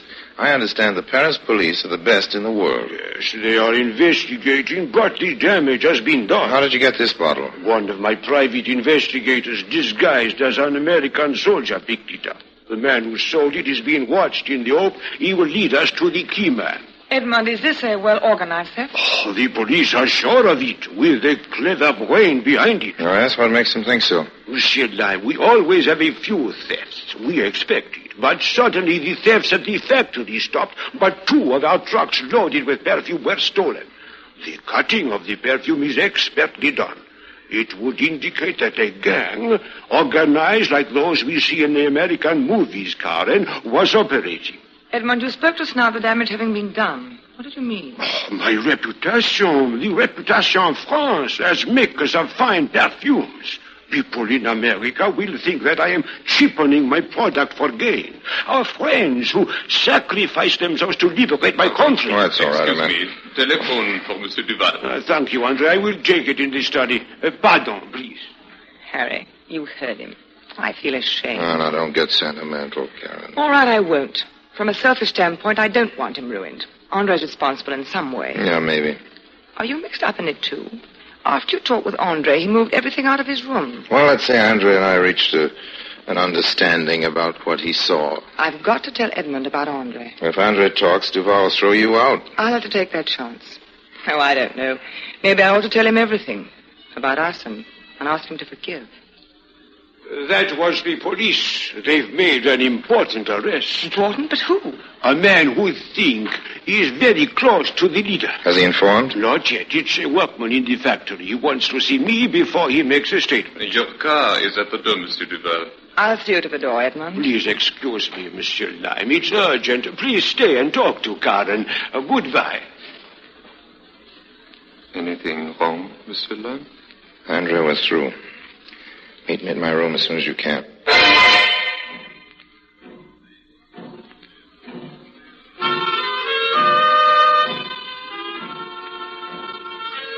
My friend has not talked yet, or I would have been under arrest by now. I am taking no chances. I will hide until this blows over. Come on, the money, Monsieur Lime. We are wasting time. Okay. Now, here it is. I divided it up. Well, there's 3 parts. Naturally. And one for our backer. Oh. Are you sure there is a third man, Monsieur Lime? I told you, old man. I never operate without it. If I could only be sure that... What's that? Someone is coming. What do we do if it's the police? Quick, use the fire escape here. Don't forget your money. Goodbye. Good luck, Andre. Goodbye, Monsieur Lime. Come in. Monsieur Duval, what is it? You look ill. I get you some wine. No, thank you. Monsieur Lime, I have just talked with my wife. I don't know what that has to do with... Karen has told me everything. No woman ever tells a man, especially her husband, everything, Monsieur Duval. She has told me enough. I no longer wish to live. I have a gun. At first I was going to kill you, but that would hurt her more than taking my own life. Well, to kill either of us would be perfectly ridiculous, old man. I don't care to die, and you, Monsieur Duval, must live. For France. Monsieur Lime, I would like to make a bargain with you. What bargain exactly? There is reason to believe you may be connected in some way with these spurious perfume sales. Mr. Duval. Andre has disappeared, and until he is found, we have no proof. In exchange for 50,000 francs, I wish you to leave Paris. It's my intention to leave Paris. But you must leave in such a way to destroy Karen's regard for you. In disgrace, and in a way that will make it impossible for you to return. Mm-hmm. And how do you expect to accomplish that? You will sign this letter. It states that you abused my hospitality by stealing from me. In short, that you are the man behind the perfume swindle. She may not believe you even with a letter. I do not intend to show it to her. It will be in my safe and never be used unless I find you in Paris. Then I shall give it to the police. Will you sign? With pleasure, and 50,000 francs, if you don't mind, Monsieur Duval. Thank you. You're a fool, old man. In your position, I'd have used the gun. No woman can go on loving a dead man.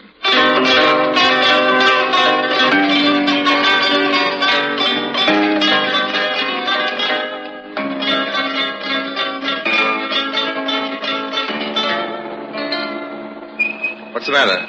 Why are you stopping? The street is blocked. There has been an explosion. You will have to get out, monsieur. The officer is signaling for the cab. I'm sorry, monsieur. We must get this woman to our hospital. Help me with that driver. There's a man back there. Will you see if you can help?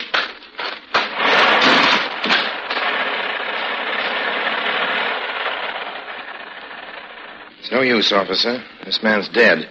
His head's completely crushed under that cornice. Must have weighed a ton. Hold the light, please. I'll look for identification papers. Yes, certainly. I've got the light. Merci. Here's a wallet. Poor devil. Who was he? Monsieur Harry Lim. Lime. Harry Lime.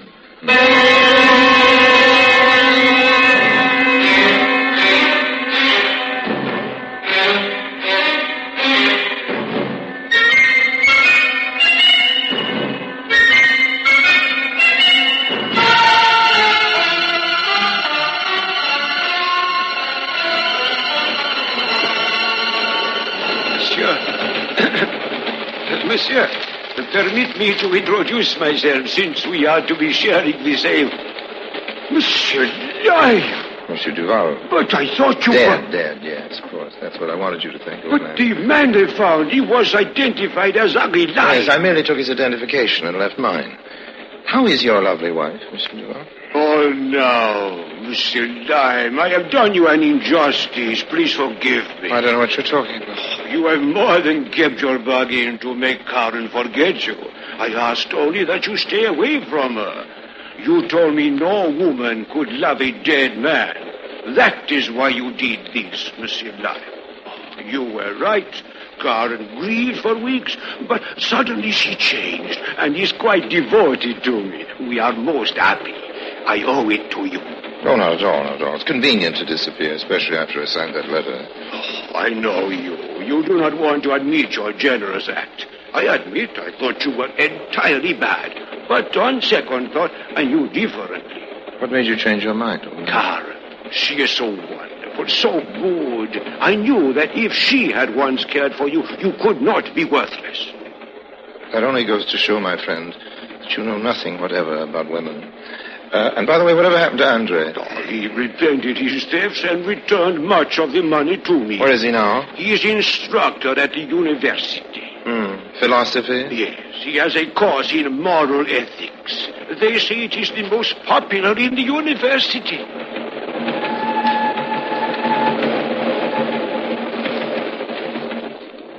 As the train came to the border, Monsieur Duval looked startled as I stood up to stretch. Our eyes met, and he seemed to be asking me about getting off. A look of relief came to him as he saw that I was getting the cigarettes out of my coat on the rack. He settled back and smiled as the train sped on toward Geneva. There was something missing about him. I couldn't quite make it out. Suddenly, as I finished a story and he roared with laughter, I realized that Monsieur Duval had lost his silly giggle.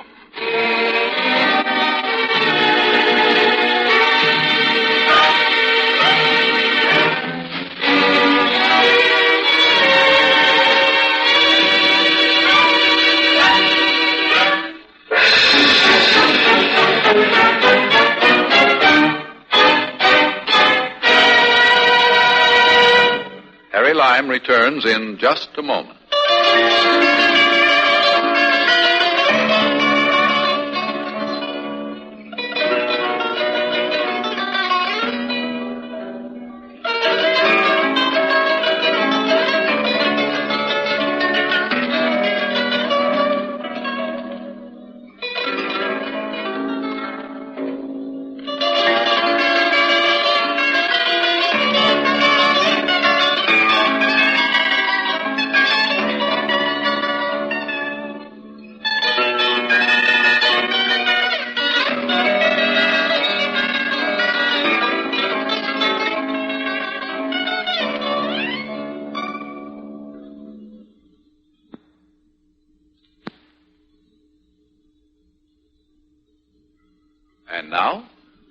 Lime.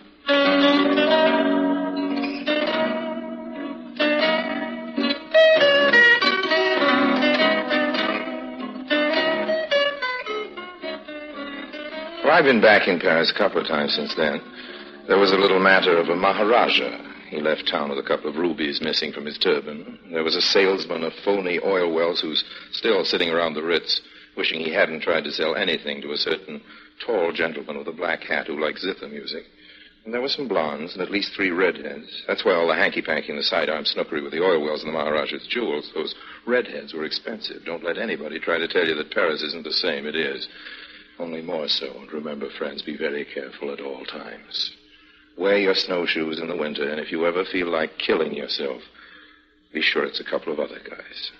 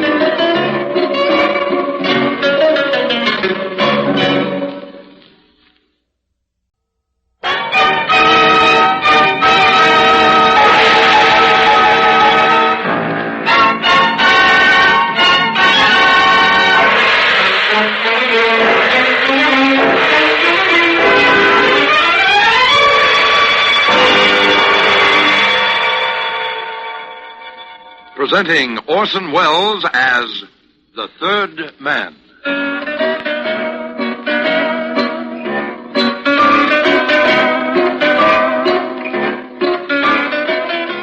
The Lives of Harry Lime.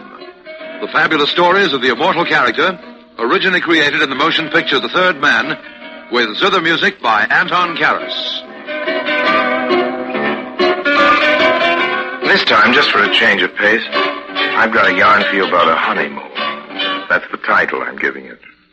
Honeymoon. In a minute you'll see why. It's about the strangest honeymoon that ever happened since honeymoons first began, since the first honeymooners in history left that garden back there, even before old Harry Lime was around. Yes, this one I'm going to tell you about is certainly the strangest of all. Stick around. See if you agree.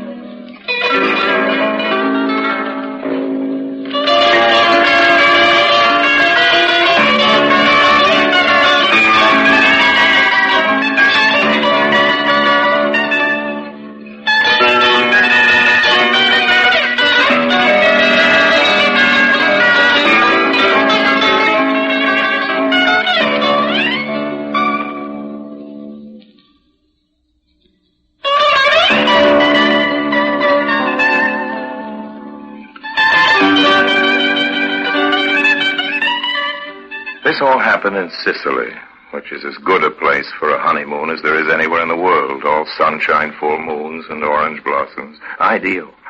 What was I doing there? Well, I wasn't on my honeymoon. I was in Sicily on business. That's really another story, but I was there to see an old friend of mine called Plucky Mariello.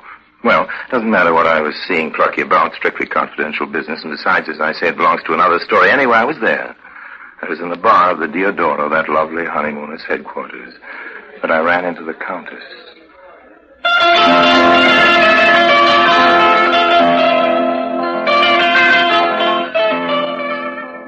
The Countess, Catty, really was a countess. A countess from Hungary. Also, at various times, from hunger. Looks, she had plenty of them, and those. A very tough baby indeed, but photogenic, if you see what I mean. All technical and cast iron. Busy, too. She tried her hand at many semi-legitimate rackets like beauty creams, costume jewelry, and marriage. And just now she seemed to be resting between jobs. That's what I thought, but I was wrong. Like I say, Cat is a busy girl. Well, where's that famous movie? Don't look at me. I didn't steal it. You would if you could, Harry, if there was a price tag on it. Kiss me. Okay. Another? There's a price tag on that, too. I hope it isn't too high. No, I come cheap. All I want is a little information. And then you'll kiss me again. How generous of you. Thank me later, Countess. What do you want with Mariello? Why do you care what I want with Plucky? Well, you two used to have a thing, didn't you? What are you doing now? Stirring up the dead ashes of your passion? I'm here on business. But you might try stirring up a few more ashes yourself. But stir gently, Harry. Gently. Plucky Mariello. I remember when he lived in a penthouse on the top of that big apartment building in West Los Angeles. Sunken bathtubs, ceilings and hand tools swayed, carpets that came up to your knees, and 6 bodyguards on the night shift alone. That was in the old days, of course, before Plucky came back from that disastrous little jaunt of his with Cathy and discovered that Uncle Sam didn't want to let him back into the country. We'd shared the expenses on a hired car that took us back into the hills, the little town where Plucky had that villa of his, and which was where he'd happened to be born and where the Italian government said he had to stay. And on the way up, Cathy told me the truth about what she was after. It's pretty good money. They pay your expenses, of course, and you get around. That's always important. Countess Cathy, the demon lady photographer. What would have guessed? What's the paper you work for? It's not a paper, it's a magazine, a picture magazine. The picture magazine, as a matter of fact. Blink. Oh, yes, Blink. The trouble is I'm not on the staff. I'm just a freelancer.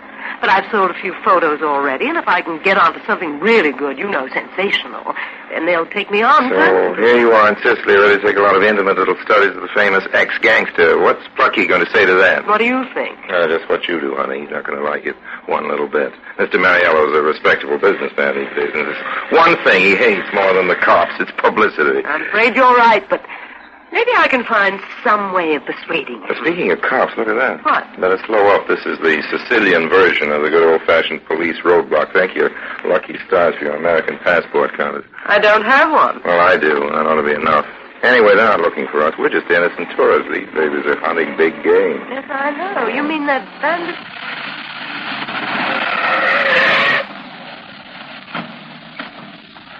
Tomasino's the famous bandit, isn't he? How marvelous. Bandit is a romantic word, Signora Contessa. This Tomasino is not romantic. He's a dangerous killer.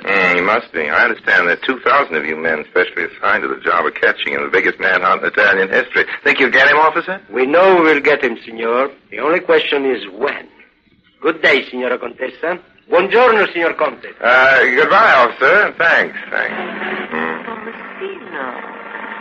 That would be really divine. Now, don't tell me you've got a romantic yen for a brigand. Just the yen to take his picture. Oh, what a spread that would make. A little tricky to arrange. Of course, but then everything's possible. Don't you think?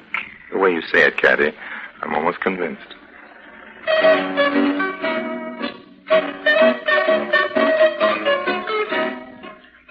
She asked me if I didn't think Plucky would be helpful in putting her in touch with this Tomasino, but of course that was out of the question. Between a Sicilian bandit and an Italo-American ex-racketeer, there's a lot more distance than you might imagine. But then looked at in the light of subsequent events, the distance was shorter than even Cathy guessed. Anyway, this conversation, as I said, took place in the car on the way to Plucky's. And as I also mentioned before, he wasn't home when we got there. The butler let us in. Yeah, the chief's expecting you both, but we're harvesting grapes now. The wine pressing starts soon, and he's in the village talking business with the buyers from Palermo. He'll be back any time. Harvesting and wine pressing. How rustic can you get? Yes, I remember when Plucky's connection with alcoholic profession was considerably more adventurous. Well, there's liquor in the sideboard, if that's what you mean. Good stuff. Plucky told me to have the two of you make yourselves at home. Well, how sweet. And who is this dear little man on the sofa? Oh, him? Buongiorno. Buongiorno, signora. Yeah, you see, he's human. He can talk. I'll tell you the truth. This character just blew in from nowhere. Oh, it's one of the farmers, I guess. Something like that. I don't know, but if you want, lady, I can toss him out with pleasure. Don't dream of it. You can leave us now. Who, me? We'll make our own drink. Oh, all right. This little man seems to be harmless enough.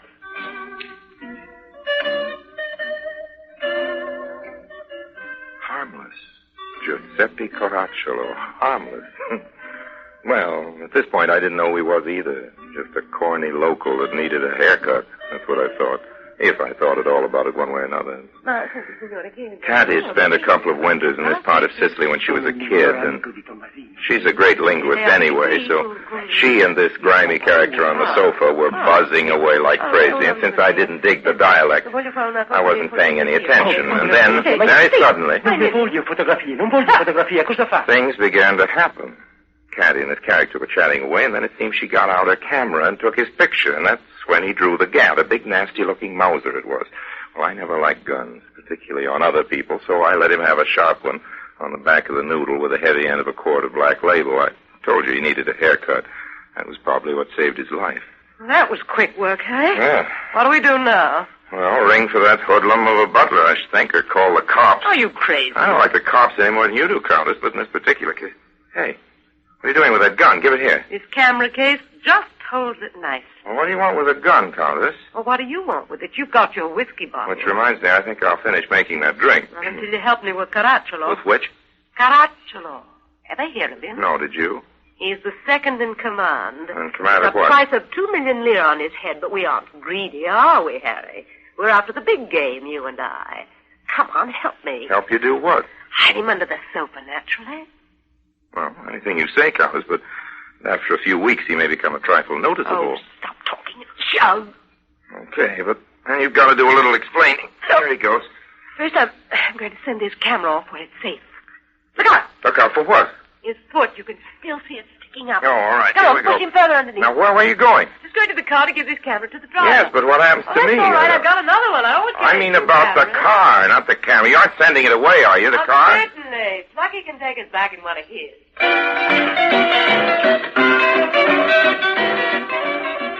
Well, anyway, I didn't have a chance to start getting lonely. I was still tucking my victim's foot under the sofa when... Okay, let's have the truth and make it quick. Hello, Plucky, old man. What's going on here? Just making myself a drink, Well, what's Plucky. the cops doing out there? Cops? What cops? They're all around the house.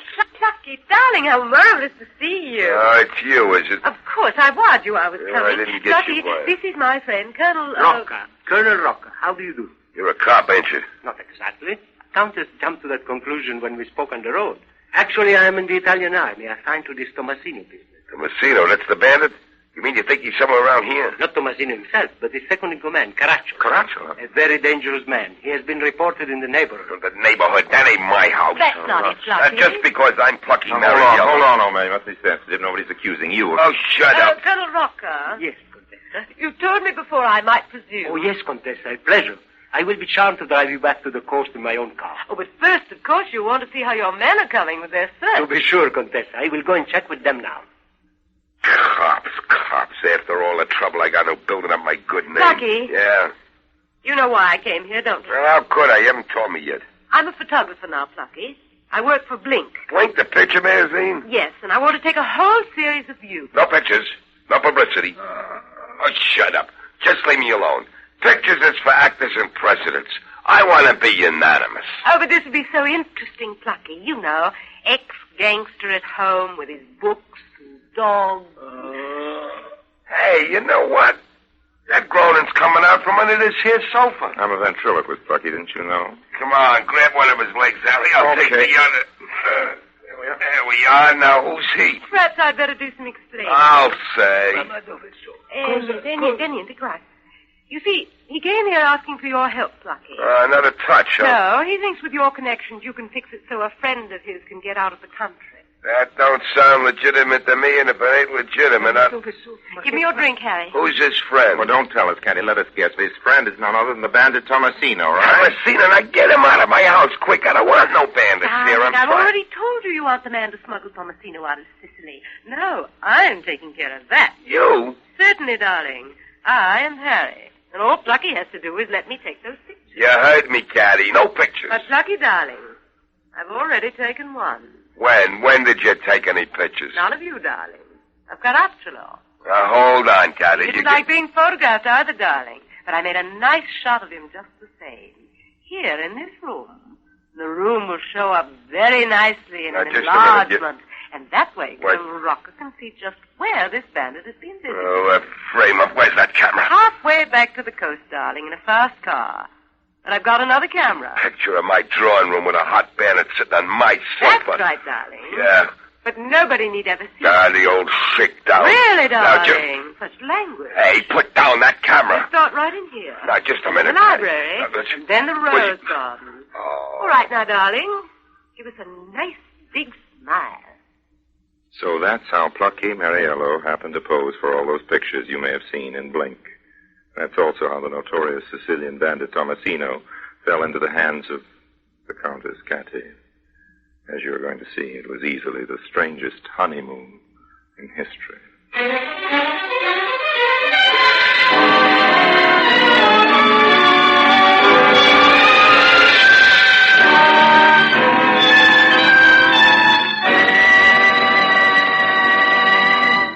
Orson Welles returns in just a moment as the third man.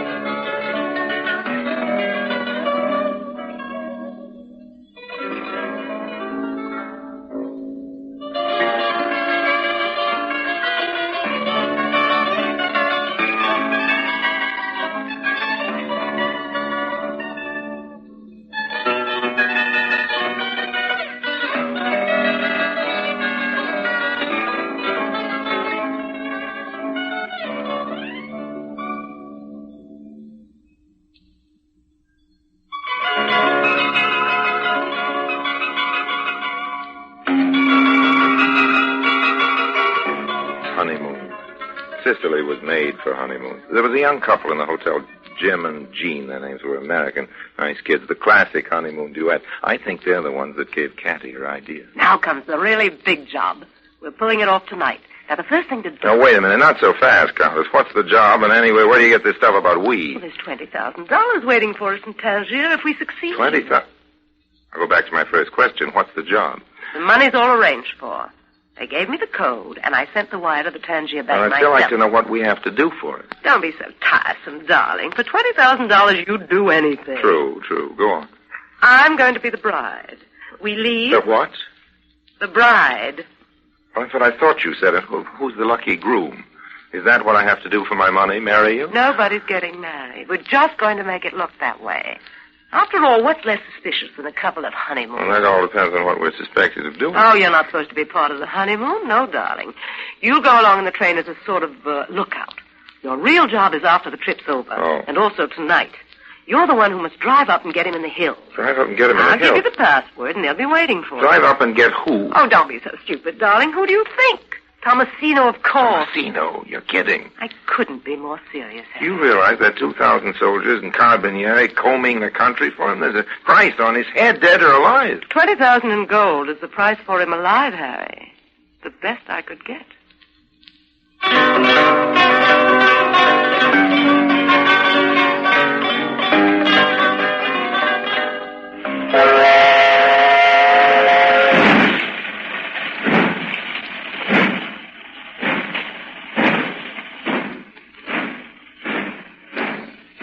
Honeymoon special. It leaves Taormina at 8. The next stop is Messina, an hour or so later. They make quite a couple, the Countess and the bandit. She'd dressed very carefully for the part, and if you didn't look too closely, they were quite convincing. An idea at that. Nobody expects a hot bandit to go away on a honeymoon.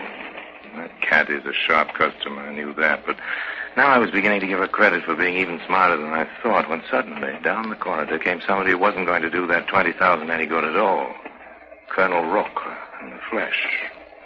He nodded and went right on past their compartment without so much as glancing at them. The next thing I knew, he was at the far end of the car talking to some characters who looked like cops to me. Not a very pleasant situation. I went back into the compartment and sat down opposite the bride and groom. They didn't say anything. He couldn't, of course. Tomasino only spoke some dim Sicilian dialect, and she was cuddling up to him in a way that made my flesh creep. I felt kind of silly sitting there facing that honeymoon couple. Definitely the third man. Don't look so worried, Harry. You're almost as bad as the blushing groom. I told you, Kathy. I'm sure I saw Roca get on the train. What of it? What of it? Those cops have orders to shoot on sight and shoot to kill. Your friend here isn't armed, is he? Of course not, darling. I made that a condition of the deal. But you know, I'm disappointed in you. I wouldn't have thought you'd be scared of a little gunfire, Harry. Or is it the 20,000 you're worrying about? Maybe. Ah, good evening, Colonel. I looked up. There he was in the doorway of the compartment. Colonel Roca. He wasn't holding a gun, just a cigarette. And he was smiling. Good evening, Contessa. Perhaps it would be better if we spoke in English, so your friend there won't follow what we are saying. May I sit down? Certainly, Colonel. I won't introduce you. You know Harry already. Yeah. And for my young husband. The important point is that your husband doesn't know me. Even his lieutenant, whom I won't name, and who you tell me was hidden in that villa yesterday, was unconscious while I was there. So I think we can be fairly sure that Sicily's most desperate bad man hasn't the remotest idea that he's sitting opposite his deadliest enemy. Interesting situation, Countess, as I think you will be the first to agree. I'm never exactly at my ease with a cop, even when he's in plain clothes and carries an army rank. And the situation, as Roca put it, was interesting in the extreme. This gentleman in front of me has a long history of violence. He would not think twice of murdering us all as we sit here. Yes, I think he would try it even with his bare hands if he knew exactly what we have in store for him. And exactly what do we have in store for him, Colonel? Don't mention my name. Oh, okay. Remember, he knows that. He's been in the papers. And there were those men of my command whom we captured and tortured. They must have told him about me before they died. Now then, there is just 3 minutes left before we got into Messina. Let us be sure we are clear on our plans. Hey, excuse me, what plans? But surely the Countess has explained everything to you by now. No, I haven't, Colonel. You see, there hasn't really been time. Well, there is no time now. Mr. Lime had just better keep out of the way. That is as near the train proper as possible. That won't be difficult since the south end of the platform will be kept clear of passengers. Most of my men will be in hiding at first, but about 30 or so will be disguised as porters with their machine guns behind pieces of luggage. Machine gun? The first thing to be sure about is that all passengers are well out of the line of fire. Line of fire? But he isn't armed. I'm beginning to gather that you're planning to arrest this man in the station, but why? Mr. Lime, Sicily is a strange country. This man is hated by everyone. The people pray for his death. But there are very few men who would deliberately connive with the police for his arrest. You see, the police are regarded here as enemies. I can sympathize with that. We're coming into the station. I must go now, Countess. Remember the plan. On the signal, after you have led him out of the south end of the platform, you leave him. Do not come closer than 20 feet. That is enough for your pictures. And otherwise, I cannot be responsible for your life.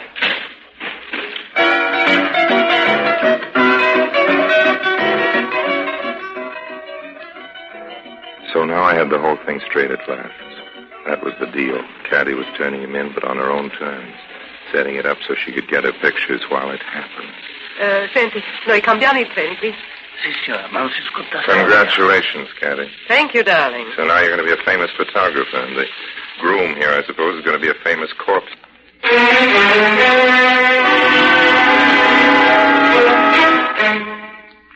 The passengers were being herded to the other end of the station as she led him down out of the train. He was suspicious, I could see that, but not of her. He trusted her. That was something to see. Tomasino, the famous bandit, clinging to her like a little boy. All right, contesta, run! Tomasino, sei in arresto. Mani in alto. But we'd all forgotten that gun, Caracciolo's gun that Cat had put in her camera case. But Tomasino had seen it, and somehow he'd managed to sneak it away. Now, Countess, duck! No! Stop! I'll be afraid! That's right. When he gets clear of that luggage, or I'll miss him. She meant she'd miss him with her camera.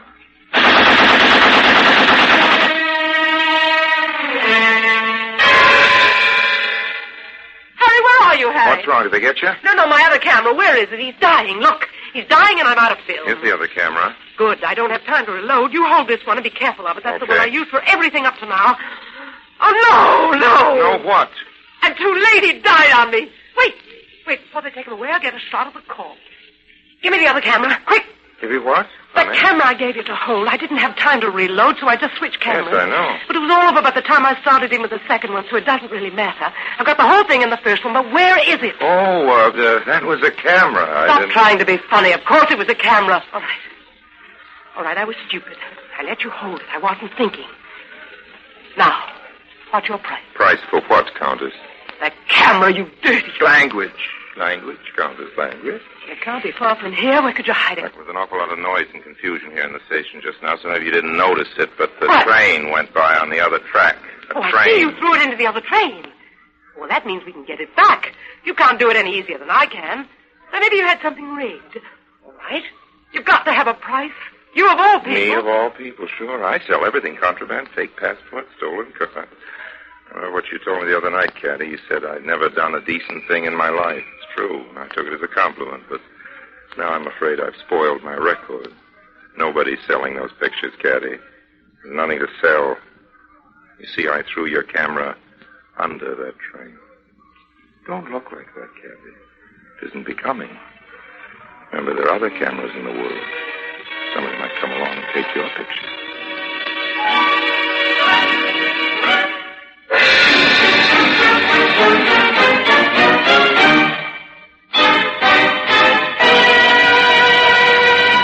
Harry Lime returns in just a moment.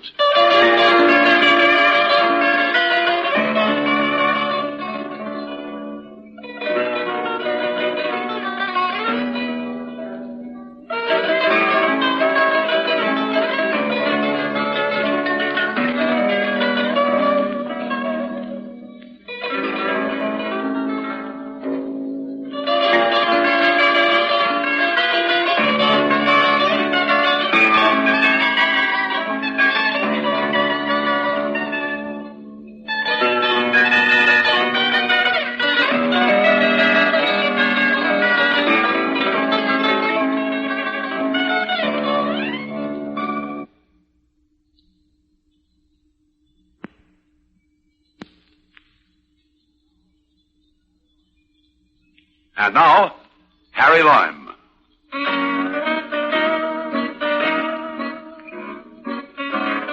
Maybe you'd like to know what happened to the different people in this story. Tomasino, of course, is dead. His mother came up from that little town near Palermo, where he was born, to claim his body, and there was a lot of publicity. Blink ran a big picture spread on the funeral. You probably saw it. Pictures weren't by Cathy, though. She never bought another camera. Quit journalism, as a matter of fact, after she met that Maharaja. He sailed into the harbor of Taormina with the biggest yacht anybody, even Cathy, had ever seen. And who do you think sailed away with him when he left? Not plucky Mariello, to be sure. He's a businessman now, of course, and he said he just couldn't get away from his desk. Well, no, the Maharaja's new passenger, of course, was little Cathy. The last I heard, they were on their way around the world. I wonder now exactly how far she'll get.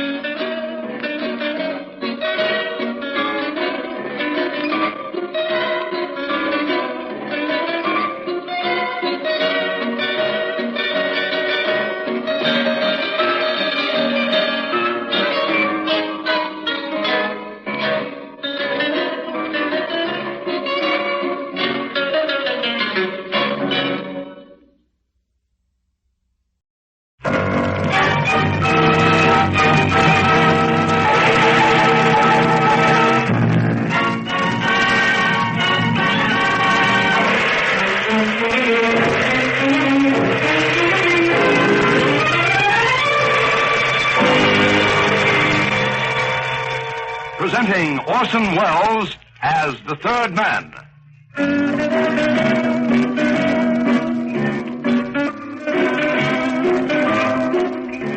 The Lives of Harry Lime. The fabulous stories of the immortal character, originally created in the story The Third Man, with zither music by Anton Karas.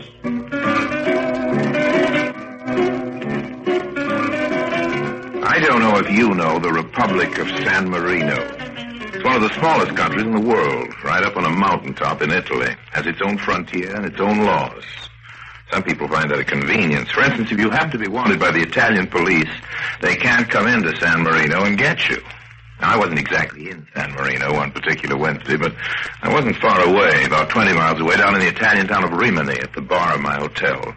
The Lido Adriatico, right on the beach. Mario, the bartender there, makes it as good a Tom Collins as anybody this side of the States, and I was just about at the bottom of my glass when a peculiar little character sidled up to me. He had pop eyes like the ends of hard-boiled eggs, and a couple of shaky hands he kept laced together across his chest most of the time. This wasn't enough to make me think he was a little less than legitimate. I'd have caught on from the quick way he pounced on the shell of fruit I'd taken out of my Tom Collins glass and put on the ashtray. Lime, he said? Now, what does this lime rind make me think of, senor? Could it have anything to do with you? He said he was a fortune teller, and that was how he began his pitch. I gave him 1,000 lira, and he went on. He didn't do such a job, except that just toward the end, he made one big mistake.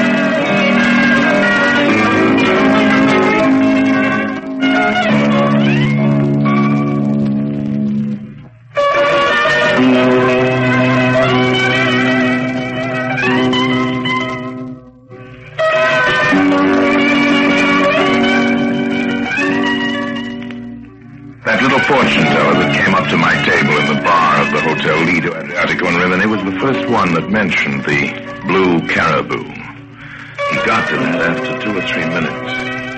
At the start, he sat holding the lime rind from my Tom Collins. From the way he popped his eyes at it, you'd think he was trying to read my fortune in the seeds.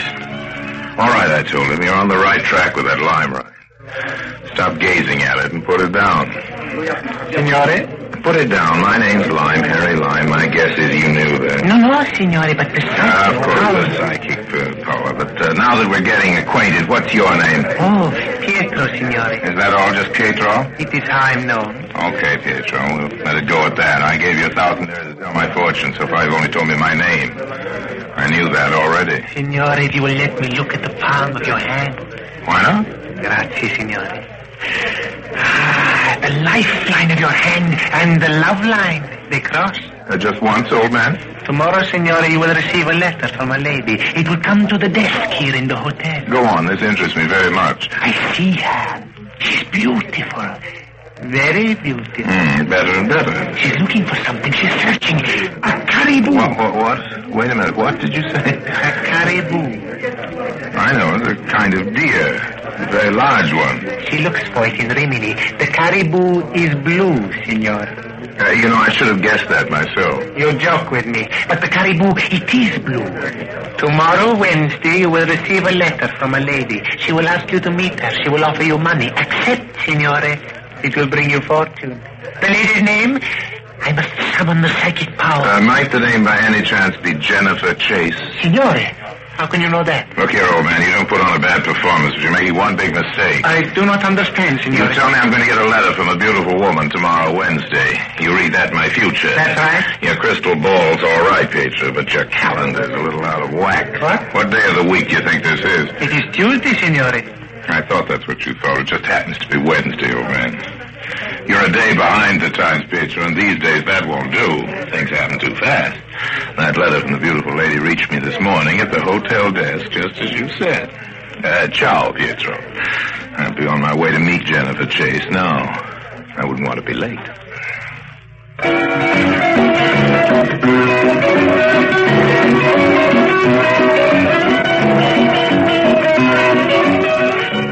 Ciao. Ciao. That ciao is the Italian way of saying so long. But to my American stomach, it had another meaning. Food. That was all right, because Jennifer Chase had suggested in her letter we meet for supper at a little pizza place I knew about up in the town. So I left Pietro, consulting his own future.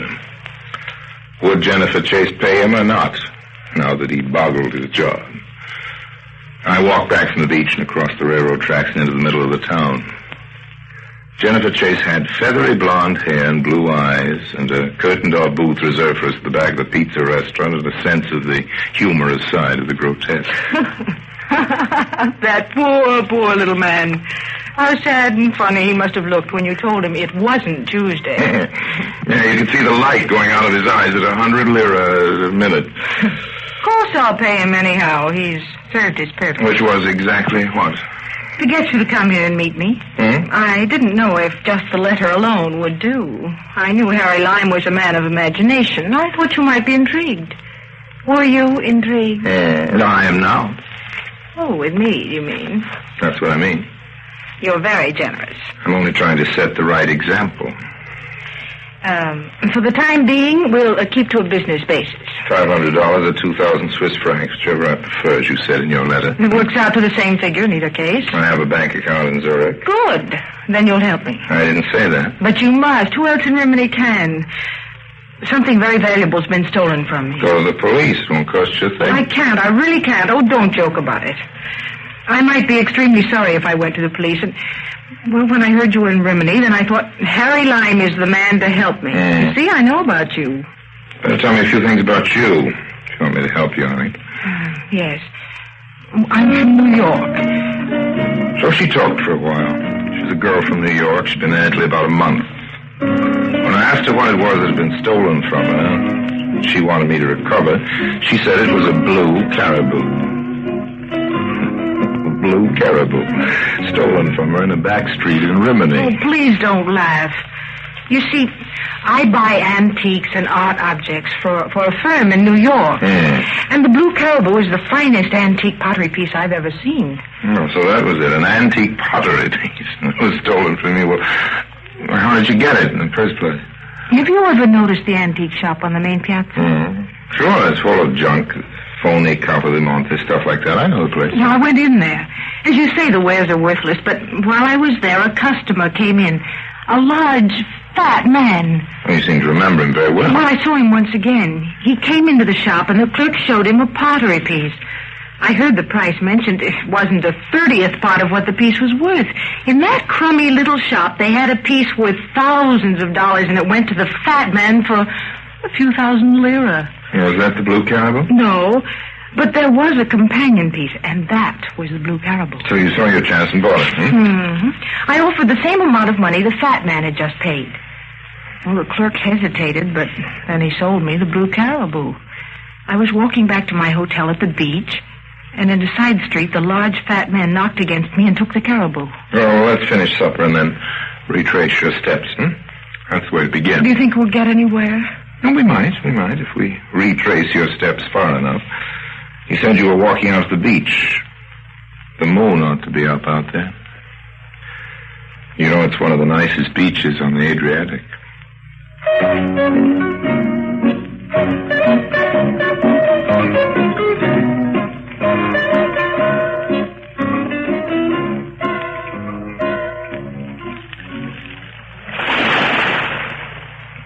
Oh, Harry. Shouldn't we think about the Blue Caribou? Should we? No. That moon was all right. Jen was all right, too. There's only one thing wrong. A shadow. We ought to have had two shadows, and even if we were standing too close together for that, the shadow shouldn't have been so short and small.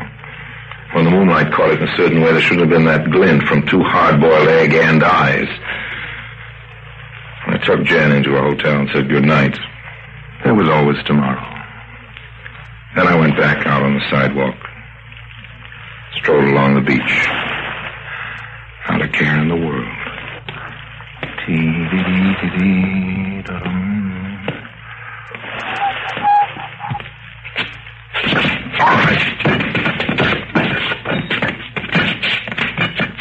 All right, Rosebud, what do you want?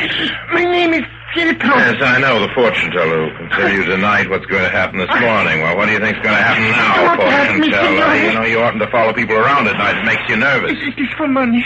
Will the signorina pay me my money? All right, Pietro, so that's it. Well, she said she would. Maybe she will. How'd you like to make some money now, Pietro? Very much, signore. You know the antique shop on the main piazza? I know it. Tell me all you know about it. If you know anything, there's a couple of thousand lira in it for you. No, I can tell you nothing.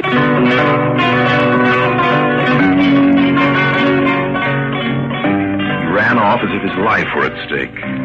What was it all about? What was wrong about that antique shop on the Rimini main piazza? I stood there a while, just me and the Adriatic, but after half an hour I didn't know any more than I had before. A large, fat man had stolen a Blue Caribou and melted into the Italian crowd. That seemed to be it. I decided to see if I couldn't help Jen out. Besides, 2,000 Swiss francs in my bank in Zurich could help me out. So in the morning, I dropped into the antique shop on the main piazza up in town. May I help you, sir? Oh, you speak English. I judge from your appearance you're an American. What about yourself? International, sir. No nationality. No? Not anymore. I use the name of Condon. Or Condoni, if you like the Italian style. Condoni? I doubt if you've ever heard of it before. Now, may I help you? If you don't mind my saying so, you're not, to use your phrase, quite what I'd expect in the style of an Italian sales clerk. No.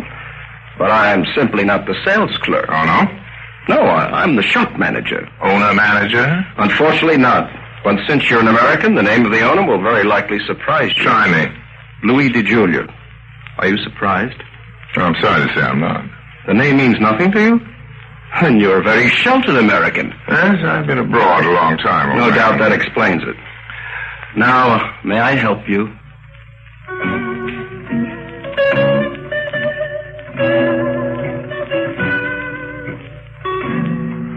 I bought a piece of bric-a-brac and left the shop, but the plot had thickened, as is sometimes said.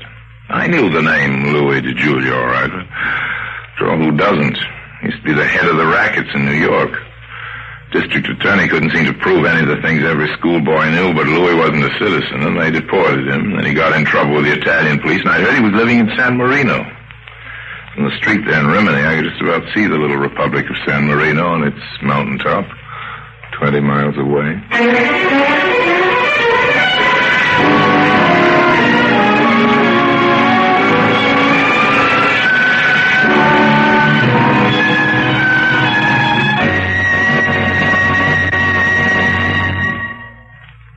In a moment, Orson Welles returns as Harry Lime, the third man.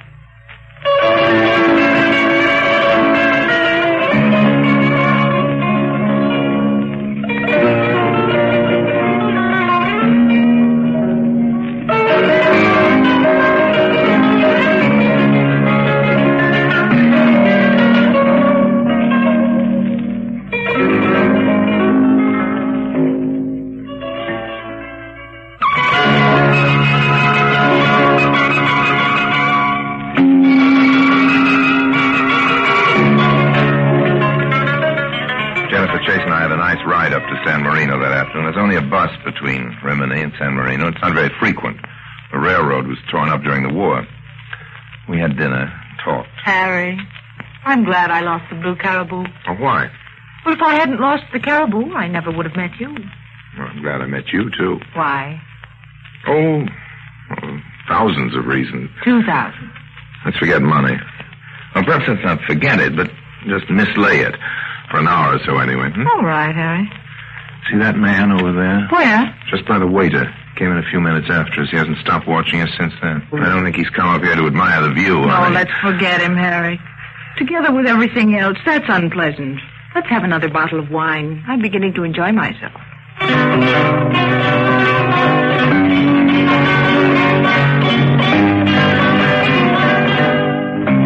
So we sat there and admired the view. It was late when we finally left.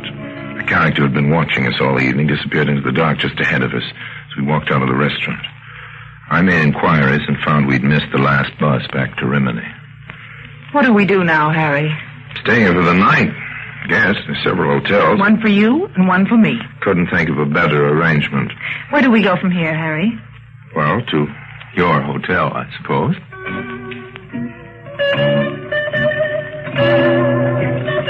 So we walked down the street.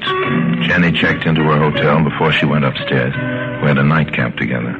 I can't help wondering about that man who was watching us in the restaurant, Harry. Oh, I shouldn't bother about him. It's fairly obvious why he was there. Why, Harry?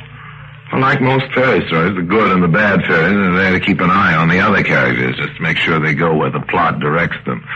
Otherwise, there'd be no end to the story. And you mean we were both meant to come here, to San Marino, to find... Perhaps the Blue Caribou. Maybe the end of the story. Maybe you're right. Oh, it's getting very late. Good night, Harry, and thanks for a wonderful evening.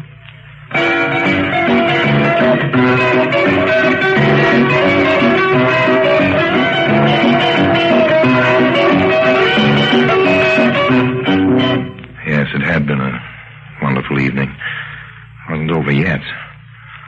I kissed Jenny goodnight, walked out of her hotel and down the street to the place where I was staying. My footsteps rang out in the empty street. Couldn't help feeling that the echo of my footsteps was a little more substantial than an echo ought to be.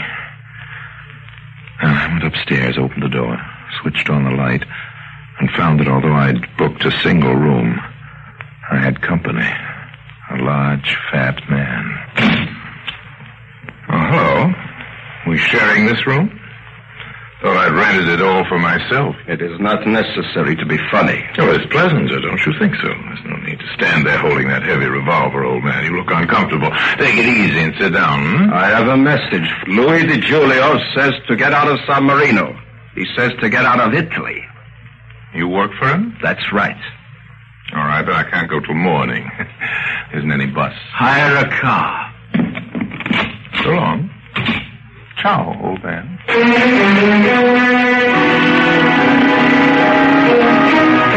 He's a gentleman of few words, but he said a lot. I phoned Jennifer to be ready, and then I went out into the streets to see if I could hire a car. I didn't have the hotel porter get one for me, see. I'd asked one or two people, and it hadn't been hard to find out where Louis Di Giulio lived. He was the most famous man at San Marino, and the place wasn't big. As luck would have it, I hadn't walked long when I was in front of his house. And again, as luck would have it, I walked up his front steps. My name's Harry Lime. Okay, come in. You were expecting me? No, but I've heard of you. Sit down in here. What's on your mind? Drink? I got good scotch. All right, fine. Say, you're in a lot more hospitable mood than your henchman, old man. Henchman? I haven't got any henchman. That's finished, washed up. I'm a peaceful San Marino citizen. Here, this'll do you? Thanks. Well, that's all over. No henchman, no nothing. Got an antique shop down in Rimini, old man? Sure, I gotta live. Brings in peanuts. You looked in down there? Only today I met a fellow named Condon, or Condoni, something like that. Yeah, that's what he calls himself. Real name something Bulgarian or Polish. He runs the place for me. I can't go down there myself. The minute I'm out of San Marino, the Italian cops will get me. And the large, fat man, who's he? I don't know any large, fat man. Everybody knows a large, fat man. Your tone said something special. Well, old man, you're right. I mean the one you sent over to my hotel tonight to tell me to get out of San Marino, out of Italy. Who's now, that? Listen, you're Harry Lime, and I've heard talk about you, so I asked you in to have a drink. But I don't know any large, fat man, and I haven't got any henchmen. And you didn't send anybody to my hotel? You're learning it, Lime? That's right. Well, thanks for the drink. I was just looking around to see if I couldn't hire a car.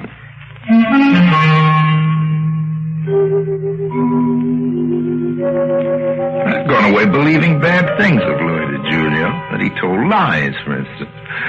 If it hadn't been that just then a large, fat man came in. Louis must have left the front door unlocked. That was careless of Louis. I followed you here, Lime. Hold up! Keep your mouth shut, whoever you are. I told you, Lime.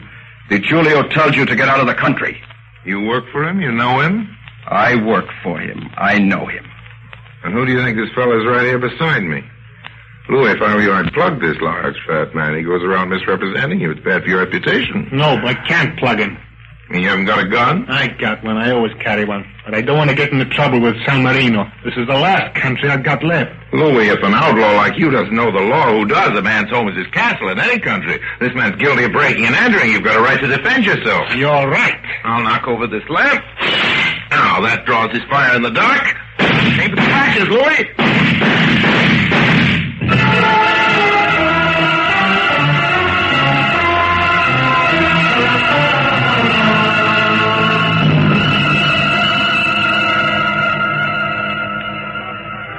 You dance well. Did you learn it by correspondence? Shall I tell you the truth? Tell me a lie. They're usually nice. I'll tell you the truth. You're the icing on this cakewalk, You're nice. Nice in the dialogue, honey. I wouldn't have guessed it from what I'd heard about you. What did you hear? That you were... well... The upper crust of the upper world. Something like that.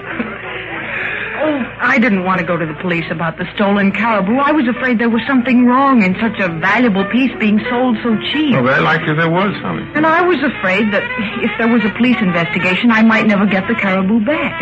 So I turned to you. And you haven't got the caribou back. No. Let's go outside. Whatever else happens here in Rimini, the moon goes on.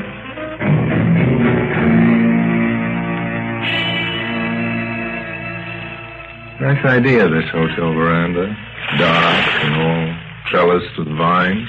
Harry. Very romantic, What did the Rimini police say this afternoon? Well, the same as the San Marino police last night after the shooting. The corpus delicti was incognitus. That is, if he had a passport, he buried it someplace. They didn't even know who he was? Well, some name or other on some papers in this hotel room down here in Rimini. Probably assumed no Blue Caribou on the premises, which is the hurtful part of it. But he did take it from me. Probably passed it on to somebody else. Oh, I so hate to lose it. I so hate to lose 2,000 francs by not getting it back for you, honey. So we console each other. Harry, you kiss as nicely as you dance. Harry. What is it? Down there below on the veranda, on the lawn. Do you see him? Now, why is it every time we get close enough together, that one shadow appears? Pietro! No, don't run off. Come on up here. There's steps at the side. It's that sad, funny little man. Yeah. What do you suppose he wants? You paid him yet for that put-up fortune telling the other night? No, I haven't seen him. And I suppose that's what he wants.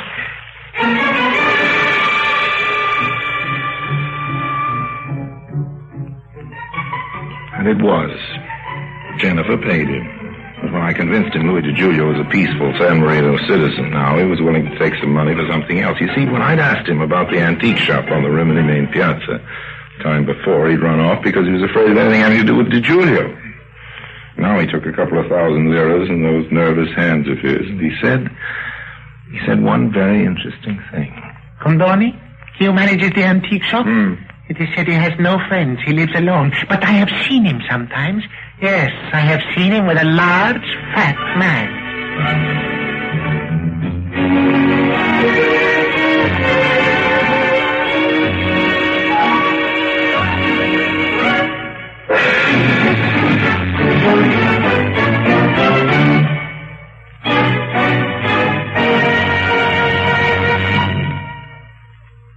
Harry Lime returns in just a moment.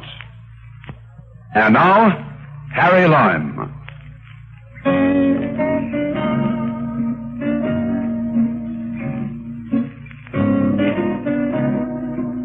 Well, before the antique shop opened the next morning, I placed that name, Condoni. Because after the war, there was an Italian syndicate that made up phony American cigarettes in Lisbon and put them on the transatlantic planes for Italy as if they were being flown from the States. Those cigarettes got good prices in the Italian black market. One of those who lined his pockets, I heard, was a certain Condoni. I dropped in on him, and what with one thing and another, he thought it best to produce the Blue Caribou from the back of the shop. He discovered some valuable pieces in the job lots of cheap stuff he was selling for Louis DiGiulio, and instead of pinching them outright because he was scared of Louis, was selling them for a song to a friend of his, a large, fat man. Jennifer had walked in at just the wrong moment, at the right moment from her point of view, as it finally turned out, because she got her Blue Caribou. Condoni? Well, I told him what he told the large fat man to tell me to get out of Italy. Why not give Louis DeJulia a little help straightening his life out up there on the mountaintop of San Marino? Jen and I found time for a little skiing in Switzerland. The season was just turning. It was fine up there, and that bit into my 2,000 Swiss francs. But when it was over, I had a few francs left. And my memories. I guess Jen had memories, too. And a Blue Caribou.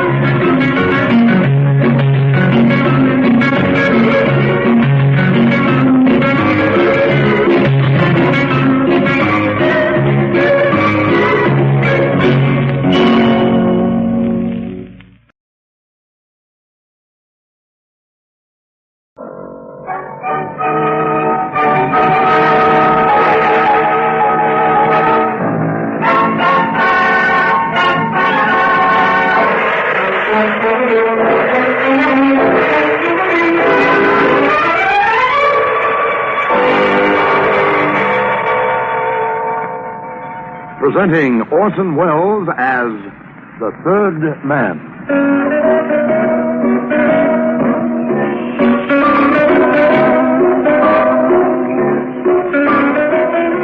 The Lives of Harry Lime.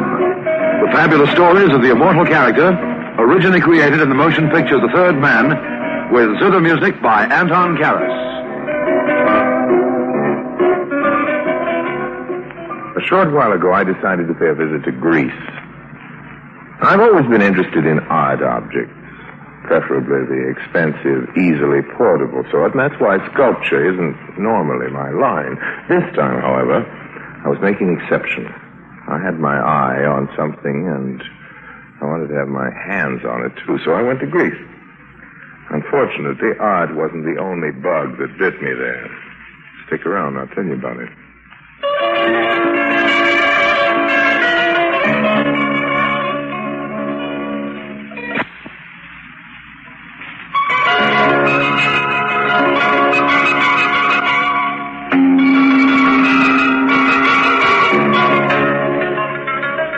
Say ah. Again. Say 22. Nonsense. Okay.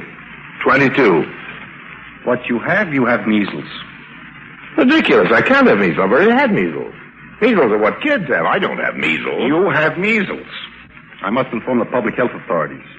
Fortunately, down in my office here in the hotel, I have a quarantine sign. I'll have to put the sign up. You're in quarantine. Now listen, Doc. You are in quarantine.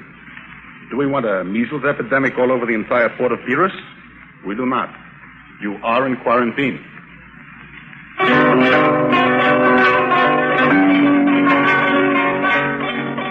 That's how it began. In room 34, on the second floor of the Hotel Olympus in the port of Pyrrhus, outside of Athens in Greece. Shouldn't happen to a dog, but it was happening to me, Harry Lime. After the hotel doctor had left the room, I was in an absolute fury. I even kicked a small shoe all the way from the couch to the window. It was too much. Measles.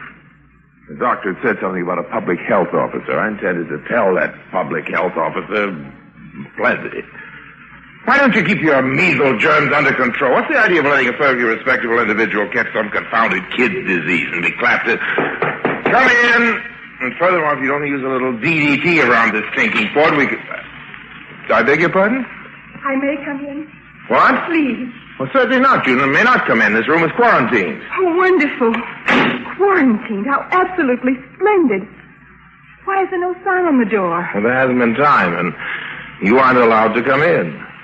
What have you got? Measles.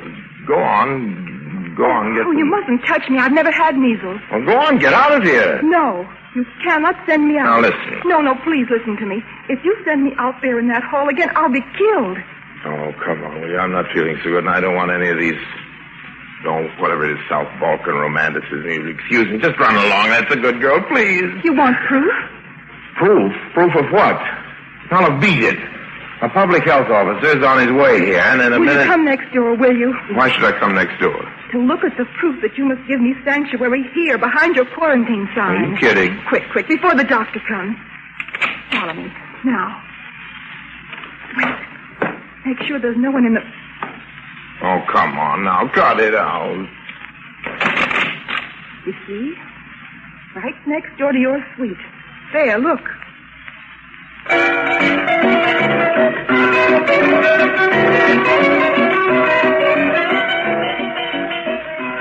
Spread eagled in the middle of the room on the floor lay a man. His head had nearly been cut off. You see? Now, believe me? Yes, you will take me in behind your quarantine sign? Quick, let's get out of here. Back in my room, she sat tense in a chair, but only her eyes showed her fear. She couldn't have been more than 25 or 6. Her hair was reddish gold. Her face was... Well, I couldn't think about how lovely she looked. She might even have been the one who cut that man's throat. Okay, names are a good place to start. Mine is Harry Lime. What's yours? I'm called Andrea. Andrea. Okay, Andrea, did you do it? That in there? Oh, no. Why don't I call the police? Oh, no, you can't do that. Well, tell me what it's all about, then I'll judge whether or not I should call the police. You're an American, not a tourist? No, I'm an art lover. Never mind that. Now tell me. An art lover? Yes, that's right. Oh, tell me, Mr. Lime. What do you know about Greek politics? Greek politics? Nothing. Why? Oh, well, let me tell you. Go ahead. That man in there. Yes? He was called Gregor. Well? I was to give him certain papers. Documents proving that Greece was to be attacked. What? You may well be astonished. Well, it was announced yesterday on the radio. But I never knew that. Where can I hide? Hide? The bathroom. Come on. Bathroom. Get in that door, quick. Coming? Porter, sir. Oh, Porter, good. Where's the sign you're police to put on the door? Sign? Oh, the sign to the door, yes. The doctor asked me to beg it. Yes, thanks. Just hang it there. You didn't need to knock, yes. No, sir. No. I'm sorry if I disturbed you. No, not at all, yes. Well, as a matter of fact, I was... Oh, I see you have a lady visitor, sir. Who? A lady visitor? Well, nonsense. How could I? I'm in quarantine. Yes, sir. Oh.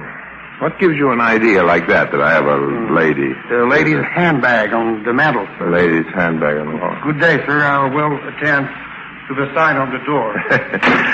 Thank you. Okay, he's gone. Who was it? Oh, just some kind of a hotel porter with a quarantine sign. He didn't need to come in for that. I know, but he did. Why did he come in? If all he wanted was to... He wanted to see if I was here. Oh, stop it. He's at the hotel porter. I tell you. You don't understand. Oh. Now what? I left my purse on the mantel. Sure, and he saw it. Please, Mr. Lime, I've got to think. Now they must know I'm here. By now they must know. Oh, if only I knew which... Oh. She sat, her head in her hands, thinking. Things were coming a little fast for me. That man next door, that at least was a fact.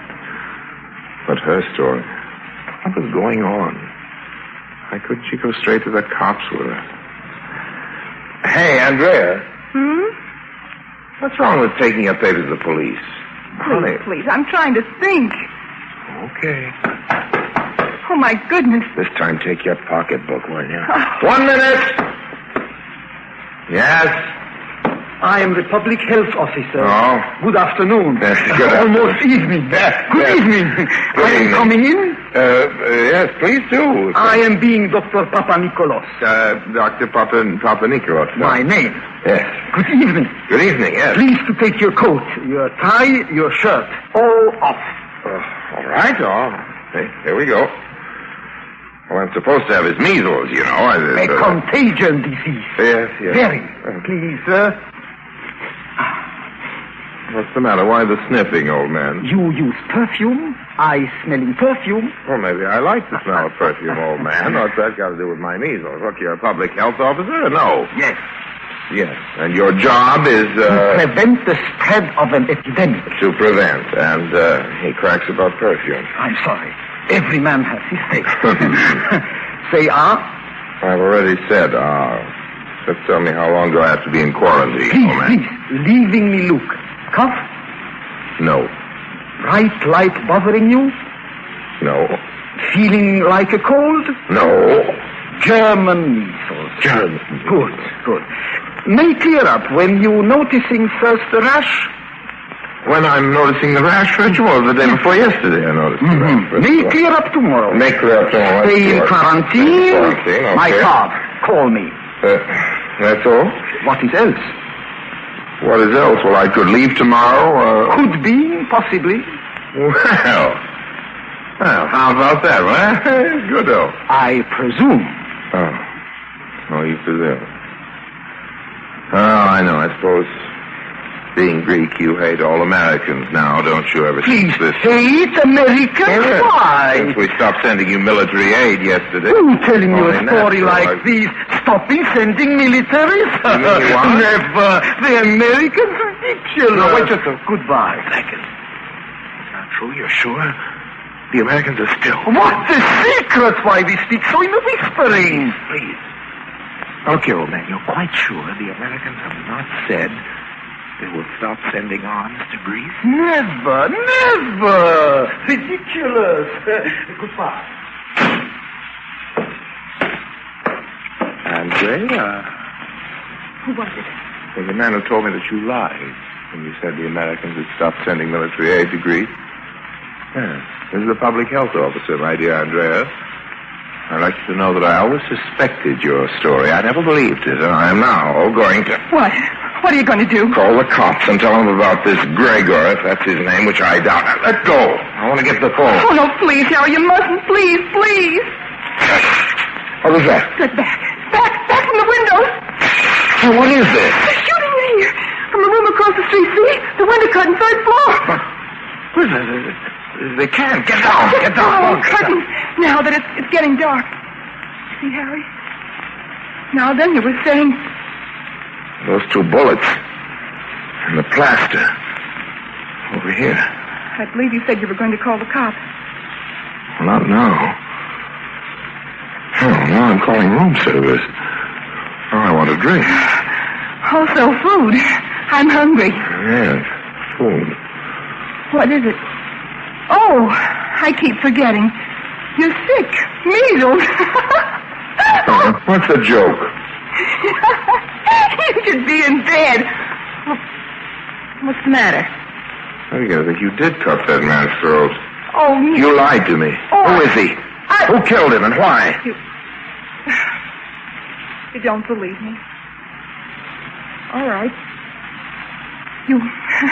You really didn't give me time to think up a proper story. Now I guess I'll have to tell you the truth. And I did so want not to. Go on. First, the dinner. Why should I give you more time? Well, it's because when I look at you, I can't believe that you could be involved in anything evil. Not even when bullets come in through my window. You're very sweet, Harry. No, I'm going to call room service. I'm very hungry. Need enough for 2. We'll talk about Gregor after we've eaten.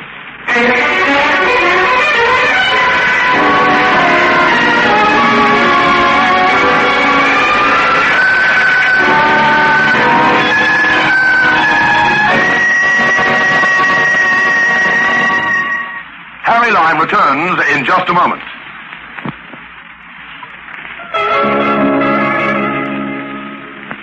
Was it my fever and the measles?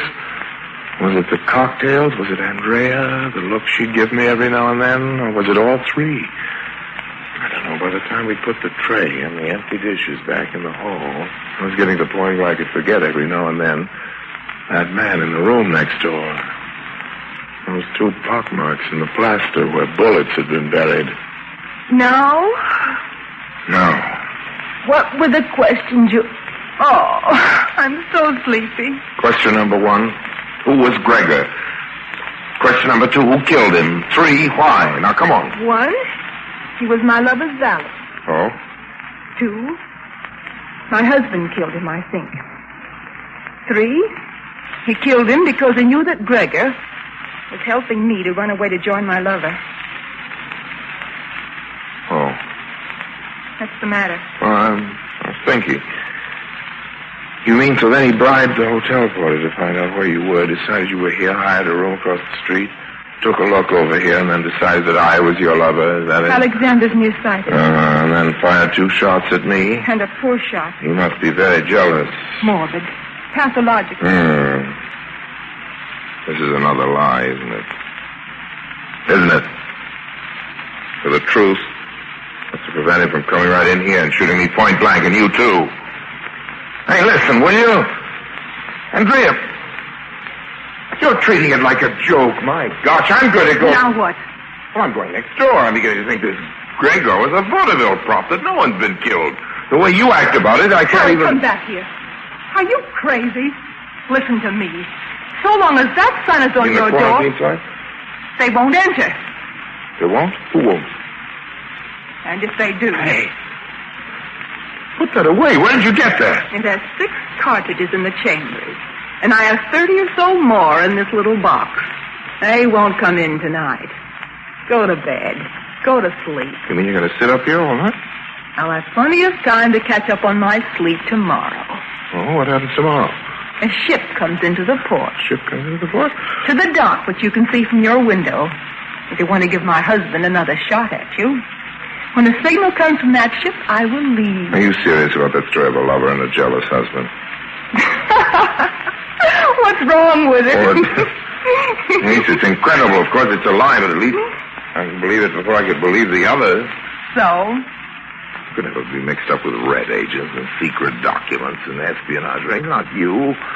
You're no femme fatale, I can tell. I said you were sweet. Harry. Go to bed. Go to sleep. You are sick. Don't worry any more. It'll be all right.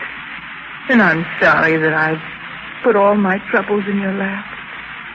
I'm sleepy. This fever and the cocktail. Sure. You sleep. I'll be awake. Nothing more will happen tonight. Good night. Oh, wake me. Wake me up if anything starts to happen. I promise.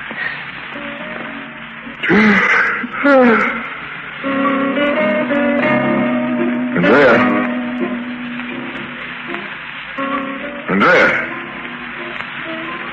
Still dark. I looked at my watch.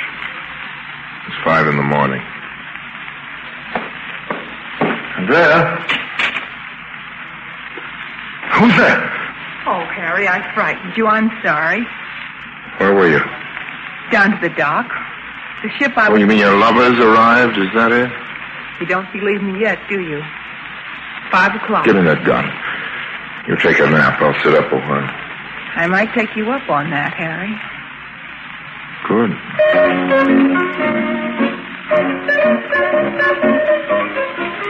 She gave me the gun. She was asleep almost immediately, almost before I turned the light out. In sleep, she was even lovelier. I stared out of the window into the dawn. I could see the ship.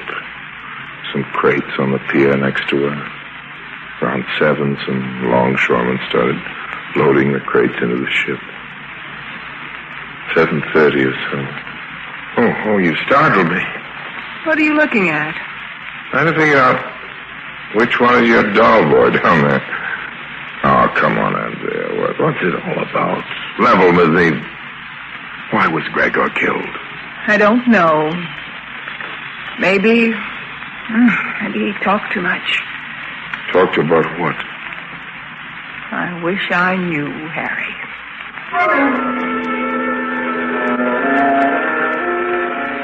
What time is it? 9 o'clock. Those curtains across the way, yes. What? They moved just a minute ago. Now they're into the bathroom. Yes, who is it? Public health officer. Oh, it's Dr. Papanopoulos. Are you okay? Okay. Come in. Hey. You're not Dr. Papanopoulos, or whatever his name is. His assistant. He sent me over instead to give you medicine. Medicine? Penicillin. If you would roll up your sleeve.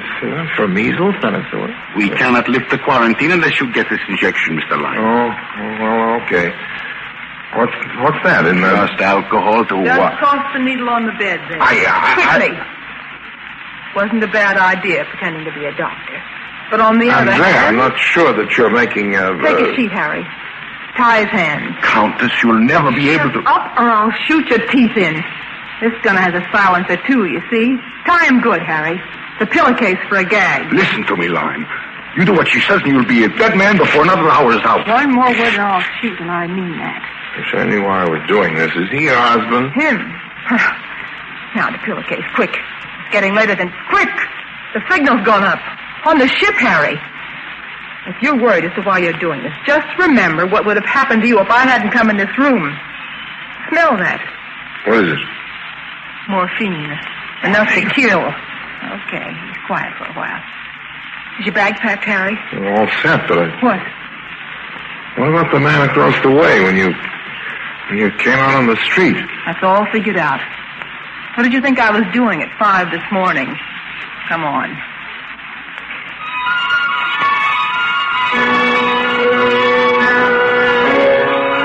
She led the way to the freight elevator at the cellar, out a delivery entrance into an alley, down the alley through a gate and a wooden fence, through 2 backyards, out through another fence, around the corner. Harry, through here. Through the shed. And then there we were. A gangplank right in front of us. We scrambled up. A man in a dirty blue uniform stood waiting. Oh, Countess, you are prompt. And this is Gregor? Captain, you'll never know how glad I was to hear you say that. Everything's ready? Your crates are aboard, yes. And the envelope for you. He started to hand her an envelope, then he paused. Perhaps just to make sure, we should first make sure that the consignment is as ordered. Most certainly. You there! Crowbar! Rip this open! One should be enough. A rascally-looking seaman prized a plank loose from a big crate. Inside. Satisfactory? Seems to be. I could see the dull gleam of gunmetal. They looked like machine guns. The envelope. Here you are. Thank you, Captain. And you'll drop us off at Crete as agreed. Gregor, you'll wake me just before we land in Crete. Captain, if I don't see you... Always a pleasure to do business with you, Countess.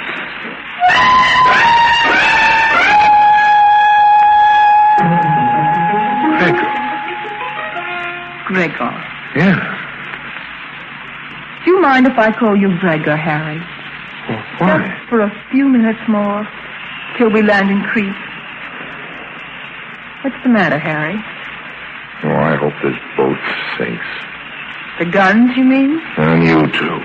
And me. And your blood money. I suppose that's what was in the envelope, the payoff, huh? Yes. Half yours, of course. Unless it's counterfeit. The last installment always is when they can get away with it. Why aren't you registering a complaint with the captain?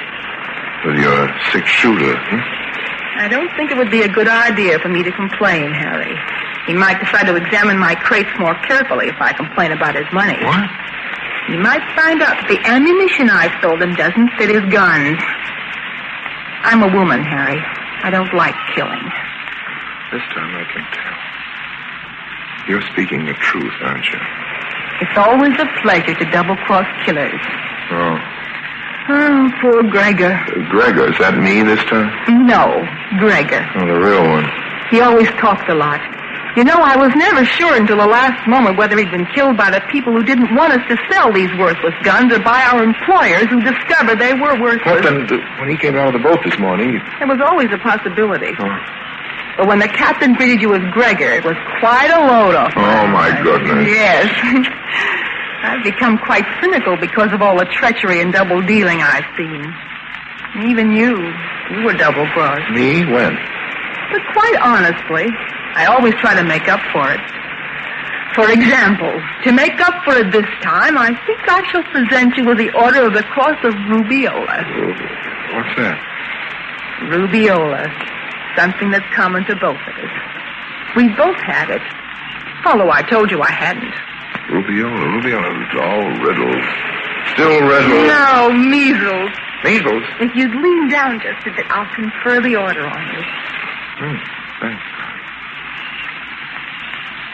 Now, let's try that one.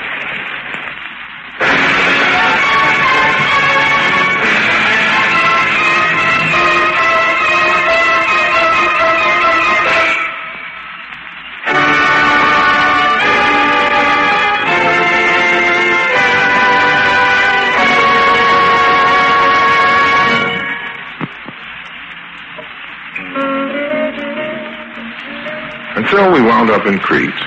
I felt the time had come to let Andrea know that my love for art wasn't entirely platonic. We decided that as we had so much in common, we might try a business partnership. Andrea had, I felt, a great natural talent which needed developing on the right lines. Unfortunately, however, the partnership didn't last long. In fact, just long enough for one big deal. I found out that Andrea had just a little too much in common with me. She believed in 100% of everything, including the profits. Still looking for Andrea and the profits. Maybe the Greeks had a word for her, too. So long now.